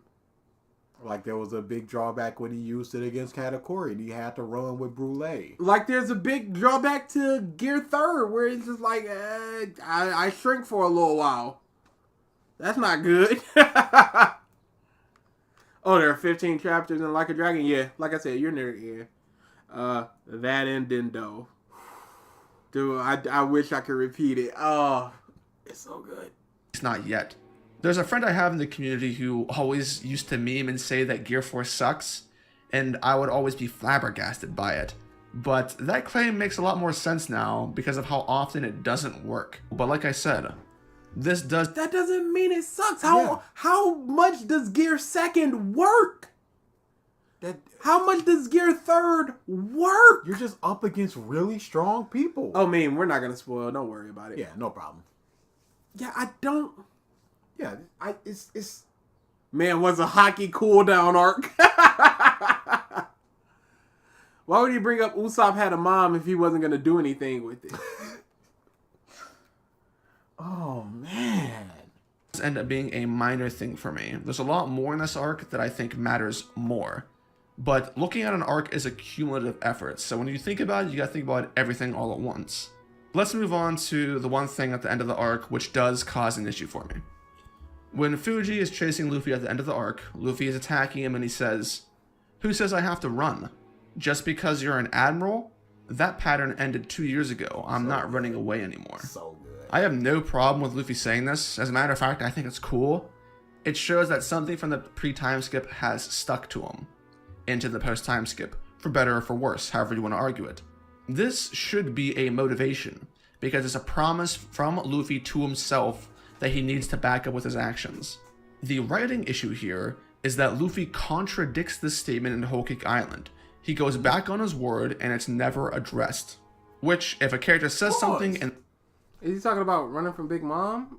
But he didn't. He was dragged away. I remember he punched him and went, once I'm done with Kaido, I'm coming back for you. That's not running away. And again, he was dragged away. This is a problem? All right, let's see. This is an issue? I wonder if he's going to bring up that Luffy's being ableist. There's no way. they mean it and it's supposed to matter, then the narrative should address it. Like, it shouldn't just be something you gloss over and pretend it didn't happen and sweep it under the rug with everything else that's under the rug. Hey, what are you talking about? Because you didn't even explain where he contradicted or anything. He just said in Whole Cake Island. What are you talking about? So I definitely think this is a mess up. No. Unbelievable. He had priorities in Whole Cake that were not beat Big Mom. The whole thing, yes, the whole thing was, yo, let's get Sanji. Even then, he was ready to fight Big Mom. And they had to literally drag him away. Stop bringing up future events to downplay current events when you're just messing up things. But then again, you're messing up wrong. You're messing up current things as well. There are also another few things involved with Luffy and Dressrosa. Done. Moving on. Hey, he ran away this one time, so that contradicts everything. Not taken away from the fact that when he got knocked out by Kaido, it's just like, this bastard's still glaring at me. When he got thrown off the roof of Onigashima, he came right back up there just like round two, motherfucker. Piss for me. Oh no, I'm alone. Also, I was stretching and I really stuck my hamstring. oh no, it's over. Yeah. You need that protein. Oh, dude. But Luffy always talks a big game. Remember on his way to Marineford, he said to wash it. He does, and Drizzt doesn't seem to realize that, or he does realize that, and he's just trying to. I don't know what this point is, because he goes, remember, this is going, yeah, there are much bigger issues in this arc besides just the Dumb Gear 4 thing. And he spends less time on this Luffy going back on his word without giving any explanation or any examples. It just goes, this is bad because the character says something, they should follow through with that thing. Come on now. What admiral does Luffy run away from on Old Cake Island? I think he's just talking about running away from an enemy in general. Admiral Charlotte Lynn, yeah. Yeah, they were just, when you think about it, they were just like, yo, we're going to sell her over to the Marines. She going to be a biggin'. And she would have. Even without the fruit. Did Drizzt reread the entire series for the downfall of One Piece? That is a very good question. I think, you know what? That is a good question, because if he reread the whole series for the first part, would he reread it again for the second part? I don't even know if he reread the whole series for the first part, because there's so many issues he presented in the Downfall of One Piece Part 1 that were present pre-time skip, but he's attributing it all to post-time skip. He might have just read the time skip. Okay, yeah, that's what I think. I think he read whatever arcs he was going to do and then just kind of remembered the rest. I don't think he reread arcs. But this whole this whole Luffy ran away, that's baby mode stuff. Come on now. And didn't no explanation about the circumstances about why he ran away, when, where, why, nothing. DA, where do I put my video recommendations to y'all? I got 5 videos in mind. You can put that in the List Exists channel in the Discord, or video share if you want. Or any comment section. Sections. You can send it to either of us on Twitter. How about this? You can send it to us in the what's that thing called? Community tab. Whatever you want. How about this? We'll see it. I will make the Viewer request month? Yeah, I'll make that today, and I'll put it up tomorrow. I doubt that you will. No. It's not going to be anything special. I mean... Dude, we're going to be here. This is legitimate. I mean, 9 hours. regardless of Maybe. when, I'm not doing 9 hours. regardless of when I create it, it will be put up tomorrow, and then y'all can start submitting videos. We'll do a month. When is viewer request month? It is in September, So so we'll do a month pretty there. far away. A Well, month. That's not pretty far away. It's good. It's fine. Yeah. But you do you. Yeah, we'll do that. We'll do. No, we'll do 2 weeks. We'll do 2 weeks for that, a month for voting, and then that'll give us a month to, if in case we need to watch anything. So 2 weeks to submit videos for viewer request month. Got a whole playlist for you, bro. He skimmed at best. Yeah, that's what I was thinking. Dude, I'm so tired of watching the entirety of these. I'm reading the entirety of Dressrosa, reading the entirety of these arcs that these people are talking about, just for the most bum base level, sometimes not even within the arc thing. We're not halfway in though, so maybe he's gonna hit us with the fire flames fire. Yeah, do you expect that? Do you believe that? I hope that it will. Seeing his character that don't make a whole lot of sense to me. One is what we just went over. Another is the length that Oda goes through with Luffy and Sabo in comparing Dressrosa to Goa Kingdom. It happens a few times, where Oda goes out of his way to have Sabo and Luffy comment on the state of Dressrosa and how it's run, and then they both relate it to their past. But then nothing is done with it. It's a comment, and He's sick as he's punching Dolphy, he's like, you stand above people, that's bullcrap. You're stifling me. You're suffocating me. As he's going, Luffy's not a hero, but he's going, look at what's going on with these people. I can't let this happen. As he's about to It's fight just that Dolphy. easy. What does he want? Then to have a sit down tea time and just like, dang, this was horrible. This is just like my past. You remember back when blah, blah, blah, and I let that happen then, and I can't let that happen now, so blah, blah, blah. And of course, he's not going to explain how it could be improved. Why would he? Why would he ever? then nothing more. Now, it probably makes less sense for this to happen with Sabo because he's a revolutionary. And what's happening in Dressrosa is a microcosm of what should have made him want to leave and change his life to become a revolutionary in the first place. He didn't want. Dragon saved him and picked him up. And raised him. It's not like he set out for life, I want to be a revolutionary. Yeah, he just set out to get away from this bush. Which in turn should make Sabo want to change Dressrosa while he's there. Or at the least lead to something other than an offhand comment. But this is just another argument for how wasted and bad the revolutionaries have been in the story. Pause. A single person, am gonna change the entirety of Dressrosa?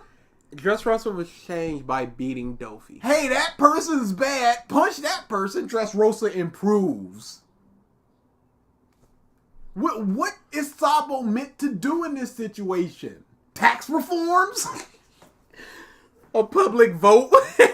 Who do you want as king?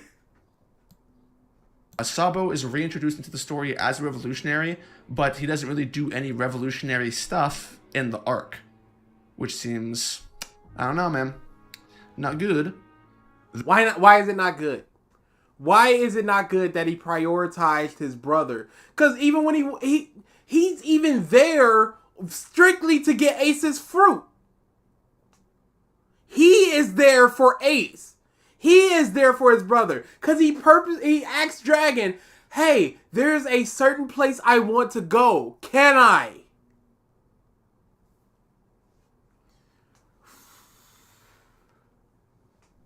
But Sabo does help change Dressrosa. He helps Luffy and Cole wins the island. Yeah, but he wants more line level down to the ground helping Dressrosa. He wants them to pontificate, making the arc longer, about how to help Dressrosa and the problems within and relate it back to the things that he went through. We need to think of some emotes or something. Since we're getting this YouTube monies. Yeah, that's what I was thinking. Like, I asked how many do we have available. I think we have one or two more now. Yeah, we can talk about that later. Okay. There is also an opportunity here with Luffy as well, in my opinion. Because with Sabo, it makes sense to talk about how there should have been more. But with Luffy, it's a bit more questionable because you would not expect Luffy to make this connection to begin with, because Luffy's not much of a thinker in terms of bringing these thematics together. He's a filler, though. Yes.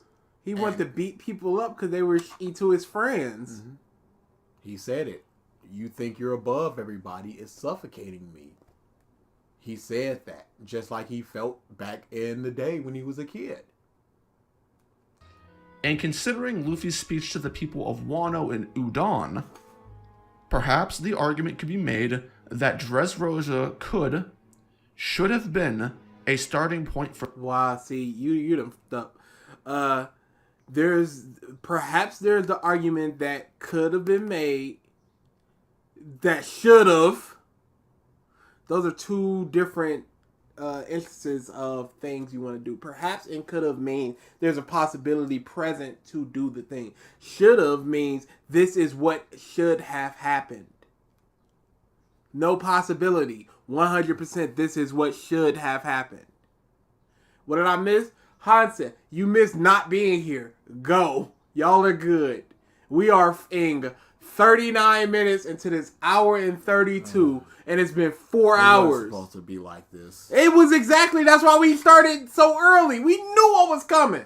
Luffy taking a bigger, more active leadership role in the liberation of Dressrosa. Hey, sorry for the spot of the spoilers, y'all. And it's not a bigger role. He beat Dofi. What else could he possibly do? What else is there when he did the thing that freed the people? Is he supposed to rally the troops to raise up against Dofi?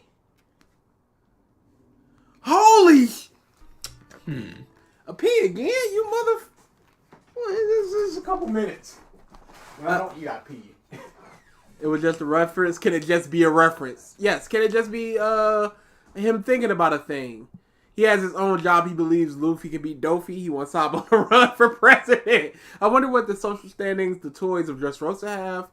There's an opportunity for every opportunity. That's why it's called an opportunity. Absolutely. I don't understand why he's using opportunity so much, because everything has an opportunity to be better or worse.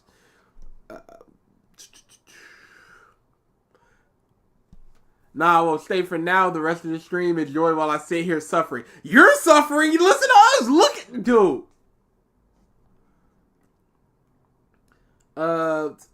Sabo's written back in the story just to be written out of the story because he had to stay in Dressrosa and be his new president. Luffy did rally some troops. Yeah, he rallied all the gladiators to stand behind him. Who are you spoiling? We caught up with the manga. Everybody hasn't caught up. And we're back. All right. At least y'all making money. It's not worth it. It's not worth it at all. Though we'd be doing this if we were making $0. That wouldn't be worth it. Just either. a thought. Just a thought. A worthless thought. I'd like to take some time to talk about a few of the better side characters in Dressrosa, like Senior Pink, Bellamy, Bart, and Cavendish. Out of the Grand Fleet, Bart and Cavendish are easily the standout characters. Because they get the most screen time and most opportunities to do things. 2 minutes talking about the positive. But you're mad because they're taking precedence over the Straw Hats. But if other people had done more things, you would have had a better chance to connect with them. But you don't want that. You want less of that stuff and more of Straw Hats. So what do you want? And also... to not make it as long. So it needs to do all those things and not be super long. Both have solid interactions with Luffy, and moments where they get their shine There's or no some nice... choice other than to bump Pink. Yeah, I don't understand what the argument of I don't bump Pink could possibly be. And moments where they get their shine or some nice character nods. When you think of the grand... I made angry videos and the community frowned and said, well, hereby dub you, Drizzt the drag down. The sun god Nika never bothered me because Luffy was already liberating people by accident. I tried to warn you about this. He just drops it in. Yeah, I have no idea. Thanks for the super chat. I just looked down as soon as it popped up, and it's like a bullet hit me. Luffy does not care about liberation because spoilers for like 6 seconds of Wano. 5, 4, 3, 2, 1. when he defeats Kaido, Kaido's like, yo, what type of world do you want? And he's just like, one where my friends can eat whatever they want. Not everyone. My friends. So he does not give a about no liberation. That should not have been in this video. Because again, what would his point have been 3 months ago? Before that chapter came out. Can we go back to Mark, most likable bum? He's very likable. He's very inoffensive, and that helps. We will be getting Mark content at some point. Or just add him to viewer request month and vote on him like the bunch of bums y'all are. I'm telling y'all, I'm rigging them votes. I don't like it. They are probably the first people to come to mind. Between the two, I only have criticisms for Bart. I don't really have much to say about Cavendish other than, I like him. He's cool, I guess. The thing with Bart is that there's just not a good balance between whenever he's a fanboy versus what seems to be his normal personality, which is that of sort of a badass, bad person. I'm happy with Bart overall in the story. I like the gag just as much as anyone else, but I would prefer to see a better use of his character in terms of balancing the act between gags, which Oda doesn't really have a good track record of doing. Cool. So he wants Barto to just be more of that terrible person outside of the... The problem is, this is an arc with Straw Hats left, right, and center. You're going to constantly see Straw Hats around Bart, so he's going to be fanboyish. Did we forget about the Ukraine moment? I absolutely did. That's not fun. That's not likable. Spicy one. Why is there no Frankie segment? Maybe he'll get a point in Senior Pinker when he does a overview of. It might just be that he doesn't have a problem with what Frankie did. Character trait for Luffy is that he just helps people because he likes someone. He is not a hero. He's not going to save everyone. He said in Alabasta, people will die no matter what in War Vivi. Senor Pink is pretty obvious. He is a good addition into the arc. Absolutely. It's not like his fight itself is all that great. I love that fight. It's amazing. It's a big dumb man punch off. You could have dodged that. Why? Oh no, you did it because there were people standing behind you, your comrade. Who knows if I did that for that reason? Oh my goodness! It's so dumb because their reaction is my reaction every single time. I'll swim when I want to. My power is for highness for swimming, and I'll swim when I want to. And Frankie is getting suplexed. He goes, hey, not this is any of your business, but I hear an old lady in distress somewhere. He goes, and he flips away. He goes, that's got nothing to do with me. He swims back like, this piece of crap tricked me. There wasn't an old lady in distress, which is a good thing, by the way. He's swimming up and building is just like, I wish I could just keep going higher, then maybe I can see Gimlet, my son. And then Frankie's like, oh, that's sad. And he just suplexes him. And Frankie's eye is amazing.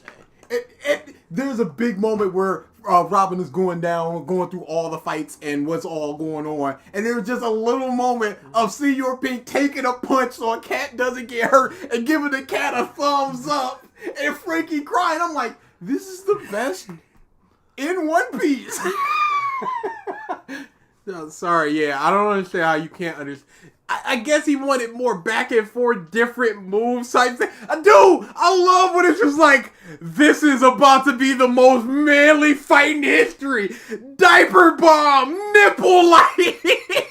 Cut away. I love Senor Pink versus Frankie. What are we doing? Gotta head off for a beat my beat back. If you guys are still going, we're going for a long time. We're gonna be here at least. I don't know. Dude, I don't use peak fiction a lot. Senor Pink versus Frankie is peak. It's amazing. Peak. Majority of it is just Senor Pink and Frankie taking turns suplexing each other. That's what's great about It's it. the man competition. I'll take yours. Now you take my. It's just like Yusuke and I forget his name, the drunk dude, Chu, just punching each other with knives out. Just like knife edge death match. This is all it is. We're just it's like Jolene and you know who, just punching each other. So good. I don't need all this strategic. Sometimes I just need, hey, This I'm gonna punch you, competition then you between punch men. me.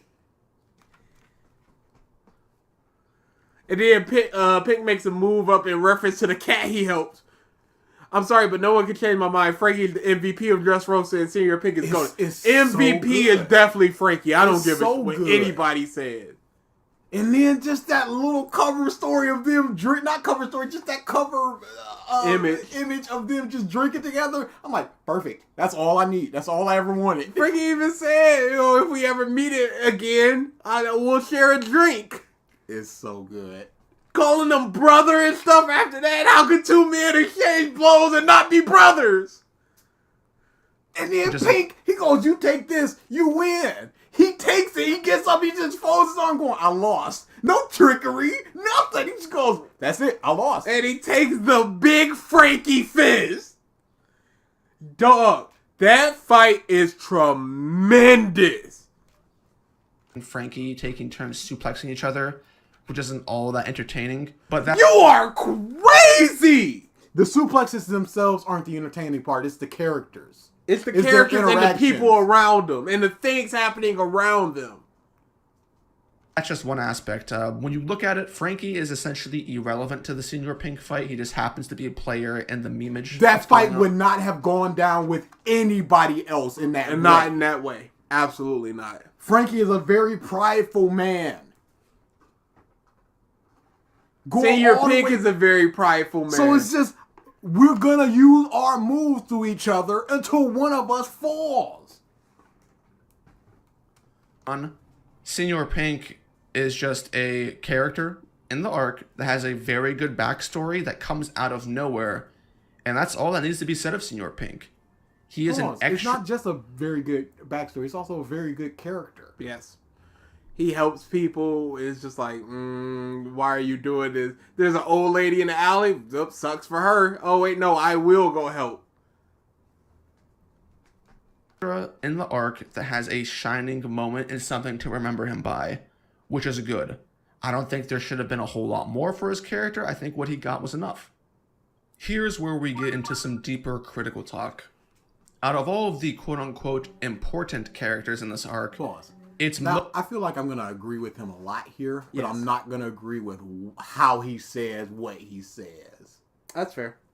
most But common to that's see just the Drizzt way. split opinions and more voiced grievances when it comes to Sabo. And the common grievances really just boil down to two things. One, Sabo being alive is seen as a retcon/asspull. And two, Sabo comes off as Ace 2.0 instead of Sabo. I can agree with I both disagree of with the those. idea that Sabo being alive is a retcon. It's impossible for I us don't to think say it's how... a retcon, but it definitely kind of comes out of nowhere to help resolve things. Yes. early Oda had the foundation for the ASL flashback. Wait. Wasn't he mad that Mr. 3 was alive? Mr. 2?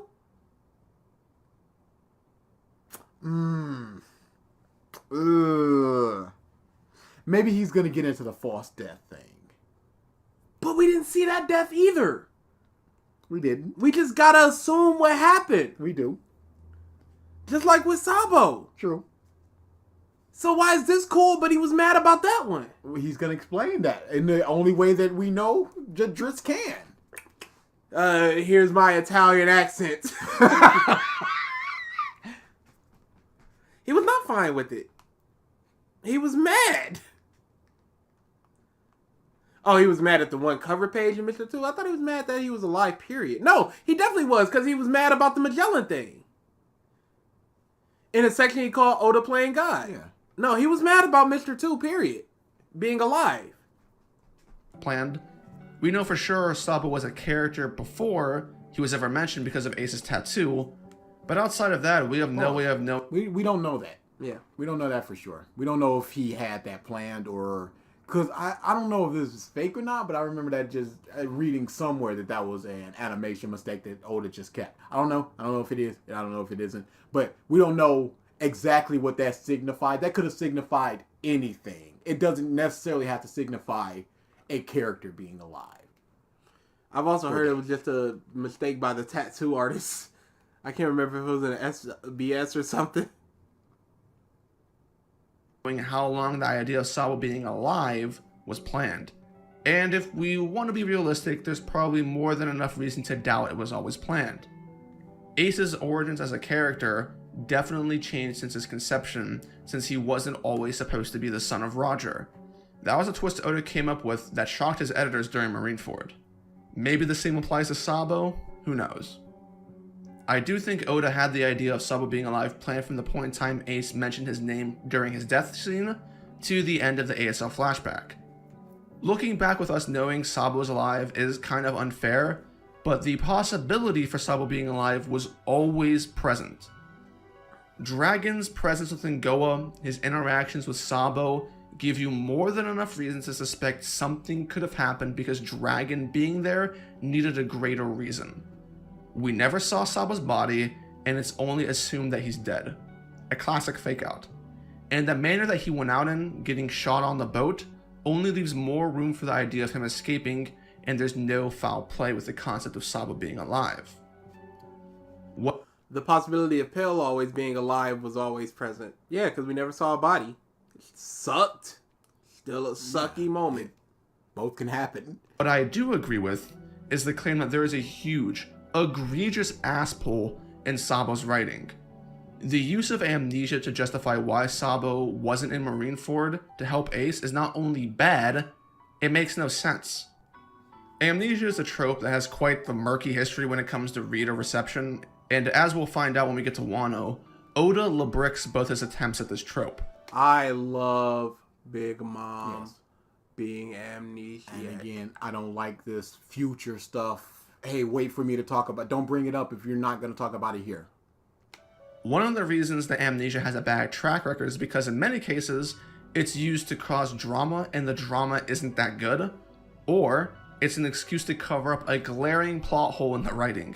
Now for me, I'm pretty lenient on the idea to... Cool. Senior Pink explained to a young baby 5 why they're killing people in the tragedy of Whitetown is my favorite Don Quixote family moment.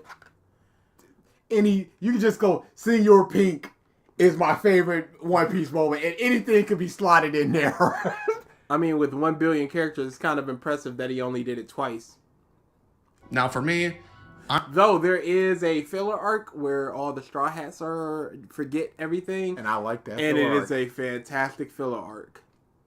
Big Mom's amnesia is great, absolutely. I'm pretty lenient on the idea depending on my trust in the author using that trope.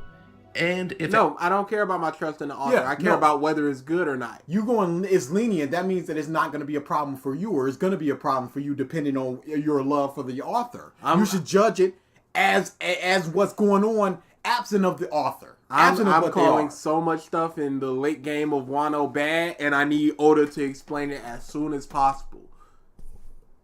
Because DA said it in the podcast where it was just like, there are like a billion ways this could be the worst thing ever, and only a handful where it would be acceptable to good. It ends up being a rewarding experience. I'm not going to instantly shit on the idea if there's a possibility for greater good coming. Everything has a possibility. Yes. Everything. That means nothing out of it. But this is undoubtedly being used to cover up a plot hole here when it comes to Sabo. When Sabo got lit up, you find me? He got amnesia. Poof! Whoa! That was a really racist black scent. Whoa! That's like Aquafina levels of black scent. Woof! Woo, Drizzt! You gotta calm that down! What are you doing? I know you got a black friend, but that don't make it alright.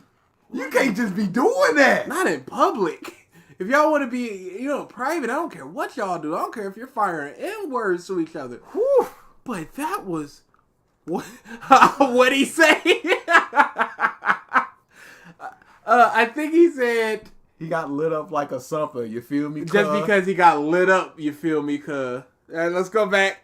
We got to. We do. This is undoubtedly being used to cover up a plot hole here when it comes to Sabo. When Sabo got lit up, you find me? When he got lit up, cuz, you feel me. And it wasn't even feel me. It was more like, you fire me. Oh, boy. Hey, we're both black. We do not talk like this, Drizzt. What are you doing? Oh, I don't get offended much, but I'm keeping that trend going. Not offended by that at all. I think that's just not funny. First and foremost, do what you want, be funny. That's just not funny. That's just coming out of nowhere with this weird black scent. And I also think that it's racist because so many writers and actors and stuff think that black scent itself is what makes a thing funny. That's racist. Was that meant to be funny, Drizzt? And if so, if you had spoken regularly, would it be a joke? Or is it a joke now because you said it in a black scent? Amnesia and lost his memory and shit. And when he woke up in the bed, he had no idea of who he was, other than the fact that his name was Sabo. He didn't know his name was Sabo. It was on a piece of his luggage. He didn't remember anything. The only thing he remembered was a deep-rooted, I don't want to go back to my family. That's the only thing. And that was a feeling. It's a small thing, but you think he'd realize that. Especially if he's going to use him remembering his name being Sabo to bolster a future point. They even asked, your luggage says Sabo, is that your name? I don't know. And he never wanted to go back to Goa again. Fair enough. However, Sabo regains his memory because he overhears and reads the newspaper confirming Ace's death? And that's when it all comes rushing back? Pause. I can see the excuse being trauma is what triggered it because I remembered because this is an issue for me as well. But I just remember what was the sequence of events. As I was reading, I took note of the sequence of events that happened, and they just go, yeah, Whitebeard and Ace are both dead. So just hearing the name Ace does not along with dead. That's when he starts getting little like moments though. No, it's when he picks up the. It's when he picks it up. I thought he had one little moment before that. I noted it. It was nothing. Okay. Until he picked it up and saw it. So, like I said, could be trauma that unlocks that. I'm not a particular fan of this, but I don't like how Drizzt is critiquing it. I'm just. It's almost like you knew exactly what your issues were gonna be. I'm just putting up what the argument could be for somebody who enjoys this moment. If Sabo was in a it's impressive that Ace never showed up in his life, but it wasn't Ace alone that did it. It was the death and the image in conjunction that triggered something. Because, like he said, he heard Ace, and that was fine. I'm sure he picked up a newspaper and saw Ace, but there was nothing traumatic there to trigger anything. I could see the argument being there. Again, still don't like it. Still don't even think it's good. But I can see the argument for it. If Sabo was in a remote part of the One Piece world, had no contact or awareness... See, he's just saying that the name Ace alone should have done it. Yeah. The name Luffy alone should have done it. It was the trauma in conjunction with that. To what was going on at any point in time, then, well... I mean, it'd still be a stretch and unsatisfying, but it'd be more logical than what we got here. So, sorry, this does not work. Sabo is a part of the Revolutionary Army, a group that already keeps track of pirates. It wasn't until he heard Ace's death and saw the newspaper that it happened. As evidenced by them getting the newspaper. What are you looking up? I'm looking for it exactly. Oh, the wording? Yeah. Okay. And Dragon learning of Luffy. They are aware of world events. And it's very unlikely that the top brass of the Revolutionary Army aren't knowledgeable of the strongest warriors in the world, especially under Yonko Cruz. Their commanders and their history should be something that's known to the most important... Hey, why did his own name not trigger anything? Because the name alone means nothing in his mind. He didn't hear Sabo and go, hold on, what's all of that? I'm remembering parts of people saying my name of Sabo. Wow, the fact you guys can make better arguments than him and be on the other side, sweet. He sucks. Important people in the world. They could have heard of Ace when he was on Whitebeard's crew. That's not the... It's the name alone didn't do it because the name of Sabo did nothing. How do you not understand it? The name of Luffy also assumingly did nothing. Because that was also another thing. Dragon was like, Luffy's your son, right? And he was like, yeah. And that's when he picked up the paper. I still think it's a stretch that he remembered only after that. It's definitely convenient. Yeah, like I said, I don't like it. Again, not saying we like it, not saying it's even good, but it's not bad in the way Drizzt is saying it because he doesn't understand what happened in that moment because just the name itself did not trigger anything. It was more to it than that because just the name of Sabo, which he believes that Sabo just remembers his own name, did not trigger anything. So why would Ace's name alone trigger something? Why would Luffy's name alone trigger anything? Prior to being on the crew when he was tussling with Jinbei and was a potential warlord candidate. Not only that, but the Revolutionary Army would have received the exact same news coup that Luffy did, saying that Ace was captured and he was going to be executed. Random people on unknown islands all over the world knew that Whitebeard was going head-to-head with the world government. He just does not understand his point, and it's not even a point. No matter how you try to slice it, Sabo, some way or another, would have known and heard of Ace prior to when it was shown to him in the flashback. He just thinks the name alone. And if hearing that Ace is going to be executed doesn't knock him out of amnesia, then that's an even lamer excuse. As soon as Oda decided to make Sabo part of the Revolutionary Army, this amnesia trope was doomed to fail if Oda's only answer to it was, well, I read the newspaper after the fact. You know, I can barely think of any ideas off the top of my head that would have worked for Sabo outside of Sabo still having amnesia by the point in time he met Luffy and Dressrosa. And maybe through a series of other events that happened in Dressrosa, that's how Sabo regained his memories. A series of other events. So you're not improving it. You're not saying anything, essentially. Improve it or don't. But don't say...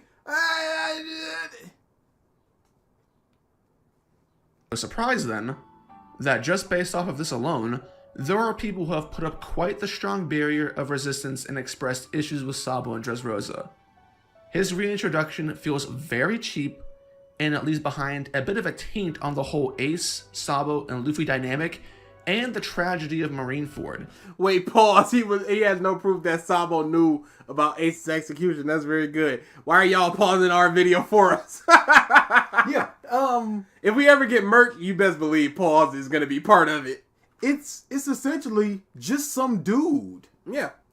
Why would he even knows about it? Why would the Revolutionary Army care?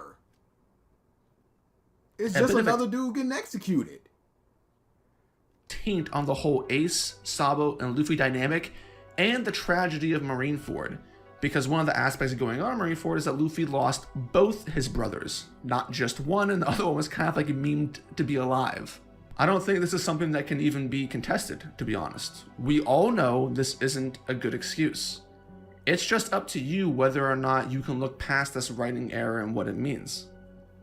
I think it's fair game one way or another, and I'm a bit in the middle in regards to my own feelings. I recognize and understand that this is really bad writing, but I can also see the possibility of Sabo's role within the story providing enough quality and good moments to override the egregious aspect. Nope, it doesn't.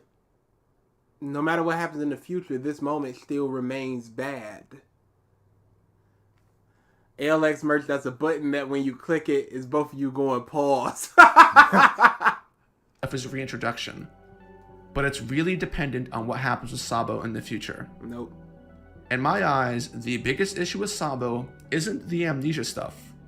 Sabo's biggest issue is that the revolutionaries suck. Their role and place in the story and how Oda has written them has not been good. And because the claim of Sabo being Ace 2.0 is something that actually has merit to it, in order to beat the allegations, Sabo's goals and desires with the Revolutionary Army need to be incorporated into the story to make him stand out so he can be his own character. And these are things we'll continue to talk about later when we get to the Reverie. But as it pertains to Dressrosa, Sabo is mostly good. There are a couple scenes that stand out as things that work towards Sabo's path of redemption. One being Sabo's conversation with Koala, where we get to see the concerns and guilt that Sabo has and his fear of meeting Luffy. And the second being Sabo's confrontation with Burgess, which you could take as a direct contrast to Ace's actions in Marineford.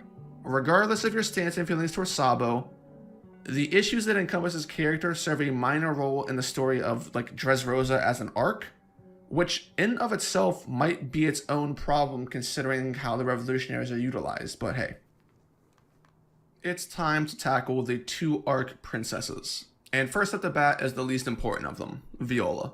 As far as in-arc events go, there's not much to talk about. In the beginning, we know she tricks Sanji into being isolated. He really uses sexualized videos of these characters so much when he is such a don't do the sexualization thing. I don't understand. Yeah, he has a problem with Sanji doing it, but he'll... There are so many Viola moments that aren't her uncrossing and recrossing her legs. But he chose this. But he chose this to start. Then after a corny one-liner, she immediately switches sides, and then we get the laydown of what happened with CP0. It's not a corny one-liner. She didn't switch sides. She was never on Dofi's side.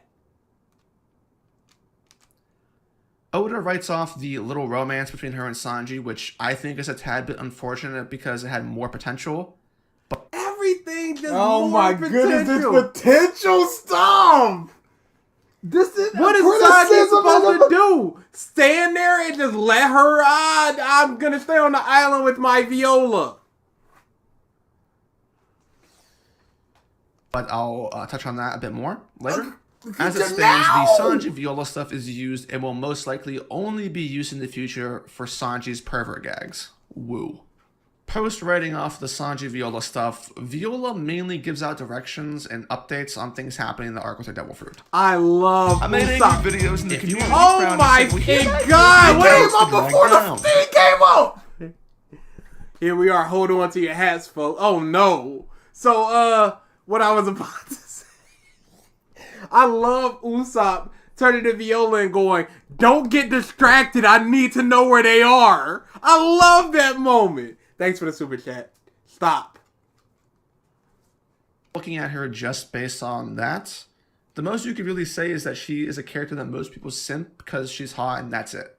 No, pause. She is going through quite a lot. It's a sad character. All this, she's under the heel of somebody that she hates. She doesn't remember Kiros. Anything. Nothing. Scarlet dead. The family is in ruins. She knows about all this toy stuff and she just got to deal with it. Hey, people like Viola cause pretty. No. That's just like people like Carrot cause furry. Like, why are you ascribing this particular thing to why a person can like a character? It can be because of their character. It could be because of all the things that they've gone through. It could be because of the desire to change. So what's the problem? Viola is included here for critical discussion because the little character integrity she had basically gets thrown out the window in an SBS volume. Cool. And specifically SBS volume 83. Here's how it goes. A fan asks Oda, why did Viola and Doflamingo call each other Dofi and Violet in chapter 788? Oda responds with, there is a deep secret setting I can't tell you about. I informed the supervisor about it, but since it is a pretty adult part of the story, it remains hidden in the shonen manga, which One Piece is. To all adults, please try to imagine yourselves. Dressrosa truly is a passionate country. I feel like this should be self-evident, but I'll explain it. Record it. It's one thing if Oda excluded something out of the story because it's rated R and he wanted to keep things PG-13 in a shonen magazine, at least as far as romance is concerned. Ooh, it was not a romance. Yeah, that's up for interpretation. It could be anything. There is no evidence either way other than them calling each other pet names. She slept with him as part of her cover. We could take it as that. You are taking it as she loved him, and that's why she's mad. Despite her saying, I never considered myself part of the Doflamingo family. Oda has hinted at darker things before, and it's been more than enough to get the message across. But it is a completely different matter altogether to write an arc and a character in Viola, a stereotypical damsel in distress, on the surface. Why did he say it like that? She's not a stereotypical damsel in distress. What happened? She's actually trying to stop things. She's in deep cover to try to take out Dofi. She almost took out Sanji. By playing the role of a damsel in distress, I suppose. Who was also the queen of Dressrosa, to then be someone who banged and was involved in a relationship with the arc's major villain. The same dude who took over her country. You are not understanding that she did all of this to take down Dofi because she never considered herself a part of that family. Why are you not understanding that Viola was not into Doflamingo legitimately? A means to an end.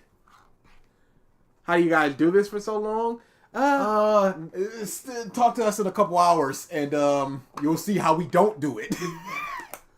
We enjoy Revisited. We enjoy getting mad. It's basically our once to twice a week thing to do to just get mad at something. And for the most part, we just chill. So this is... What did he not understand? He's thinking that Viola legitimately loved Doflamingo. And the reason she's getting back at him is because he dumped her or something. That's what he thinks that she's mad because they're not still together. Let's hear the full point. Enslaved it and destroyed the entire royal family she's a part of. I don't care if you want to argue about them banging. I think Oda's statement is pretty transparent, but if you want to dispute it, whatever. It doesn't even matter. The point still stands that the relationship between Dofi and Viola is canon. It's an intentional part of Dressrosa's writing. Pause. And it turns Viola... The relationship. No.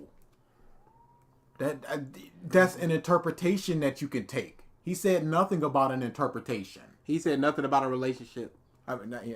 He said nothing about an interpretation. My goodness. I guess that's not how we do this for so long. I'm cracking up. He said it was a very adult thing. Country, adults use your imagination. It truly is a passionate country. What does that say that they were in an actual relationship? And why would it not still be ongoing? What stopped the relationship? And maybe the bang is why he didn't kill her. Maybe. Just want to say I love your guys' content and I'm happy to come in and be here. No. Thank you, though. From just another person in the One Piece verse into one of three things. One, an unsympathetic character that banged Dofi and went along with his plans while doing nothing to oppose them. And she did what she could. What else could she possibly do? She said that she's been watching the Tontatas and seeing their uprising and did not tell Dofi about this or anyone. At best, you could say sex was involved. At best. Oda is trying to sell this person as a good-hearted woman that needs to be saved and you, the audience, should care about. Two, a severely underwritten character that requires a lot more writing nuance to explain and expand upon the relationship between her and Dofi. Why?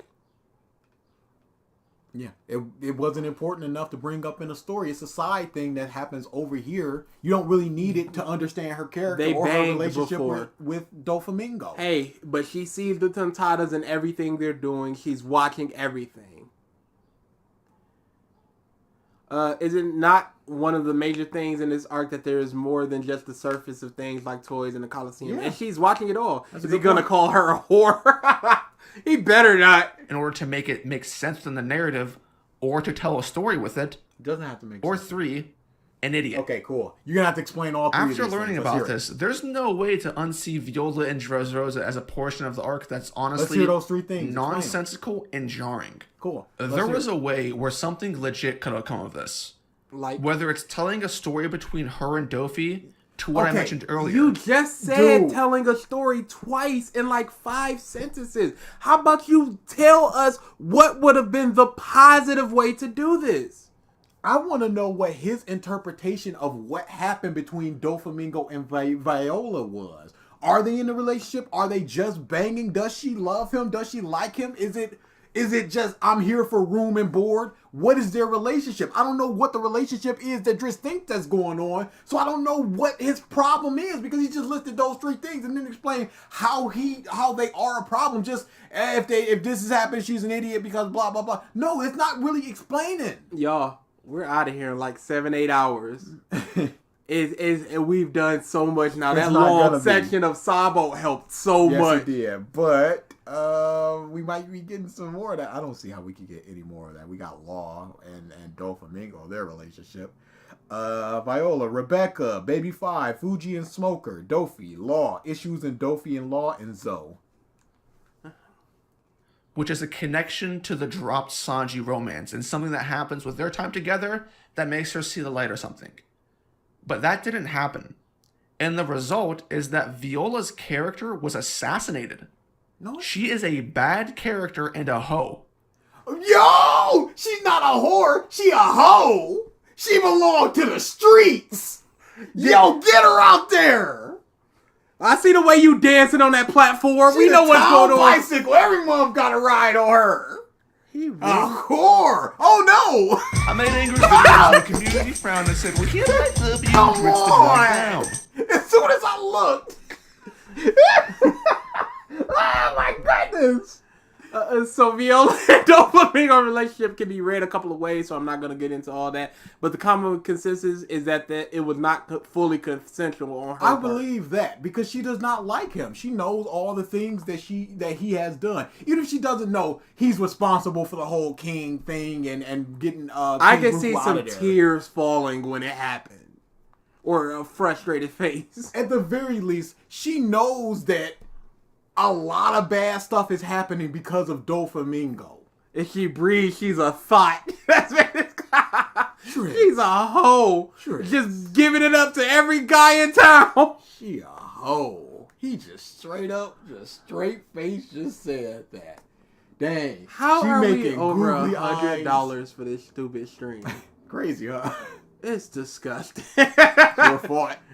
And that's You know what? I think the Drizzt rap really put some people. I'm not. We're getting rid of that rap next week. oh. And that's really just the truth of it. But now it's time to go to Rebecca. That's it? A very Sansa Stark Ramsay Bolton relate. Absolutely. Dude. Based Oh, on thanks that... for the super chat, Hollis. Yes, thank you. Stop giving them money. Hey, this man's giving Phil money. Clearly, Once. we can't be trusted with money. I legitimately didn't regret it before when I did it. I regret it after listening to all that other crap. That stream was horrific. But the Viola stuff, nothing about what happened, nothing about her struggles or anything. Just about the SBS thing and the implications that could come from it. I'm sorry, keep going. One of those 3 things could happen because of the implications of the SBS, and he doesn't explain how exactly Doesn't like she's expand an on idiot. anything. Yo, if his point is she cries so much, and unlike Vivi, she doesn't really do a lot, I'm gonna go bonkers. I can guarantee you, not strong is in here. She's not strong. It's gonna be legitimately. either not strong or crybaby. It's gonna be, and also doesn't have a bigger role to play in the downfall of Doflamingo or Diamante. I already have counters set up for those. Let's go, Drizzt. It's gonna be crying. It's gonna be crying. I'm not. No. We're done with this. Hey, no, we're not done with this. There's no tapping. Goodbye, y'all. Tap, tap. There's no tapping here. Rebecca is one of the emotional cores of this arc. She's introduced very early, and Thanks, Oda Drizzt. spends a long time incorporating her into the story. Compared to Viola, Rebecca is significantly more important. And you'll see that it's now starting... Viola is the reason why they found Man-Sherry. Viola is the reason why they spotted everybody that they needed to in Dressrosa. Viola was the reason why, hey, the bars are such and such high, Usopp, before he got the hockey. Viola is very important. Don't say this. Don't downplay her. To become a trend for Oda to fumble the bag with his princess characters. No tap. With the inclusion of Viola, Rebecca is now the third princess since the time skip began where things go south with her writing. But there's a bit of a story to tell in her downfall because Rebecca did not start out bad. In fact, I'd say that Oda did a pretty good job of introducing Rebecca initially and crafting a relationship between her and Kuros. I'm going to do a bit of recap here with Rebecca so I can paint the picture of what exactly happens to her within this arc. Hey, we burning up time. We first meet Rebecca in the Coliseum with Luffy Burn in up front that of the time, Kuros statue Drizzt. that Luffy is admiring. Rebecca is shown wanting to be just like Kuros. She's a female gladiator that comes off as proud, but we see that there's something more going on. The jeers and mocking of the other combatants is shown to bother her quite a bit. Rebecca states that she wants to win the competition in order to get the Mera Mera so that she can defeat Dofi. We see her first run in with Toy Soldier, and there's obviously some history between them. We don't know exactly what's going on. You know, not bad, right? We're cooking a bit. After Luffy's battle with Chinzhou, he's running away from them when he runs into Rebecca, again, who buys him food with the little that she has. There's a little flashback to her childhood where her hunger ends up killing her mom, and Rebecca says that she doesn't get hungry. Rebecca then leads Luffy off near the injured gladiators in an attempt to get him out of the competition, which requires her to kill Luffy. She's hesitant, and Luffy is far out of her league, so he ends up easily disarming her. We hear again that Rebecca wants to win, get the Mera Mera, and defeat Dofi. So that's 2 times she stated this, but this time it's followed up by this statement. The toy soldier told me he was leading an army against Dofi today in order to save us, so I'm going to do it before him. I'm tired of the one being helped. This time I want to protect him. This sentence establishes what Rebecca wants, what she's working towards. Rebecca then walks into the arena and we get her full flashback. She doesn't get to protect anybody, blah, blah, blah. She doesn't get to protect her father. So now we have 2 conflicting people. She wants to protect the toy soldier, but the toy soldier doesn't want her to fight anymore. Both cannot succeed. He doesn't want her to stain her hand. She's never done it. All she's ever do is defend and knock people off. She's never tried to slice somebody. So, should Rebecca get what she wants, or should Kuros get what he wants? There's only one option here. Either she fights and protects him so she gets what she wants, or she doesn't fight and he gets what he wants. There's only 2 options. Oh, so conflict. Which is pretty good. Rebecca, inside of the arena, is more impressive than people give her credit for. She has observation haki, and is the only person in the arena capable of tracking and avoiding Hakuba's speed. Sabo, who was watching, even hypes Rebecca up by saying she was the only one who could tell what was happening. That's relevant. It sets expectations for the audience. And on top of this, Rebecca nerfs herself while fighting because she doesn't fight to hurt people, and her blade is dull on top of that. In the final round of the tourney, Rebecca has a confrontation with Diamante and starts fighting him with her dull-ass sword and gets smacked around, and Bart is ordered to protect her by Sabo. Fast forward a couple dozen chapters, and the events of the arc are in full swing.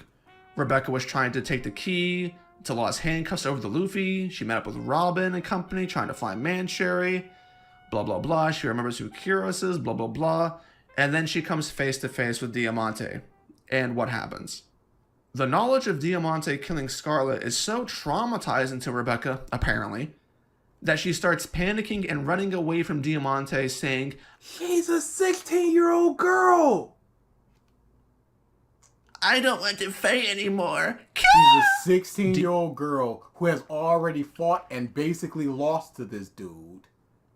And she has a blunt sword. He has whatever paper moves that he could possibly want. She did not expect to fight him here. And then later on she goes, I want to fight with you. What is she Yes, supposed the to trauma do? caused her to and go, I don't want to fight. Diamante taunts her, and she starts screaming and blubbering for Kyros to save her. And then one-legged Kyros shows up to save her, saying, What is one-legged? Why are you joking about that? He's still a warrior. All the stuff he's done as a little toy man. It was funny. So, Drizzt is racist, Unproven. sexist, Nope, I don't agree. and ableist. I didn't know those are all false. That is defamation, sir. I'll see you in court. Allegedly, all those things based contextually on him using a horribly racist Japanese accent, a horribly racist black accent, him calling women hoes, and he said something else in part 1 where it's just like, that's not the wave. That's legally defensible enough. You're in the clear. I hate this blah blah thing by Drizzt. Imagine I described Marineford that way. Luffy went up there, blah blah blah, fight someone, Blackbeard here, blah blah blah, Ace got killed. Yeah, that's a really bad thing that he's doing. He wants to summarize it, but then he yada yadas over stuff. Do one or do the other. Don't do both. Haha, dad coming in and save his daughter. Such joke. One leg and he still won. What's the problem here? Yeah. she's too kind-hearted to be a fighter, and she doesn't need to do anything anymore because Daddy's here. And then she starts crying some more. As the fight against Diamante progresses with the one-legged Kyros, his one leg starts becoming a bit of a detriment, and then he gets taunted and made fun of by Diamante, which in turn makes Rebecca mad. While this is happening, by the way, Diamante is also telling Rebecca that she sucks. And then Kyros gets another moment saying Rebecca is kind, sweet, and doesn't hurt anybody, and blah blah blah, baby girl. She is kind. She is sweet. She doesn't hurt anybody. What is this? What's the problem? What's this flippant attitude? Dude. Just like blah blah blah. This all the suck. Shit, we want swing sword, Rebecca. Hero said, one of the biggest regrets of my life is ever teaching you how to fight. I never want you to do that again. But this is just to be mocked? I cannot believe this nonsense. And then Kyros wins the fight. Fast forward a dozen or more. Hey, what about when Rebecca said, I want to fight with you, and he said no? We're not talking about that. That doesn't fit his narrative. What about all the crap that happened around it instead of just Kyros wins? Like the rain coming down and Kyros is like, this pain means in nothing. Here comes this slice. More chapters again. Rebecca is running around the city as the birdcage is closing, and she's talking about how everyone's suffering, and she's ready to lay down her life to stop Doflamingo with her trash ass. And when she comes across Viola, who had the exact same trash idea, Rebecca immediately... Why is it now trash? Why is the idea of trying to take down Doflamingo trash now? So it was a problem when Viola wasn't doing enough, and now it's like, I'm gonna try to kill you, and it's just like, oh, what's this trash? It's also a good stalling tactic. immediately gets parasited by Dofi and is crying and screaming more. That she doesn't want to kill her. This is all that she doesn't want to kill her aunt. This is horrific. Against her will, while her aunt's going, don't worry about it, Rebecca. I know it's not your fault. Don't even think about this. Close your eyes. This is... And this is putting on a mocking voice instead of actually criticizing somebody. That's like going, look at this stupid dude. Oh, look at me. Oh, I don't get a vaccine. It's like, no. Come on now. It's bad when you panic like Nami, but it's bad when you try to kill him like them. There's no right answer. How dare you cry while you were forced to kill your family? But Law and Luffy also spent the day trying to beat Dofi, so are they also the big idiot? Or because she's being forced to fight Viola. No, kill Viola because Viola is also trapped. There will be no fight. It will be death. You will kill Viola right now, Rebecca. And then she starts screaming, "Help me, Lucy! Help me, Lucy!" What is she supposed to do? The countdown has ended, essentially. She knows that Luffy is going to where Dofi is. She's the strongest person that she knows. I don't see a problem here, Drizzt. I don't think that this mocking voice indicates an issue.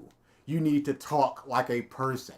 How is this you improving when you calling women hoes and you just doing this mocking voice instead of properly critiquing it? Hey, Turk, we made some tremendous headway. Hold on, look at this time step, y'all. We're almost there. What is that? 35 minutes? We got 35 minutes left? Yo, we in there. Oh, this is where I stopped. Ooh, me. I can't believe he did my boy Kiros like that. He just skipped the whole backstory. Yeah, because he is a sack of garbage. I don't know if he likes it. I don't know if he dislikes it. I don't know. Who's worse, Mark or this bum? Drizzt. Drizzt is way worse. Mark seems more naive than just offensive. Since we're not doing the podcast tomorrow, do you want to do that? Oh, okay. Never mind. I tried, y'all. I tried so much. That's my answer. I want to do that tier list of creators we've done at some point.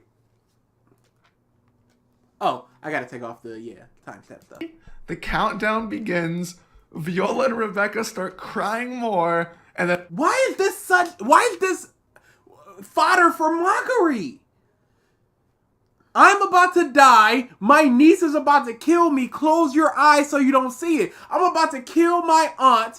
One of the only control over myself. One of the only family members I have left. One I've grown up with for the past 15 some odd years. Oh no, they're supposed to be stoic. It's just like, here it comes. Who's worse, Zou writer, Triggered, or Drizzt? Zou was terrible.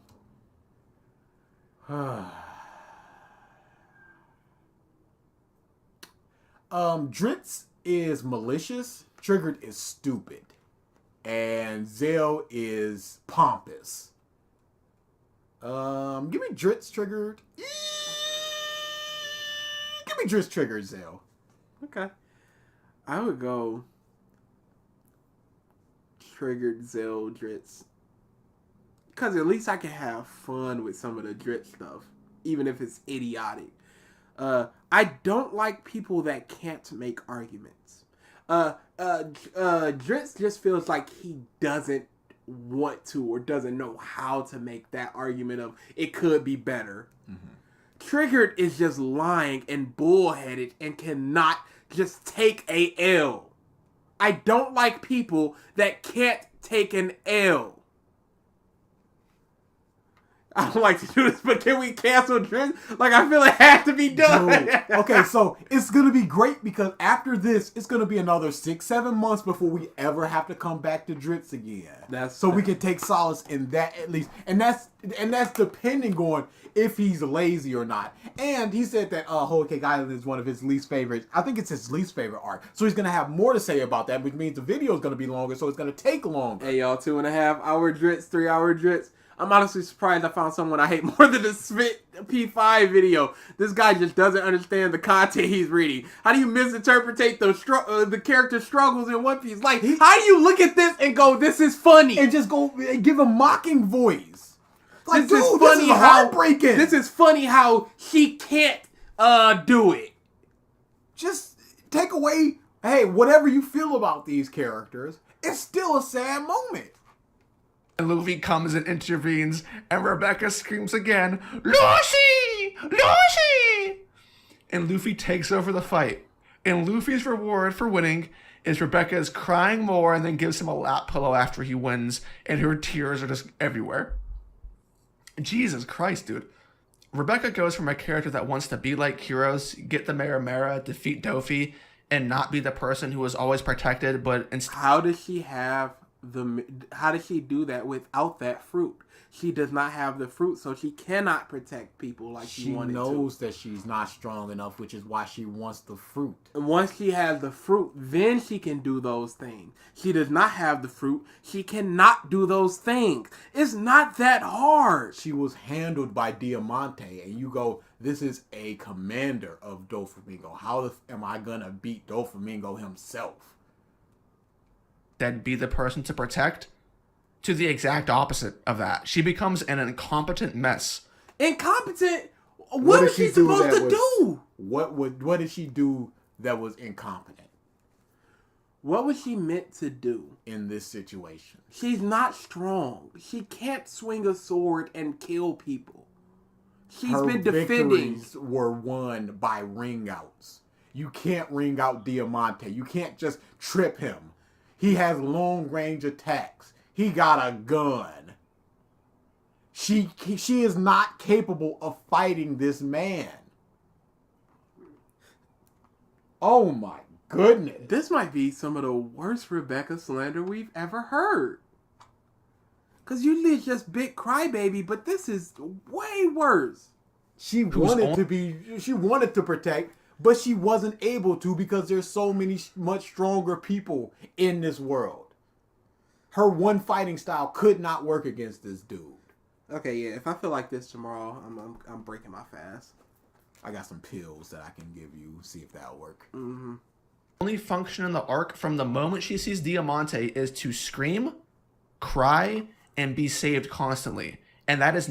She stood up to him until he said, I killed your mom. Then she got all wibbly wobbly because she's a 16-year-old girl that has had almost nothing but hatred for the past however long she's been in Coliseum. She just remembered all the Kiro stuff. But no, stand up and fight Doflamingo without crying, even though he's controlling your body to kill your aunt. Stand up and fight Diamante, the person that killed your mom and you've already lost to. And you have no way of defeating. Just do it.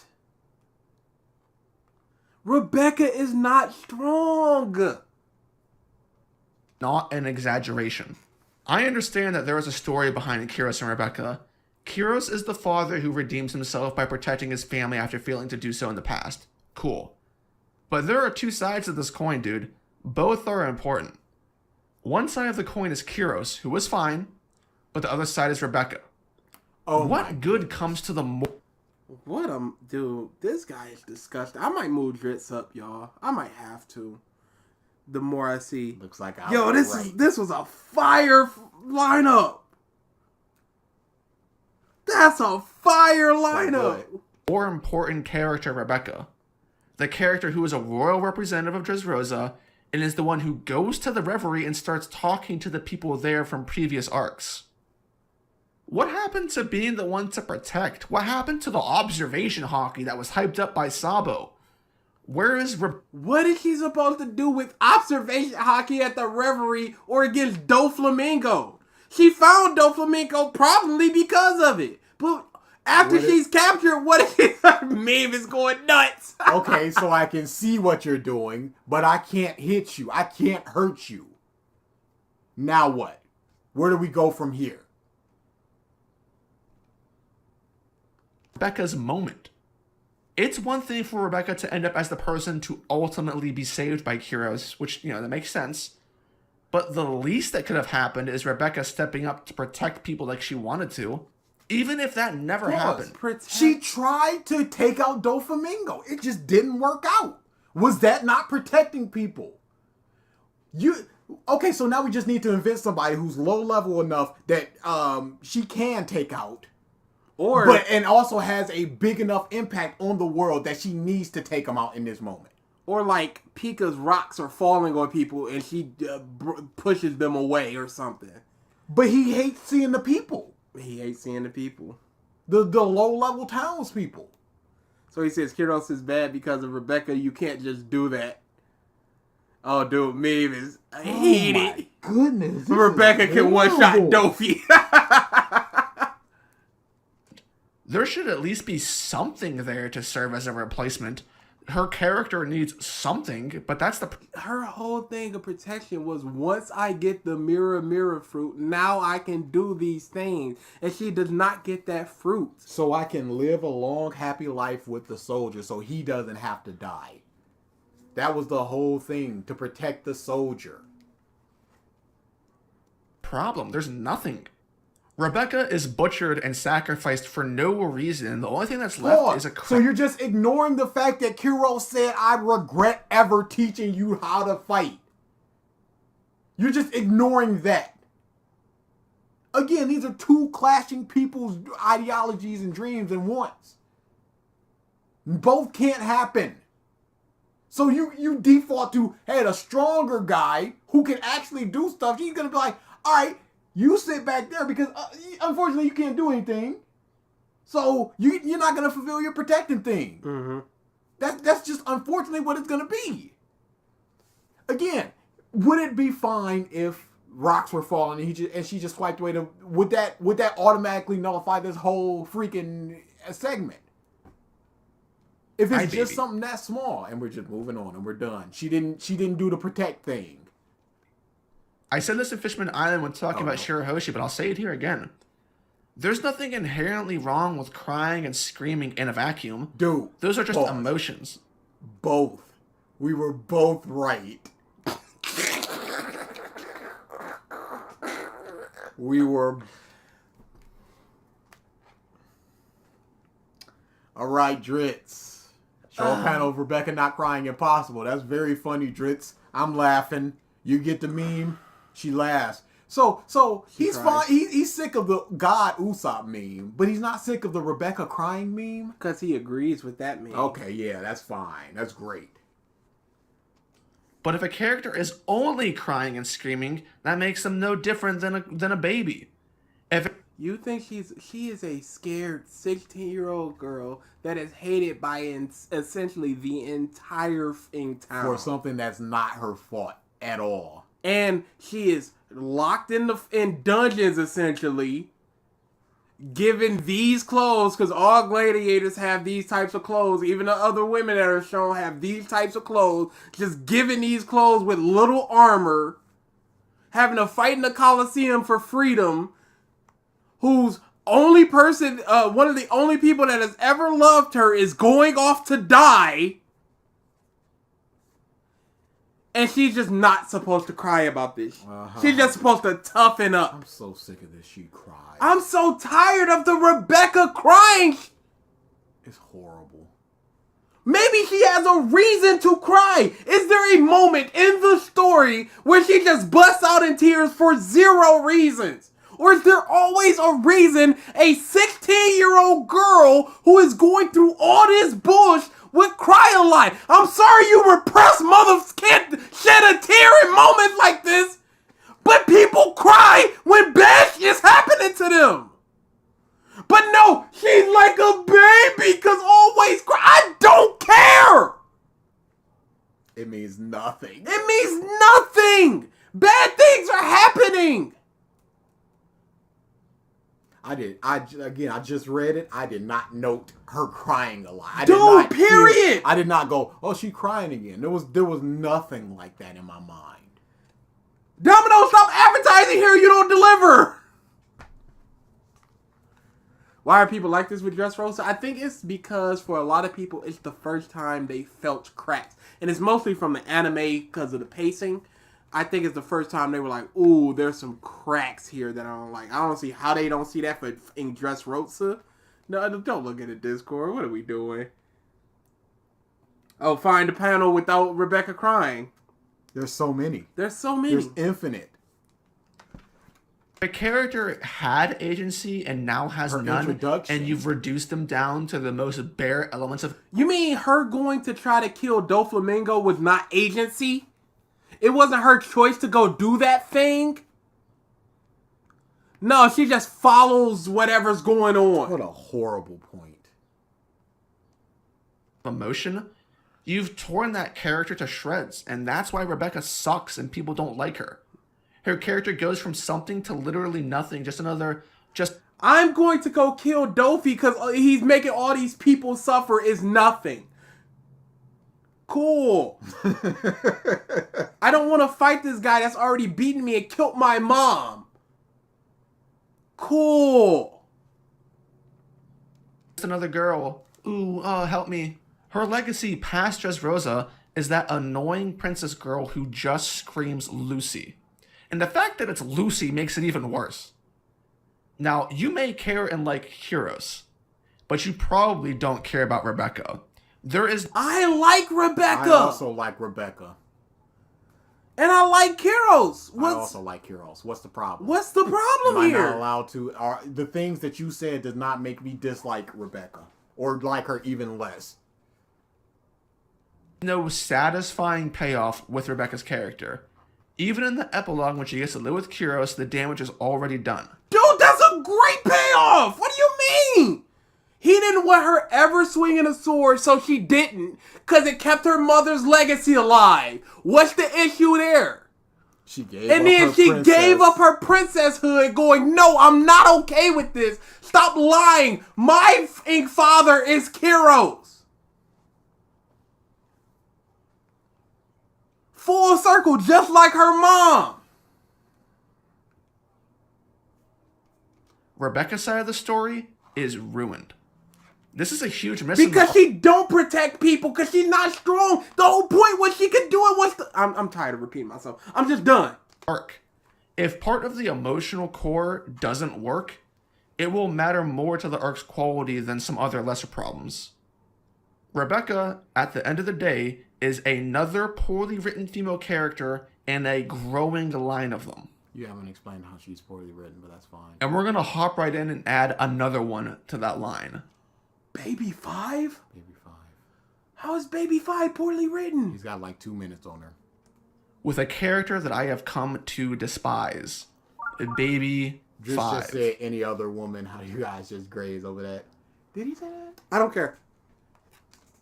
Yeah, maybe that comes as a surprise to some people, but this OPPC. character sucks. And what Oda tried to pull with it is absolute nonsense. Let's hear it. Baby 5 is a character that is quote-unquote redeemed and then made into a good guy through the expansion of her gag being explained in her backstory. Pause. Which She's is a not fine enough. redeemed. That's not a redemption. She's not a good character. I mean, not a good character, but she's not a good guy, good girl. It's explained, and if this had happened with anybody, she would have gone over. No, stop saying here we go and all this. I think Drizzt just doesn't like women. Concept. But the execution is poorly written.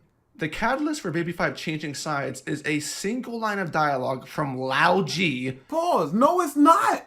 It was from inside going, her mishearing what he said. And going, I need you, you need me, blah, blah, blah. Which tries to paint Baby 5 in a light in which they never cared about her. They only wanted Baby 5 on the squad as a useful henchman that could throw her body in and sacrifice herself for a mission. The reason why this is so awful is because it completely shits on the entire concept of the Doflamingo family being a family. Pause. No, that's just how Doflamingo is. Lao Ji has never said that I hold the same views as Doflamingo. Show me a single panel. If this was the case, all them people wouldn't be scamming her like Treble. Treble wouldn't be scamming her out of money. Buffalo, same thing. You just lying here. They're all I have. They're all I have. They are all family to Dofi. Dofi is family to all of them.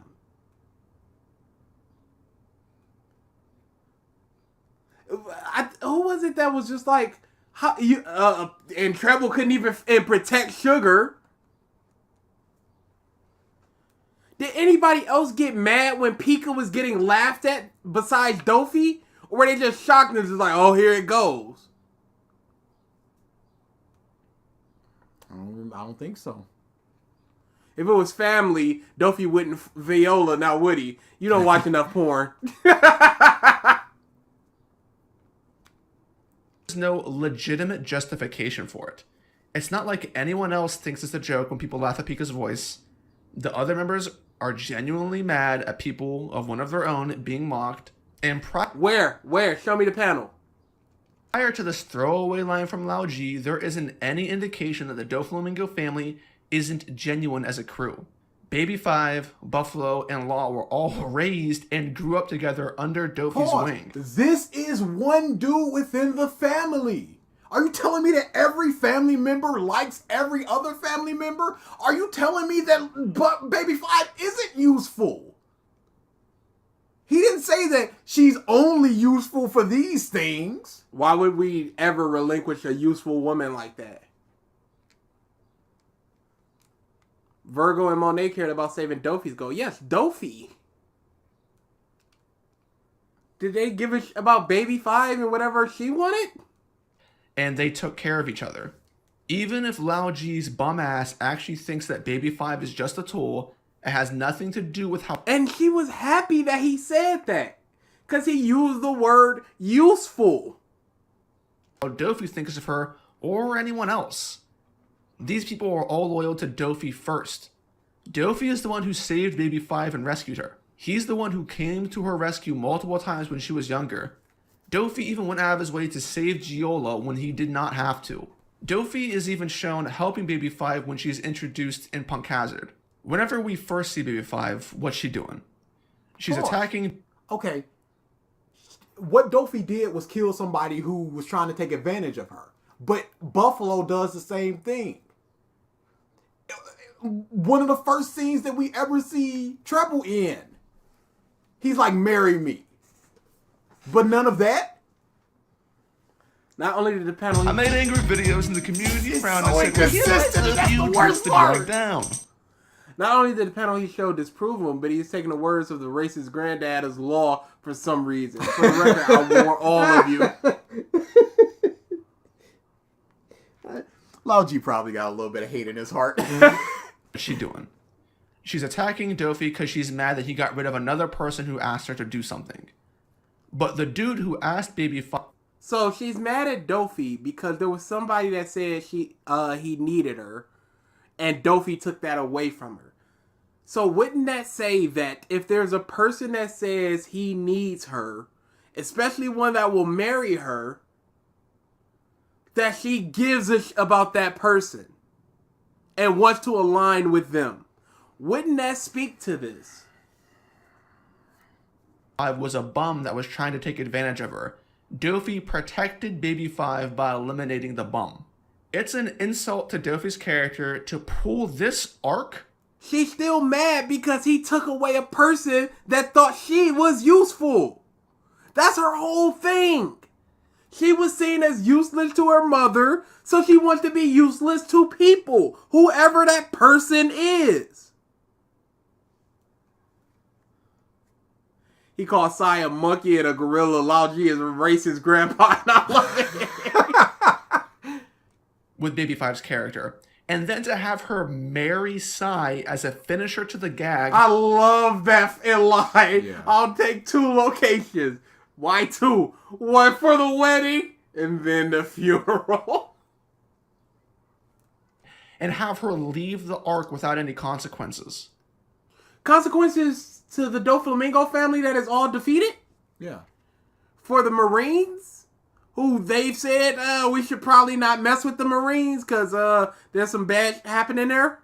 What consequences did you want? Her to get arrested?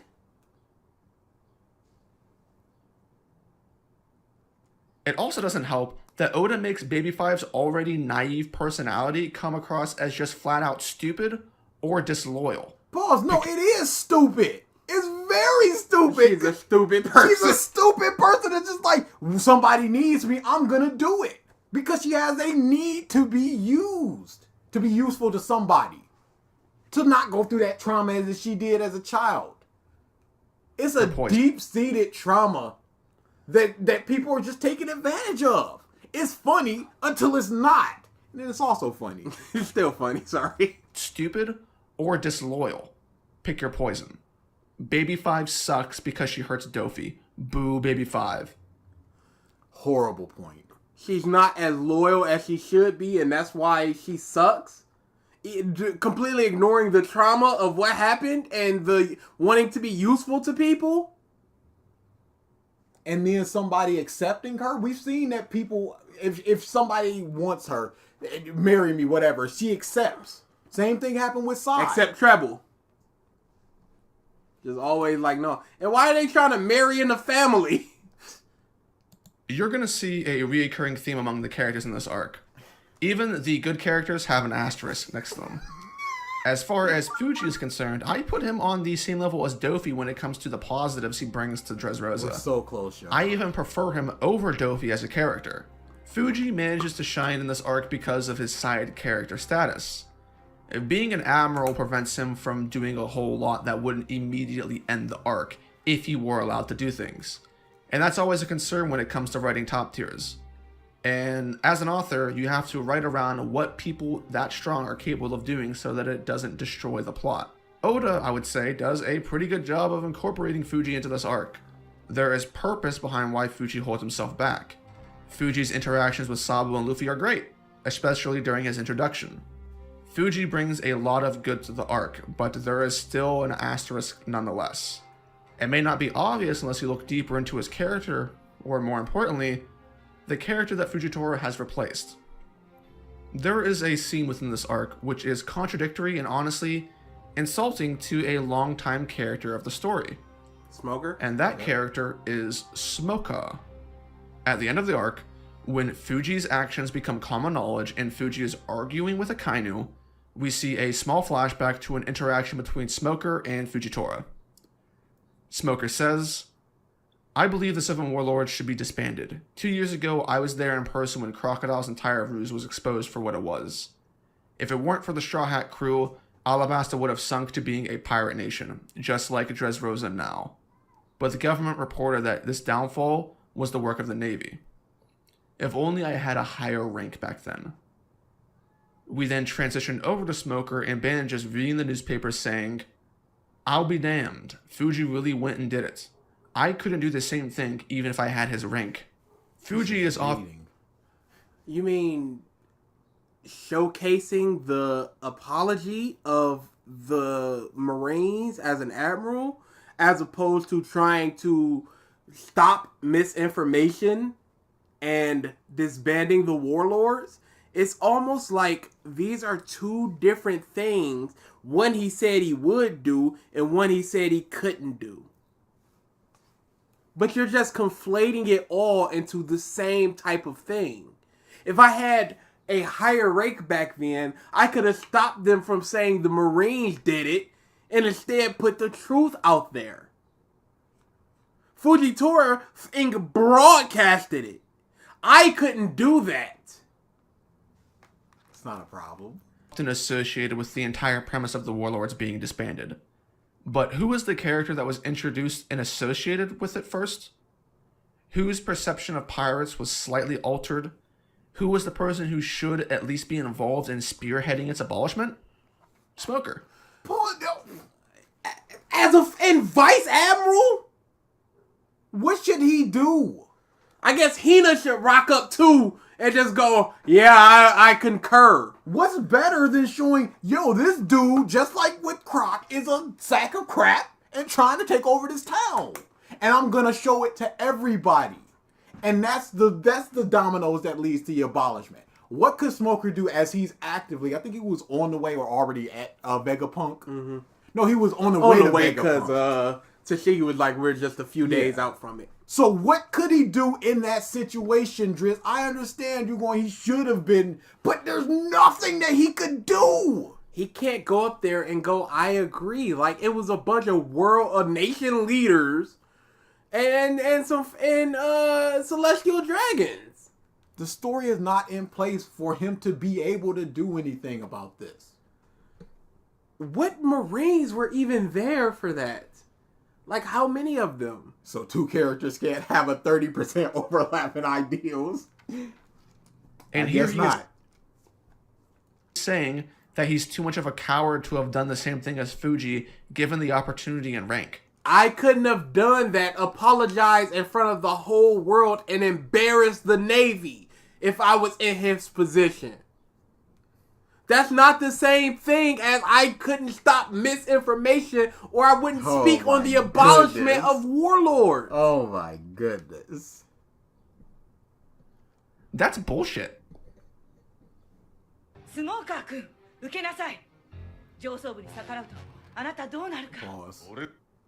We gotta be careful with this. Oh yeah. This is some big copyright, y'all. I'll look at the 5 seconds. Okay. Oh, Chris, good looks. Y'all know what he said in the 4Kids version? What? You tell the Marines I said, shove off. And then he just went, dun, dun, dun. End of episode. No way Shove that off. happened. No way that happened. Shove off.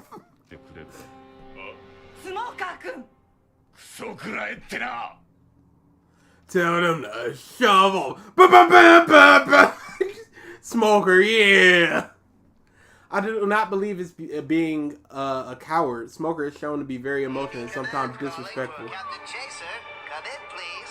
What do you want?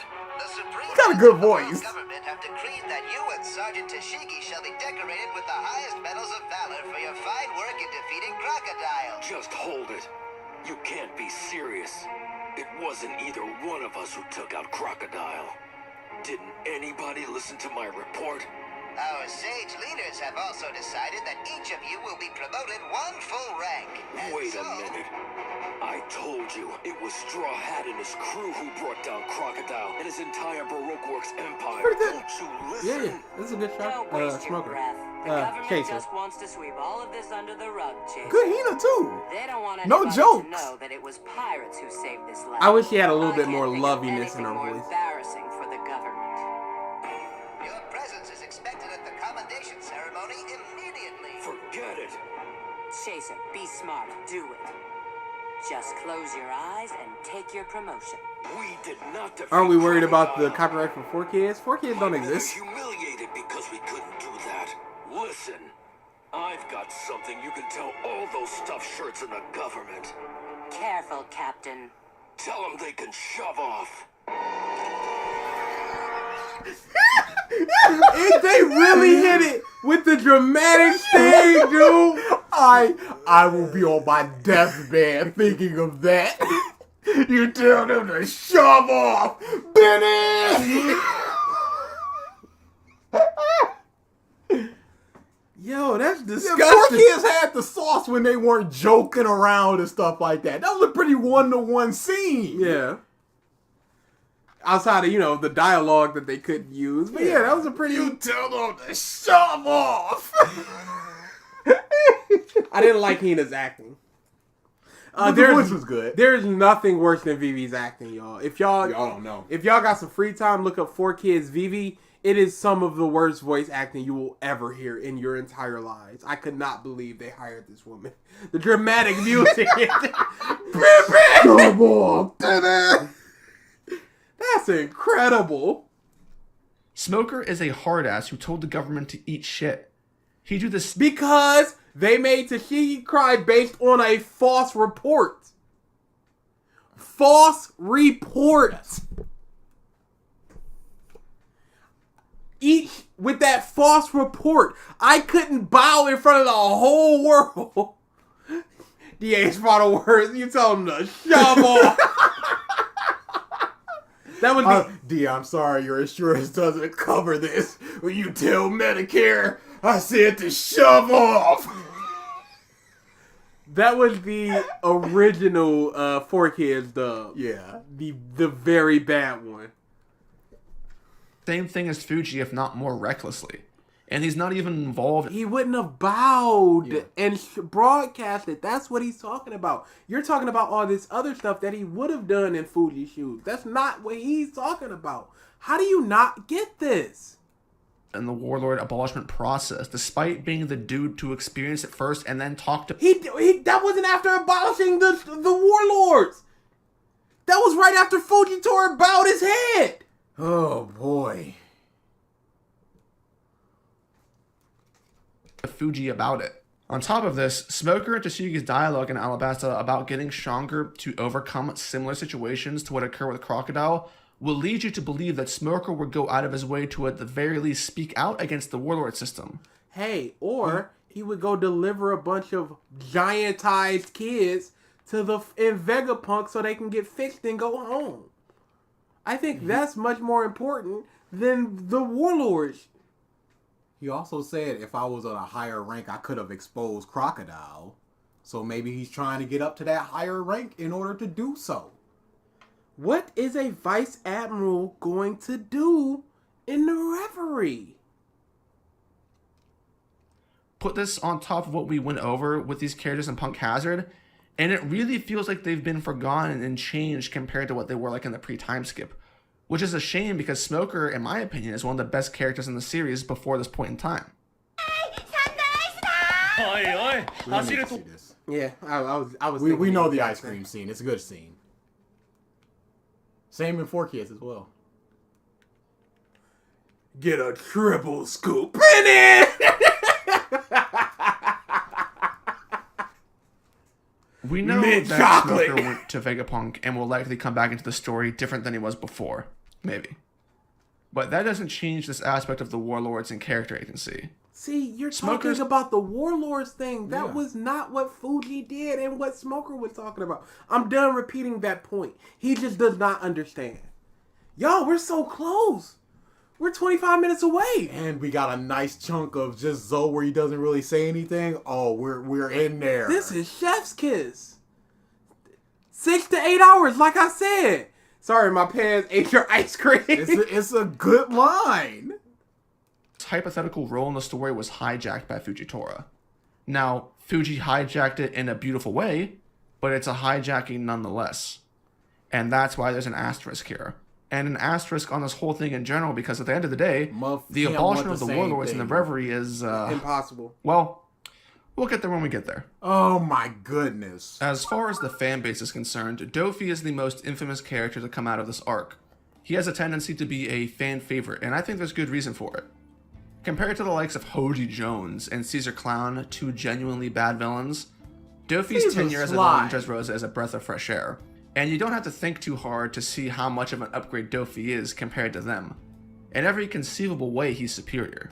In part 1, I went over why Hoji Jones doesn't work as a villain, and to help show that, I laid out some very generic features most villains have that don't include character depth that usually work.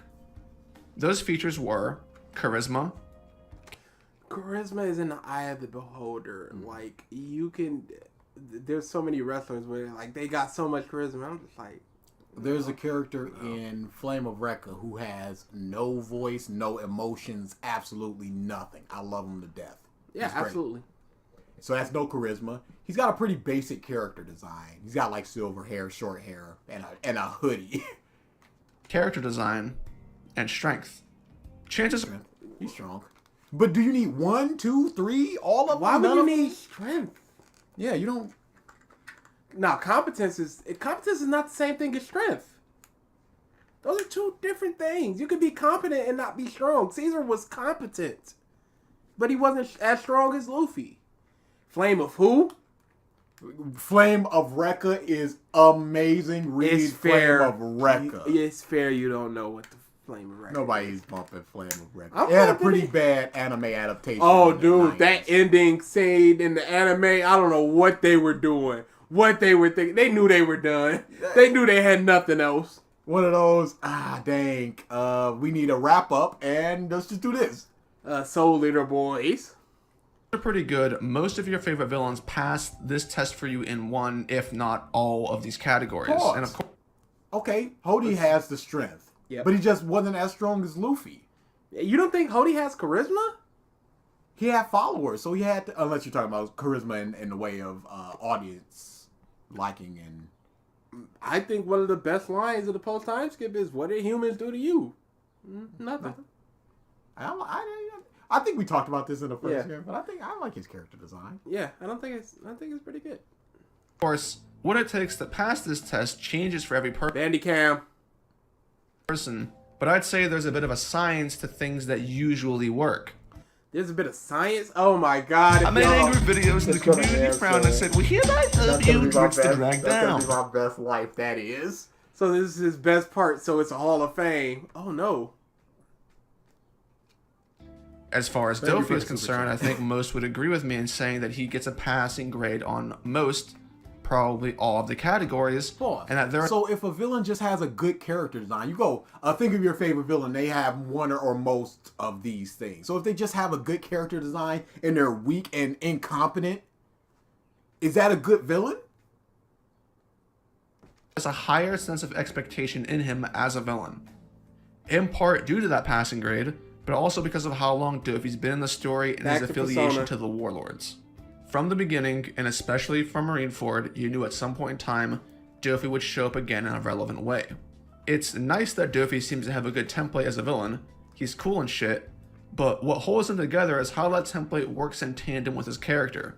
Because unlike Cody Jones, Dofi has character nuance that actually works.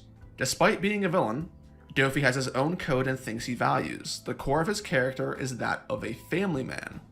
Dofi genuinely He doesn't have thing he values? He does. cares about his people. And this is something that shows itself prior to Dressrosa, but is heavily incorporated into the arc itself. A lot of which I touched upon already with Baby 5. Oda goes a step beyond this though by incorporating Law's character into Dofi's. Some of the best parts of Dressrosa are the times when Dofi and Law get to talk to each other. Oh, dude. Because there's Rule of cool. He loves Law. He loves Dofi. This is some of the best stuff in Dressrosa. I did not particularly enjoy or not enjoy that stuff. Yeah, It was that just there. I wasn't there for that. Kind of just washed over me. A lot of the Cavendish stuff. Him going, I gotta stay here to avenge my horse. That's some good stuff. It's just a horse. stuff going on in the background of those characters that has meaning and drives these moments to be among the best the arc can offer. And that's something that normally Pause. works. Character and meaning, was that all? Are those the only two things? Because Rebecca has those two things. So why are her interactions not better when she's talking to Luffy? I like Perfect Cell design, but I still think he sucks as a villain. Now what? Yeah. Where do we go from here? I've calmed down. That's good. Because your blood pressure was hoof.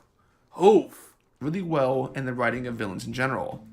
When villains have a character to interact and mingle with, you have the opportunity Mingo. for a really good time. Despite all of his threatening dialogue towards Law, which Dofi has a lot of, Dofi has a personal investment into what he wants Law to be. Law does a lot of stuff to screw Dofi over, but there are times when it feels like Dofi could look past it all if Law just accepted defeat and joined him.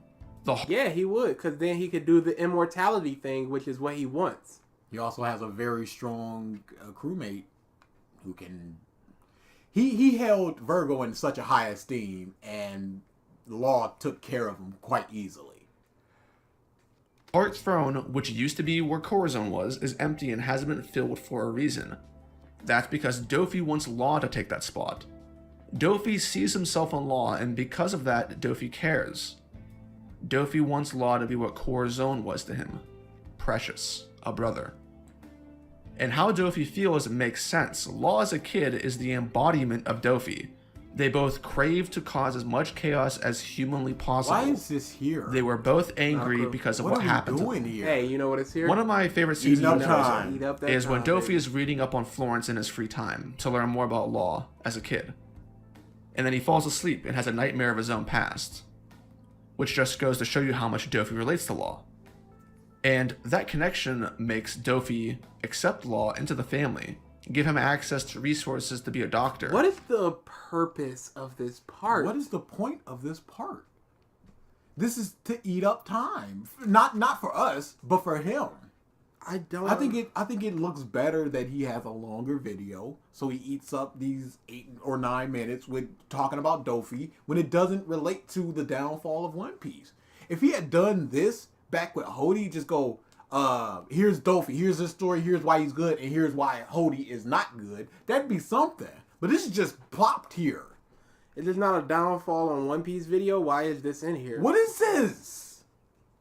And learn how to fight. There's also an odd detail here in the scene which, to be honest, I wish was more apparent and incorporated into the arc, but I don't see it as a flaw that it's not. It's more like an Easter egg. And I'll tell you what I'm talking about. So, amongst the One Piece I like how now he's gonna do it. Right now. community, later. there's an ongoing meme wondering what's behind Dofi's glasses. There's even an SBS question addressing this where Oda messes around and says that behind Dofi's glasses is another pair of glasses. But also, at the end of Dressrosa when Dofi is defeated, his glasses come off and the audience doesn't get to see what's behind them. This quote-unquote mystery has made people wonder if Dofi has special eyes or something. But as far as I can tell, and maybe I'm wrong, Oda gave us the answer to this in the scene in flashback. Yep. Unfortunately, it's more clear in the anime. Did he? Yeah, For one- right there. What of it? He gave him an eye. That's it. Regular eye. We see one of Dofi's eyes open, and it looks completely normal like any other eye. So there's no Sharingan or whatever. The secret seems to be that Dofi only has one eye. He lost his other eye to an arrow shot by the villagers when he was strung up.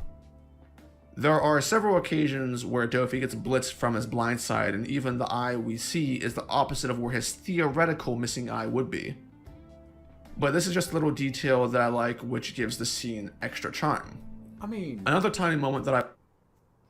That seems like a theory. yeah, it's definitely a theory. I mean, he just got hit. That doesn't necessarily mean that he doesn't have that eye. We don't know the direction that arrow was coming from. If you're looking at it and with the reflection, if it's coming for a lower, like your throat or your chest or whatever. So now we have to figure out, okay, so if he did get hit in the eye and lost his eye, we have to figure out, so they were trash people. They got taken down and Doflamingo survived, and you're fine with that, Drizzt, but you're not fine with other stuff. Why are you not fine with this inconsistently? Is it just because it's just a theory? Also, he's talking about, sorry to cut you off. He's also talking about, Dofi gets hit from that blind spot. Zoro, what's that mean? Like, Zoro has one eye. He's not getting hit by his blind spot. Does that say that Zoro actually has an eye under his missing eye? Like, I don't know what he's talking about. That was an okay theory, but it doesn't matter. Yeah, it doesn't need to be in the video. What does that add? It doesn't really add anything to Doflamingo's character or this video at all. It's just a fun little thing. Okay, I want to fine. highlight is a certain I love discussion this Dofi moment. has with Law. I while they're love fighting. this moment. Dofi tells Law that it's his fault for what's happening in Dressrosa because of his slip-up with Virgo. Dofi mocks Law by saying it's his fault that all was of the great. tragedies happened. And Law counters Dofi by saying, so even you consider them tragedies. This gives Dofi pause. Spinning the moral implications of Dofi's actions back on him is interesting because it's not as if Dofi is completely immune to them. He goes on an evil tirade after this and doesn't change and then cuts Law's arm off or whatever. In this moment, you can see a small flash of humanity beneath Dofi. Dofi knows what... Is that humanity? Could it be taken as anger? No, I don't think it's humanity because he's already said, y'all are humans. I'm a god. That means He nothing. said that I don't care if I'm Ten Ryubito or Shichibukai, whatever. My purpose is to up the world. he's doing is bad, but he chooses to do it anyway. So much bad shit has happened to Dofi that anytime he gets stressed or anything really happens, the only thing he can do is laugh. And that's another thing I want to comment on. Pause. What about when he was when he woke up from that dream? He just started chugging alcohol and then dropped it. As I said before, laughs are something that One Piece fans like and reference a lot. I brought up in Punkcast with my statement saying that people like Caesar more than they should have because of the voice acting. Yeah, bum. Dofi is another character with an iconic laugh that is made better through voice acting. What laugh? But unlike in the anime, where certain things just come across better due to the medium, Dofi's laugh still works in the manga because of how it ties into his character. It's not something that relies on another medium to get a message across, which I think is commendable. And everything that we talked about leads up to one of the final points about Dofi's character, and that's one of the roots that authors and most readers love when it comes to villains. This is unbelievable. Which is the ability and justification for empathizing with them. What's the next part? Villains by nature are does it come flawed, up? and those flaws end up being beacons for reader engagement and affection. Once we are given reason to care about a villain outside of like cool factor type of stuff, Holy sh... it's easier to get us onto their side, so to speak. And beyond everything else that I talked about, this is the #1 reason why people like Dofi. Oda does a good job in making the audience understand and feel for how Dofi ended up the way he is. Boy, Which doesn't justify... I liked Dofi before that moment. Now what? I liked him ever since in Jaya. Where he's just doing that big old bow-legged walk. I liked him in Marineford. It's just like whoever wins is justice. Yeah. Don't tell me why I like a character. I liked Katakuri before we saw his past. I like Big Mom despite her past. anything that he's done, we just understand. Since the characters are so tied together, we might as well just transition over to Law at this point, and then come full circle a little later. Law's Law's cool, flashback y'all. is good. Easily the most emotional part of this arc. As someone who has a particular weakness to mentoring roles and dynamics, Corazon and Law's relationship usually brings me to tears every... So you say that it's the most emotional part, but that's just the most emotional part to you because you said you have a soft spot for the mentor part. So that doesn't really say anything. I don't know what your point is exactly with that. I don't empathize with them. Yeah. I guess that means that you're a piece of crap and Doflamingo is just good. I guess I don't know what. You don't necessarily need to empathize with a villain in order to like or dislike them. I don't see the point of that. You just really need to understand what they're going through and why they're doing what they're doing. Dofi was cool because he was chaos incarnate. He was so mysterious. That's why I liked him. Yeah, there's absolutely nothing wrong with that. Do we know Queen's backstory? We know like Queen was involved with Judge, and that's about it. I love Queen. He killed his father for taking them away. Yep, that was a good scene. He did not explain why Dofi laughs ties into his character. Wow, he really didn't. I really wanted to hear him say something. Your leg is jacked. Yeah, dude. It's You just got up. I don't know what it is. And usually it only take when this happens. Usually it only takes a couple of days, but it's gotten a little worse since it first happened. Is it cramps? I don't know. It's not cramps because it's not like when I'm lying down it just comes on. It was I stretched, and you know when you stretch sometimes you get that like tightness, and that's what happened. I massaged it for a little bit, and then usually it only takes a couple days and it's just gone. But this time it's like, ooh, no sir. I wonder if it is the protein that was just like alleviating that. I don't know. But whatever it is, this is trash. We're going. 17 and a half minutes, y'all. Read it. I find it to be very powerful. And it basically makes Law's character, although Law is good even without that flashback. Pause. People usually like Law. It makes the character, but he's good without it. I guess that's how it works. Sure, Drizzt. Law prior to Dressrosa. When the Supernova were introduced, Law was near the top of the characters people were most interested in. Which is why Law went from a character that Oda had no plans for to where he is now. After Dressrosa, however, Pause. it's pretty common. You don't know that's why. You don't know if that's the reason why or not. You got an interview or something? Again, Carrot was number 8 on the poll. Is he gonna just put her in the crew now? Yeah. For Law to be amongst people's most favorite characters in the story. But even among the people who like Law, when looking back on him, especially when looking back on him, you will sometimes come across a sentiment that people have regarding Law's role within Dressrosa. And that is a sentiment of dissatisfaction on Law's part in Dofi's downfall. A sentiment I agree with. Law's revenge on Dofi does not... Dofi was hurt because of Law. Yeah. His insides were jacked. Law did quite a lot of damage to him. Law also teleported Luffy away at the end. I can tell you one villain I like without a sad backstory, and that's Funny Valentine. That man loves America, and that's all you need. Everything that I've done is for in America. I love Funny Valentine. My heart and actions are utterly unclouded. Pow, pow, pow.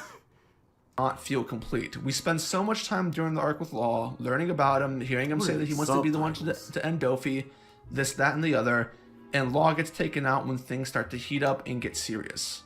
With Dofi using his awakening and Luffy going into Gear 4 and then the 1v1. Yeah, we know. We saw Not only that, but even though Law put in a lot of work in this arc, ultimately, Law gets kind of shit on.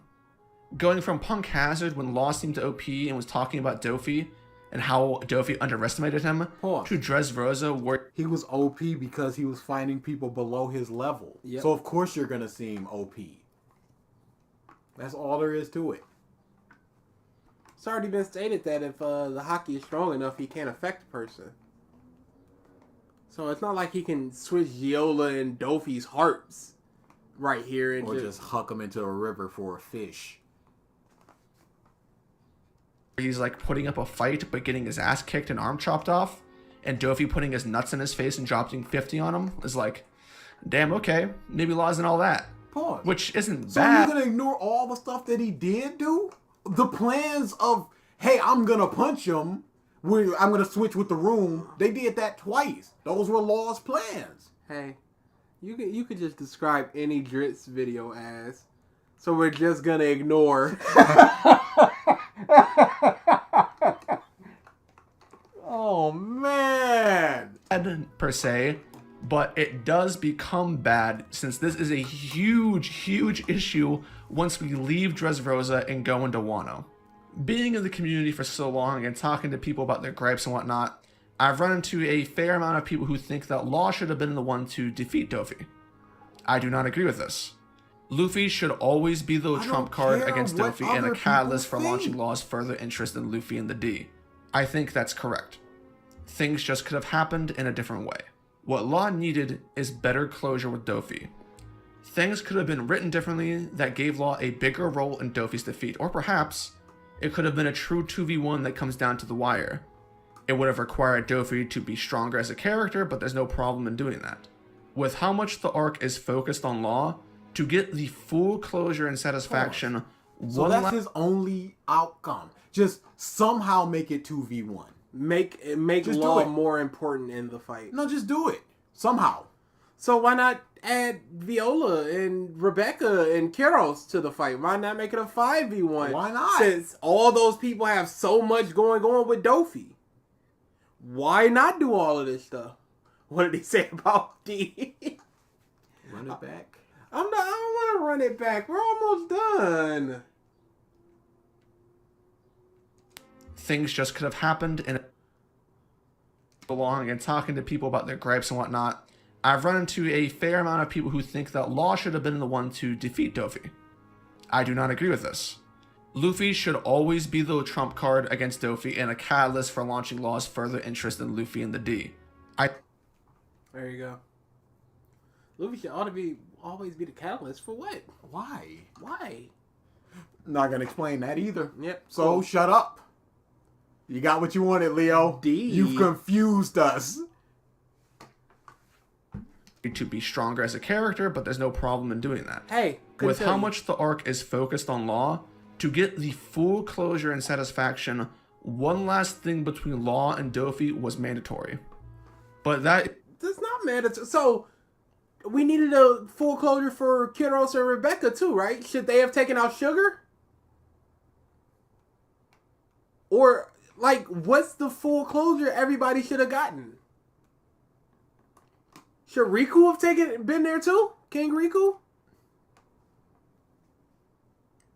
He's thinking that, oh, Dofi is down, but he's getting back up, so Law just hits him with a quick counter shock. Kicks him while he's down, proverbially. I mean, he saved Luffy when his hockey was coming back. He was drained. But I guess you just want to rewrite the story. But wasn't it a 2v2 and then a 2v1 and then it just didn't work? He did quite a lot. I don't see what the purpose is in him getting the last hit or being like instrumental in the defeat near the late game. Just you go here, I go here. Getting one of the last couple hits. I don't see. Especially not for this full closure thing. He got closure by letting Dofi be defeated. Dofi's done. He got what he wanted. He wanted Dofi to be defeated. His plan originally was just for Kaido to do it. Not even himself. So now all of a sudden it should have been both of them taking them out together. is one of the issues with Dressrosa. Dressrosa is not an arc that fully handles the complexity of Dofi's character, and it's a bit of a problem when it comes to the conclusion of Law's revenge. What do I mean? One of the reasons why people like Dofi, like I said, is because they understand him. A lot of people know that under the same circumstances, they would probably end up the same way as Dofi. Which... What? I wouldn't. his father was just like, hey, we're not Tenryubito anymore. We gotta be cool. He's like, nah, but what about slaves? How about some slaves in here? Why Huh? aren't y'all bowing to me? I don't understand. These people are trash. So he had that mindset. He has a mindset that I don't fit into. So I Yes. can't see myself doing what he's doing. Nope. Period. I don't relate to Dofi in that instance. Raised as a god, but I don't have a devil fruit. Is why, if you look deeper into Dofi and Law's flashback, it becomes more the case that Corazon, while still a good character, is actually a shit brother and holds some responsibility for what happened with Dofi. But the story does not acknowledge it. The story tries to tell you What was he supposed to do when Dofi is like, where's my slaves? Why aren't y'all bowing? I swear I'm gonna kill every one of y'all. What is he as the brother supposed to do when this guy is gonzo? When Dofi shoots their dad in the head, he's over like, all right, now let's be cool. You done got it out of your system. Now let's go eat some trash. I really don't get it. Well, let's hear him. that Dofi is pure evil. He was born that way. He's a monster, and there's nothing that could have been done that wouldn't have made him evil. But that's not true. Dofi wasn't born evil. He was made evil. He's a product of his environment. Pause. He grew up- Corazon was in the exact same environment. The exact same. Why Why is isn't he he not like like that? that? The daddy was just like, was born into being I almost said celestial dragon. I don't want to switch between Tenryubito and Tenryubito. He was born into it, but he left it. He was born a piece of garbage. As a celestial dragon, where it was completely normal and accepted for people to have slaves. But even though they had slaves, it's not like Dofi was a... Hey, why wasn't his father like all the other celestial Why? dragons? Why wasn't that Fishman Island celestial dragon not like all the other ones? It's almost like people have their own choices in how they grow and become a person. Dofi was just a f***ing monster. We're going into nature versus nurture. We are not having this discussion with Drizzt. Drizzt is not equipped to handle this discussion. He's already failed. We're done here. monster back then, or up there with his parents. But then his life gets ripped to pieces because his dad is trying to start a rap career in the Grand Line. Dofi has to get food out of trash cans while taking care of his brother who can't fend for himself. Then his mother died. Corazon was not like that. We see no implications that Corazon was, why are you standing in my path? Give me a pistol. So we have to assume that Corazon has just been like this. And Dofi was like, Dofi does not change. Are you telling me that the eating from trash and the protecting of the brother, that combination, and the mom? Because everything that you're saying outside of the protecting the little brother is what Corazon is going through. You're not thinking about this.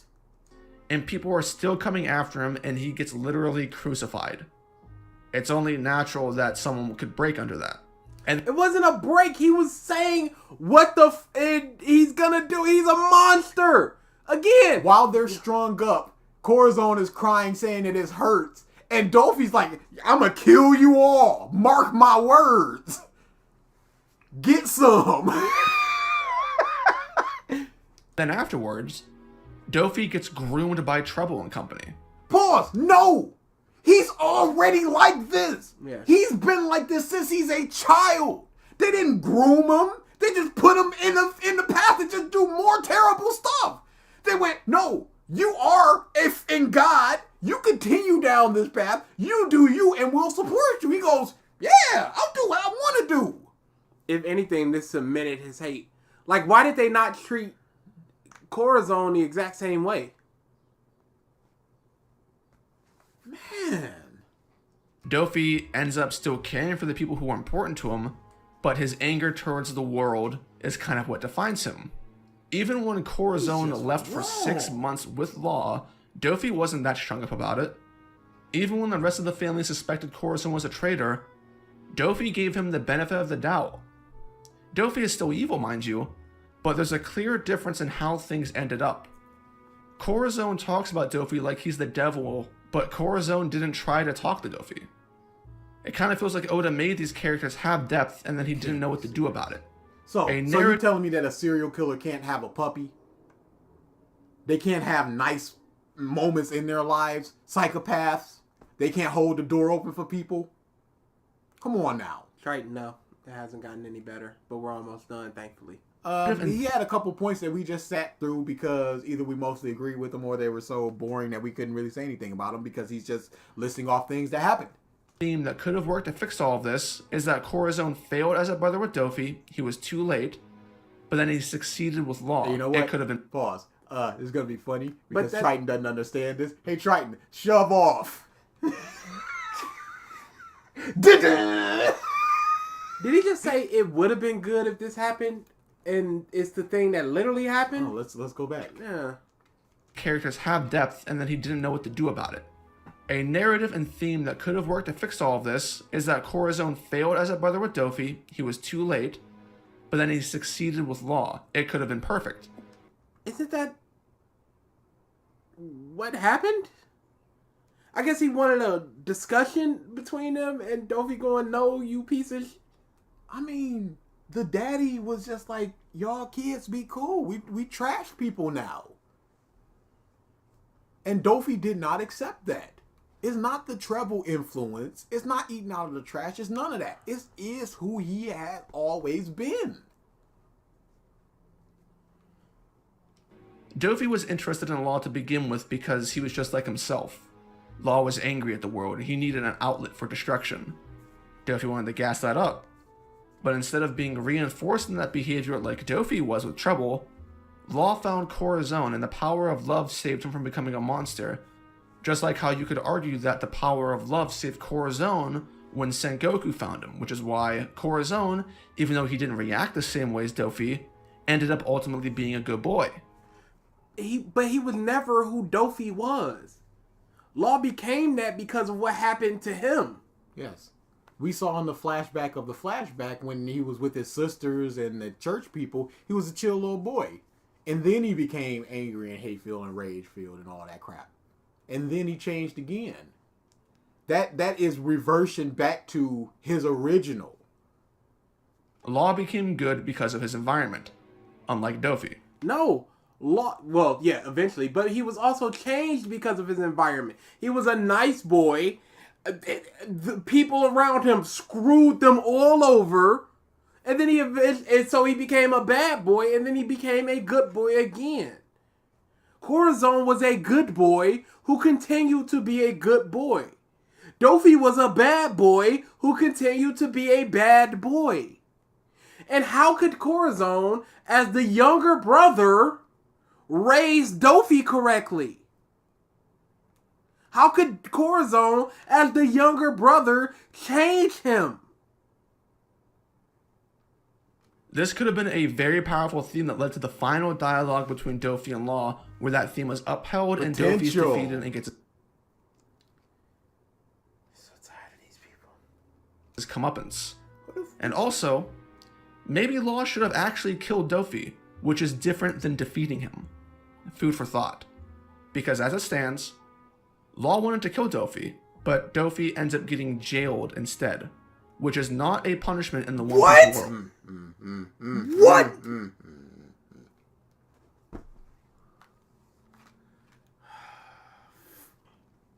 Getting jailed instead, which is not a punishment in the One Piece world.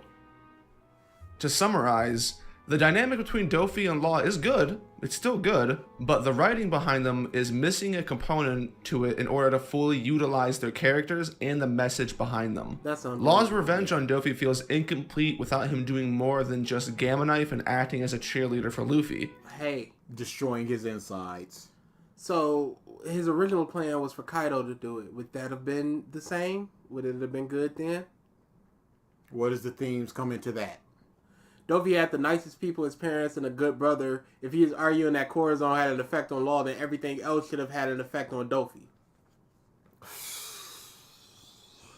He says that Oda doesn't understand nature versus nurture, but he doesn't. It's not as satisfying as it could be.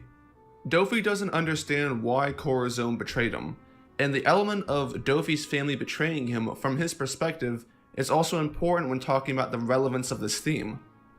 At the end of the arc, the conversation between Sengoku and Law provides closure between the characters of Law and Corazon, but you'll notice that Dofi is excluded from the picture entirely, as if he's not a part of it, meaning that the closure for Dofi concerning his relationship with both Corazon and Law, with Law being the big one in this case, feel incomplete. If there had been more between Corazon and Dofi, and Baby 5 had been written differently, these things could have tied nicely into a more memorable defeat for Dofi and the progression for Law pursuing his interest in the D. Pause. The post-time skip attempts to do a few new things when compared to the pre-time skip, and a lot of that has to do with the villain. Why not edit your script and say this? What did he say about the pre-time skip? Pause. The post-time skip attempts to do a few new things when compared to the pre-time skip, and a lot of that has to do with the villains. In the pre-time skip, almost every single villain is mainly just a Mr. McBad guy in the arc that they are involved with. Lucci got a backstory. Moria went, my crew was defeated by Kaido, so I'm gonna raise a crew that cannot die. Yep. Who are we talking about here?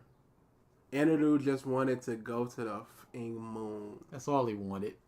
He's a simple man. And he just wanted to go to the f***ing moon because they covered Earth and he wanted all the Earth. Simple man. They just need to be beat up, and there is usually not a sympathetic story or emotional aspect to their characters. Some of these villains get more after their defeat, but it's not crucial to their storytelling. That changes with the time skip. Oda tried to make a complex villain with Hody and involve it into the arc's writing, but failed How was that complex? Tied into the way humans treat... Yeah, Fishman racism. I don't think that's complex. Yeah. And Caesar did not have a sympathetic backstory in the least. No, he's just a Mr. McBad guy. completely. And his next attempt was with Dofi here in Dressrosa, and he continues to attempt this in future arcs. And while Dofi is not a failure as a villain, he's not a home run either. Dofi is a home and run. Your whole issue is the theme could have been higher, and it could have tied into Law more if Law got the... How did that do anything for Dofi? Dofi's in home run. He's one of the best villains in One Piece. How is this not a home run? Who is a home run for him? That's what I wonder. And why? Especially considering he said that the pre-time skips, they're mostly just villain McBad guys. Is Crocodile a home run? For what reason? He fails to be as good as he could be. The conflicting nature of how he is described and viewed within the story by the characters closest to him are what holds him back. That, or it just makes the characters who make conflicting claims about him have horrible observational skills, which I find doubtful.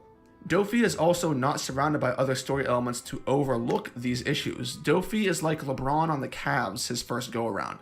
He is surrounded by bad players. Dressrosa has horrible pacing. Half of its emotional core isn't good. Pause. It has horrible pacing. He did not explain that at all. Half of its emotional core isn't good. Who are you talking about? Rebecca. Rebecca's good. No. Kyrios is good. He said he's not. Kyrios She's not. is good. No. Viola is good. No. King Riku is good. No. He didn't even mention King Riku. He didn't Why even would mention he? the subjugation of the kingdom. No. Dofi's sidekick in the arc is Treble, who is one of the most annoying characters in the series. Treble is... Oh, yes, Treble is annoying, but Treble is fly. I love Treble. Yeah. I don't see what the problem with Treble is. He's a meant to dumb be annoying. annoying. Yeah. Now, if you don't enjoy the annoyance of him, that's fine. But he's awesome. Treble adds nothing positive when paired up with Dofi. It is actually honestly... Pause. So why of all people did he decide to have Treble up there with him? He trusts Treble. Yeah, Treble's like his number one. Treble's Or the number dude that two. gave him the I gun. made and angry the phone. videos and the community frowned and said, well, hereby dub you, Drizzt the drunk down.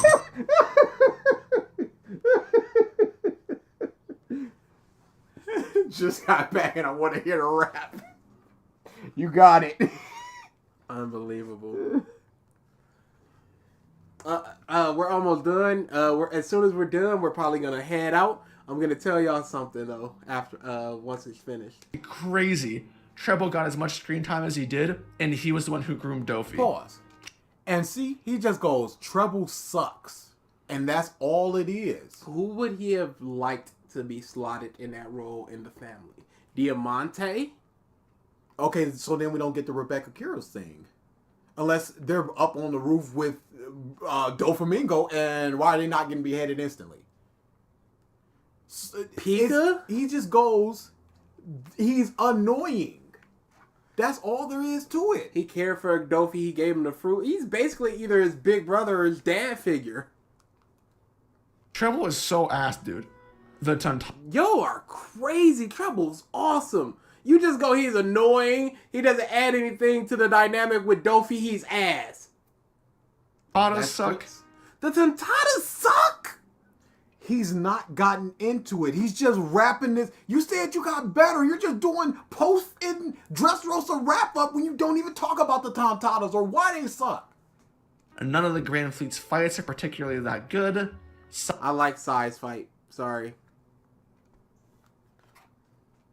Are particularly that good.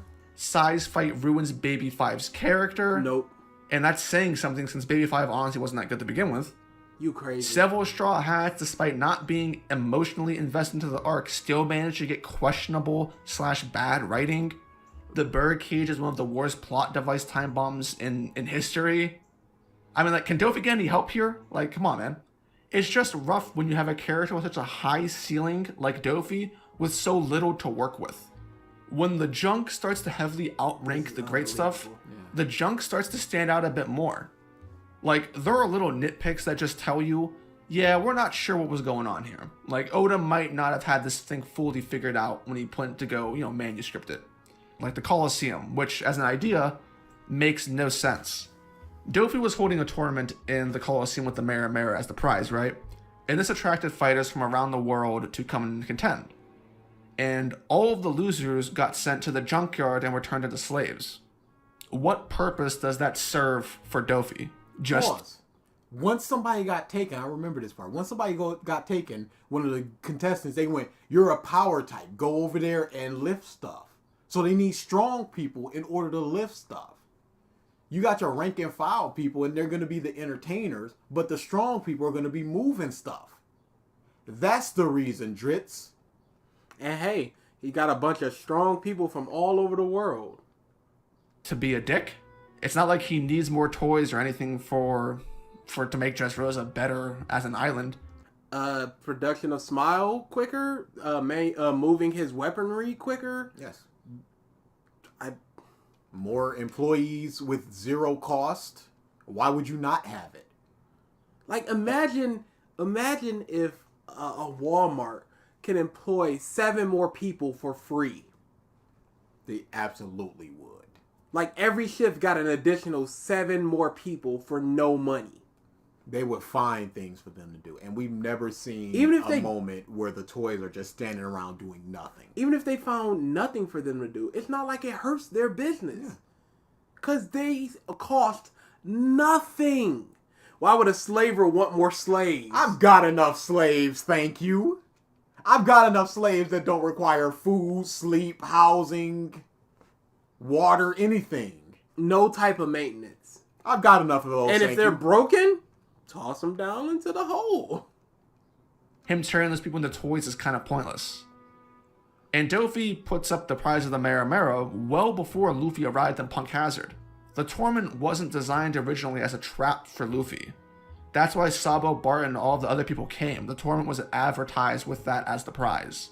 Luffy just happened to arrive on Dressrosa the same day as all of the events in Punk Hazard, and the tournament was going on to begin with. So it's just a coincidence that it happened to be the perfect bait for Luffy. And as another funny detail, Burgess revealed himself in the tournament to everyone. So then Dofi would then know that a Yonko crew member is on his island. But he continued the tournament anyway, even though if anything happened... Why would he care when he's got the backing of Kaido? Yes. Why would he care if Jesus Burgers, whatever position he is on that crew, gets a fruit. Hey, touch Jesus Burgess, and now Blackbeard does not remember him. No problems. Happened to Burgess that could potentially lead to a war between Kaido and Blackbeard. You think Completely a forgot fruit, about Sugar. Do you think a fruit would lead to a potential war between Blackbeard and Kaido? And he still believes Kaido's the strongest. Why would he care? Yeah. Well, toys get worn down. Yeah, and then you toss them in a hole and get more toys. What's the problem? Toy Soldier was just like, I don't know when I'm gonna break down. Or to have Blackbeard come and just mess up the entire island. And another thing, Dofi actually put the Mera in the treasure chest as a legit prize. When I first read Dressrosa, I thought it was going to be a fake since there's... Because, who's there? The champion of the Coliseum. He believes that he will win, and he gets the fruit, and there's no problems. There's no reason to actually uphold that end of the bargain, if the point was to imprison people. But nope, that shit was real the whole time. Why is that funny? The champion of the Coliseum is there.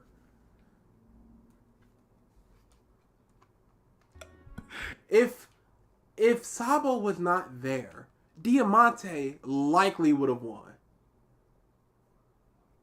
The only other contestant was Barto and whoever was in Block D that may have won. Which is Jin Zhao? I don't think it was. Or Block C. Like, who is another strong one in that block? I'm thinking Jin Zhao.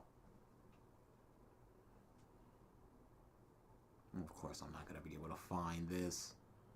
You piece of garbage. Just think that Dofi would do a fake out. Like, there's nothing in me. Can Dofi not be a man of his word? What's wrong with that? Dude, when even I from memory, with only reading One Piece for the first time 2 years ago, can say this guy is a bum. So what, Dofi lied and distrust spreads throughout the country. Dagama and his sons. That's potential. It doesn't say who it is. Who is what? Who was in there? Oh, here we are.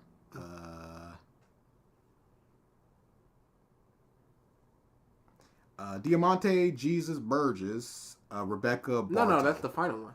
Yeah. Yeah, no, that's what I'm saying. So it would have been Jesus, Burgess, and... Rebecca, Barto, Lucy, Diamante. No. Whoever takes over for Lucy. For Luffy. Mm. So whoever was in that block, which is what I'm saying, Jin Zhao maybe. Dogma, Saibo, one of them maybe. So it would have been Diamante, Jesus, and Barto. Those would have been the real threats there. And yeah, I know, I'm going a bit too long on this section. It's just really fun to talk about. It's both a negative and a positive that Dressrosa is not a serious arc. And I'll step in here to... Not a serious arc! It's pretty serious, I'd say. It's darkish. You just gotta live as a toy with your family? And nobody remembers you, but you remember them, and you can't do or say anything? Otherwise you get thrown in the hole?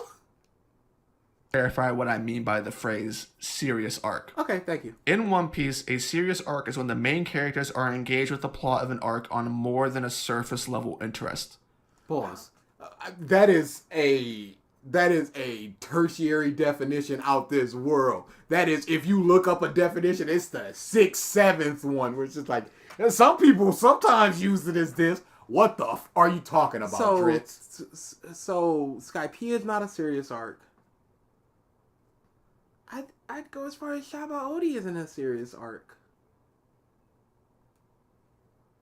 Like, what would you count as a serious arc? What is it about Alabasta that makes it serious? Because they only care because Vivi cares. They were all looking for the bomb. Yes, and they were all pushing back the birdcage. What makes this serious? Our friend cares, so we care. Just like Rebecca, Soldier, and all of them care, and the Tontatas care, so we care. They all got super mad when they heard the story of the Tontatas.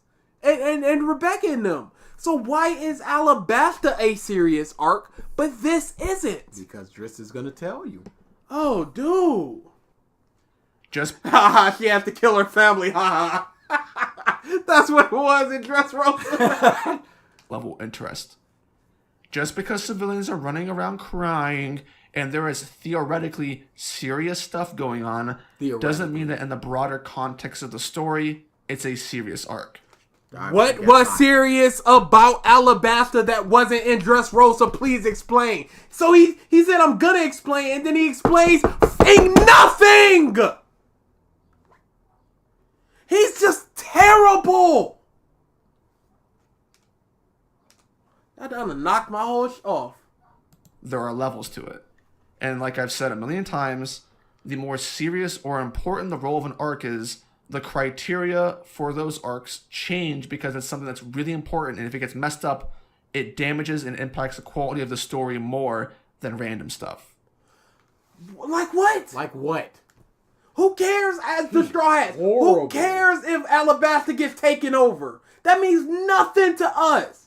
Who cares if Skypiea falls? That means nothing to us. But because Dressrosa isn't serious, it's easier to forgive flaws. Oh, it's easier to point out and look at all. Nope. It's easier to forgive flaws, but also harder to ignore when the basic story can't make up for the lack of stakes in characters. Lack of stakes, unbelievable, dude. Okay, Drizzt. Again, what was the reason A is serious but not B when they're essentially the same? Not gonna talk about it. Not even. Its flaws, and its heavy flaws make its length completely unjustifiable. Long. I still think Dressrosa is the best post-time skip arc, but that doesn't mean this arc is good, because it's not a good arc. The good that exists in this arc is simply more than the previous arcs of Punk Harrison and Fishman Island, and the bigger arcs past Dressrosa managed to be worse than it.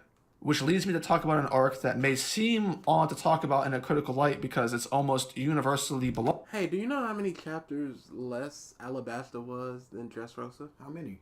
40. 40 chapters less. All right.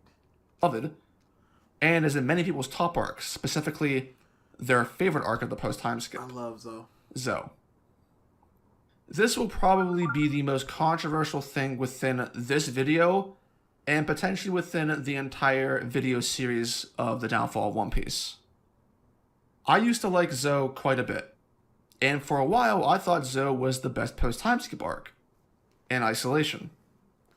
Zou is a smooth and coherent experience. It's the first arc in the post-time skip that is not short. 23 chapters compared to everything else we've seen so far is a... He messed up his sentence there. Yes, he did. Okay, just making sure. 23 chapters compared to everything else we've seen so far is a breath of fresh air. And that's exactly what Zou was. Mystery, exploration, lore, plot twists, drama, blackback. Zou's got 'em all, baby. It's the part of the post-time skip where the endgame goal starts to come into view. Road poneglyphs are introduced. The keys to Raftelman. The thing that determines who will be the Pirate King. The beginning of the Yonko saga. What could possibly be wrong with any of this? In isolation, not much. Whole cake Wano makes it worse somehow. I just want to know how. There are a few things I could point to that are more like preference and taste, such as I never really liked the Raizo is safe moment all that much. At that point, I hadn't really developed any emotional connections to the Minx, so their struggle didn't move me. When we did find Raizo, I didn't care for him. I thought his design was whack, and it made me want to ignore him. You're supposed to think that subverted. He's so ugly and stupid looking. But like I said, that's all taste. I didn't have any issues with it from a writing perspective. It was clever. I was interested, just not invested. I thought a lot of things worked really well for what Zou was trying to accomplish, in isolation. The idea of Zou was fantastic, and wasn't something I ever expected Oda to do. And this was back when I was one of his angels, too. Now you'll notice I keep saying in isolation. If I ignore the context of the rest of the story, Zou is great. But Zou, more so than any single arc in One Piece, is a setup arc. As a matter of fact, it sets up 2 arcs at the same time. Oh, he is not going to. And talk that's about where my this. issues This with is Zou gonna come be- into play. I'll talk about it Zou's later. numerous plot lines and characters are all inherently tied to the arcs they are setting up. The payoff for everything is linked to something else. Almost every single subplot and all of the... What's the problem with this? Because they're not the end game is not good. What happens is not good because of this. But that has nothing to do with Zou and what it did. Whiskey Peak, that was one. Jaya, that's another one that did that. I think they're fine arcs. Yeah, no problems. setup built from Zou either amounts to nothing, is contradicted by future plot lines or information, Like what? or is left incomplete. One of the only exciting things that isn't ruined is the lore from the poneglyphs. They, so far, haven't We'll been get botched to it in later. Whole Cake Island or Wano. Because this arc is a setup arc, I can't ignore the context surrounding it. Zou is only as strong as what amounts from it. If everything linked to He's not it gonna talk turns about to it. shit, then I am no longer able to look at Zou and cherish all of its golden moments. What was bad about I the will go future into stuff? detail on these things later, Yep. as we cover when There they're it ruined is. in the arcs. Talking about them in depth here will make future points redundant and require you to remember everything I said here. Then why do you keep going? I'll talk about this Yep. later when you start making a point. Like with Either the do it or Sanji don't Viola do thing. it. Do it or don't. Yep. Why even put Zou in this part? Why? Yeah, why not add it to Whole Cake? He didn't even really talk about Zou. Unless I repeat myself. Instead, I'll do a rundown of all of the things Whole Cake Island and Wano sully from Zou. The main antagonist of Zou, Jack, Nekomamushi. He's not. I do not care about this just listing things. What's wrong with Jack? Oh, that's the super strong guy. There's even other super stronger guys.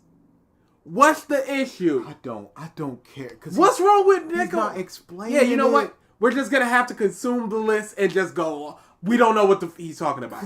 There's no argument to make if there's no argument on the table. Inuarashi, Odin, Momonosuke. I'm sorry. Gotta stop it. What was ruined with What was freaking Odin? What? I can't wait. There I is can't wait. There is Drizzt. no moment with Odin that is less than a 9. There's no moment. Because the only real moment that was Odin was them just going, Odin was killed. Odin boiled, blah, blah, blah. What was, whatever. I don't see how Odin is ruined. Momonosuke, I don't see how he's ruined. This is filler, dude. This is filth. Brooks' forgotten subplot, Sanji, Zoro, See? Frankie, What can we do with this? Yeah, this is worthless content, y'all. the traitor of Zou. That is a long list of things for a short arc, and most of them are pretty important. Almost everything. What was set up with Frankie?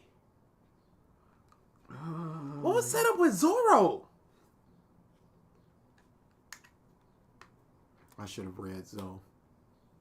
Everything that was once good about Zou is tainted to me. If Zou had a metaphorical ring, it would be made out of cubic zirconia. People who adore Whole Cake Island and Wano will obviously disagree with everything I just said here. You'll come to understand my perspective in time, but for now, I ask for your patience just like you give Goda. That brings us to the end of part 2. Oda Sorry. has earned my patience. You have not. With this level of criticism. With you having 7 months of people going, wow, this whomps. I think it like 4 other people other than us made a full reaction response to this. Nothing. You sitting there thinking that you're making points by just saying something. You have not earned my patience. Frankie building a weapon against Kaido? Is that what it was? It took don't so long to remember get here. By the time you are watching this, I should already be working on part 3, where we are going to talk about Whole Cake Island, the second worst arc in all of One Piece. Crazy. Thanks to those who helped me with this video and script. I brought in more help compared to You had help? You have more help?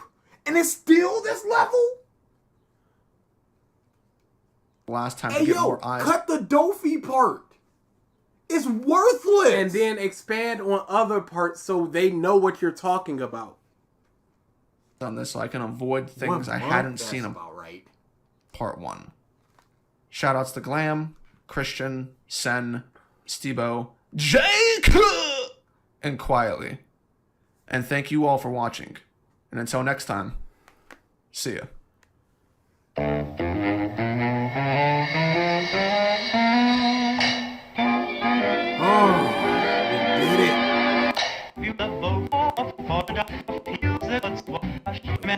After credit scene. Yeah, no, nothing. Cool. Wow. I hope y'all enjoyed yourselves. Oh my goodness. Never again. Well, next time, I guess. 6 hours and 15 minutes. That's just because of all the whatever stuff that he did. Yep. Thank goodness. We were saved by that, y'all. Literally all saved. that Dofi stuff, all the Sabo stuff. Thank goodness. Let's put up debt pics. We'll probably stick around for like 5 to 10 minutes just so y'all can see the debt pics. Other than that, shut the up, everybody. That was rough. Drizzt. Oh, man. Like, legitimate. I'm going to comment, like, you need to explain yourself better. It's going to be a nice comment, but I'm going to comment. Is it going to be... It's going to be on the list exists. Cool. Yeah, I'm commenting on more videos as a list exists. Just so people... What are y'all doing? Is it even in this one? West Pennsylvania, Yes, born and it raised, is. reading a manga. My room is where I spend Why most would of you my do days. that? I didn't remember if I put it on this part 2. Thank you for the super chat, Nami.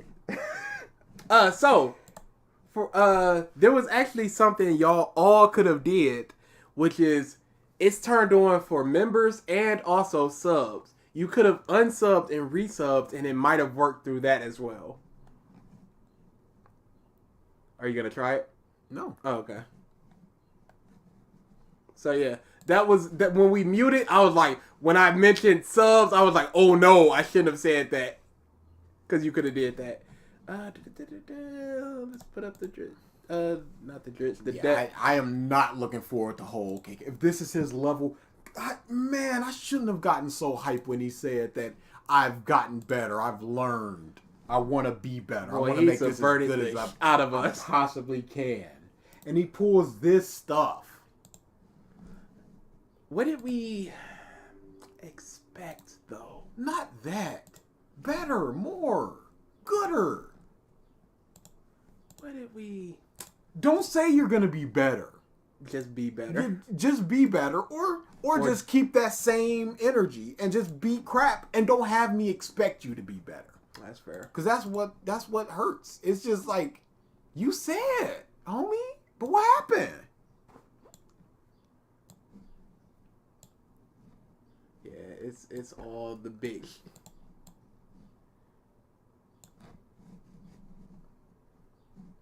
I should probably leave the art by Drizzt. What are y'all doing? Why are y'all still doing this? One more for the roll. I don't need to keep West Pennsylvania, born and raised, reading a manga. My room is where I spend most of my days. I watched this video 4 times, and I hope all the super chats have even a little. Wait for chapter 2. I'm trying to get it out in July. How? Okay, yeah. Just let us know when that chapter 2 comes out. But how 4 times?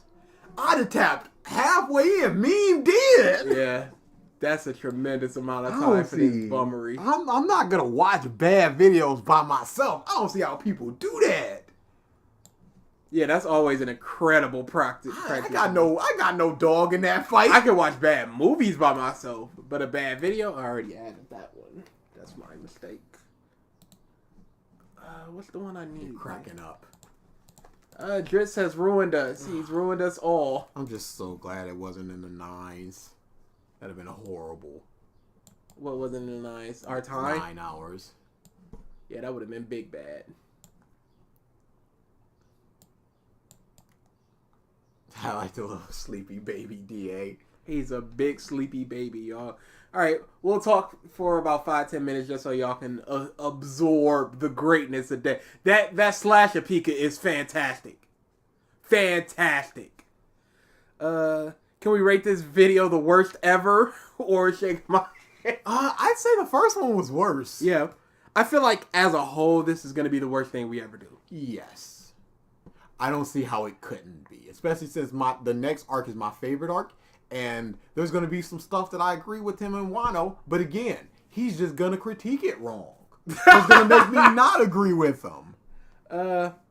Damn, I came in at literally the end. You guys finished. Let's go. Yeah. Yep. What was that ending music? Can we kidnap him, please? No. How was it? It was awful. What happened? Hall of Fame. It is in isolation. This video is good. This is the second If worst. you don't know about One Piece, then it's good. This is the second worst Drizzt video since the first one was even longer. See you next time with Triggered. Oh. Ugh. So I can't put that up. Got my blood boiling. Wow, you guys sound dead. It was rough. And you know what? We can do 9-10 hours on something fun. This was just at the end. It petered off hard. In West Pennsylvania, Ooh, what are we doing? In my room is where I spend most of my days. Also, the other options have different bars from the song. It's just not that part. What did I miss? Anything funny or based happen? No, he's an idiot. When we all do the demon video, it's been on the list for a long time. It's just unfortunate that we just got through with Demon Slayer month. That's the biggest issue. Was that the Jujutsu Kaisen? Yeah, that is the Jujutsu Kaisen. We might be able to do that soon, yeah. Yeah, I would need to reread Jujutsu Kaisen because I am not going past where I got past. I didn't watch the full stream. That was a smart decision. Yeah, I just want a new triggered Demon Slayer vid, but when you guys want to do it, I love it. I love him to just talk about what's good about it. What is his worst? Wano? I would say probably Fishman Island is worse for him. Any game stream tomorrow. It might even be Whole Cake. You know what? No, he said that was the second worst arc. So it might be Wano. I'm going Wano. Mm-hmm. That's fair. You know what? We didn't go as long as I thought, so maybe we will do something tomorrow. We'll let y'all know ahead of time if we do anything tomorrow. It'll be over on Twitch, not through this. The video is worse. At least the first video had some funny stuff, aka the rap. Street Fighter 6 is looking good. Oh yeah, it is. It's looking quite good. Nirvana Initiative soon. Cannot wait.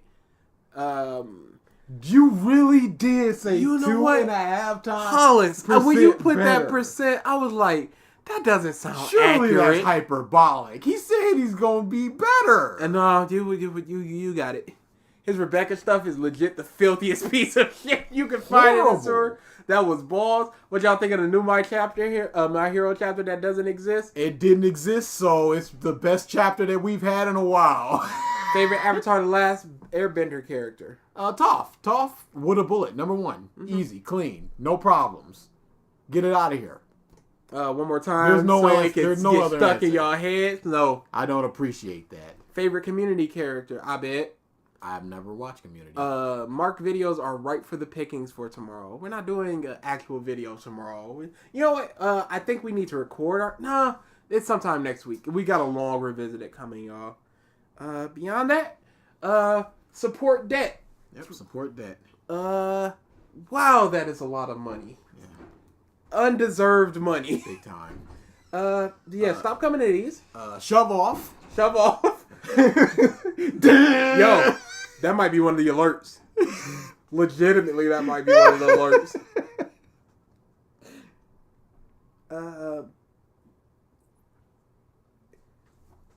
From what I hear, Korra's good, Korra's bad. Government. Careful, Captain. Tell them they can shove off. With the sting and everything, y'all. That might be one of the alert sounds.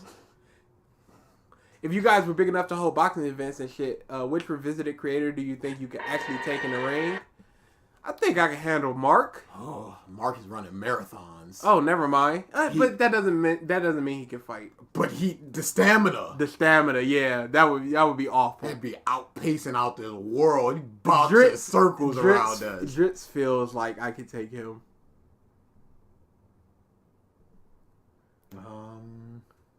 Hey, Cosmo is a very small, skinny guy. I'd beat him up. Trigger feels like he fights in the streets for fun. And I got no time for that. He's one of them in Joker knife shoe people. Yeah, I got no time for that. iPatch Wolf is kind of built. Oceanus. No, keep the Drizzt alarm? Absolutely not. Maybe I'll put it in something, one of the other ones, but it's not gonna be for shove off. Should be for subscribing. You know what? Either subscribing or members. I like subscribing more though. Captain. Tell them they can shove off. Yeah, that might be perfect for subscribers. Good idea. I just need something for money, for tips, for super chats, tips, and members. But that's perfect for subscribers. I wanted to do a super chat to us and say something about a time machine, but I didn't want to. I'll tell you how I became the undisputed king of slander. Yep. There we go. You could have unsubscribed and resubscribed, and that shit would have been playing forever, y'all. You know what? DA said something. DA tipped and said something about a time machine. Might be good for the tipping. Might be good for the tipping. Or me yelling, I gave you money. Read the whole message. I gave you money. That might be. You know what? That was one of the setup. That was one of the ideas for super chat. But maybe I'll do it for tips and see. I did unsub and resub. It didn't work. What? Really? Odd. Maybe you need to unsub for a certain amount of time. How long did you take? Click. That's weird. But I did do that like 2 minutes ago, so maybe it just hasn't. So it probably filters in when it happens. Yeah, that makes a lot of sense. Okay. We are out of here. Shove off and don't stop shoving. Who is the worst debater in the Discord? Me? Stop coming to these. Yeah, just especially these. Mark got that earthy breath.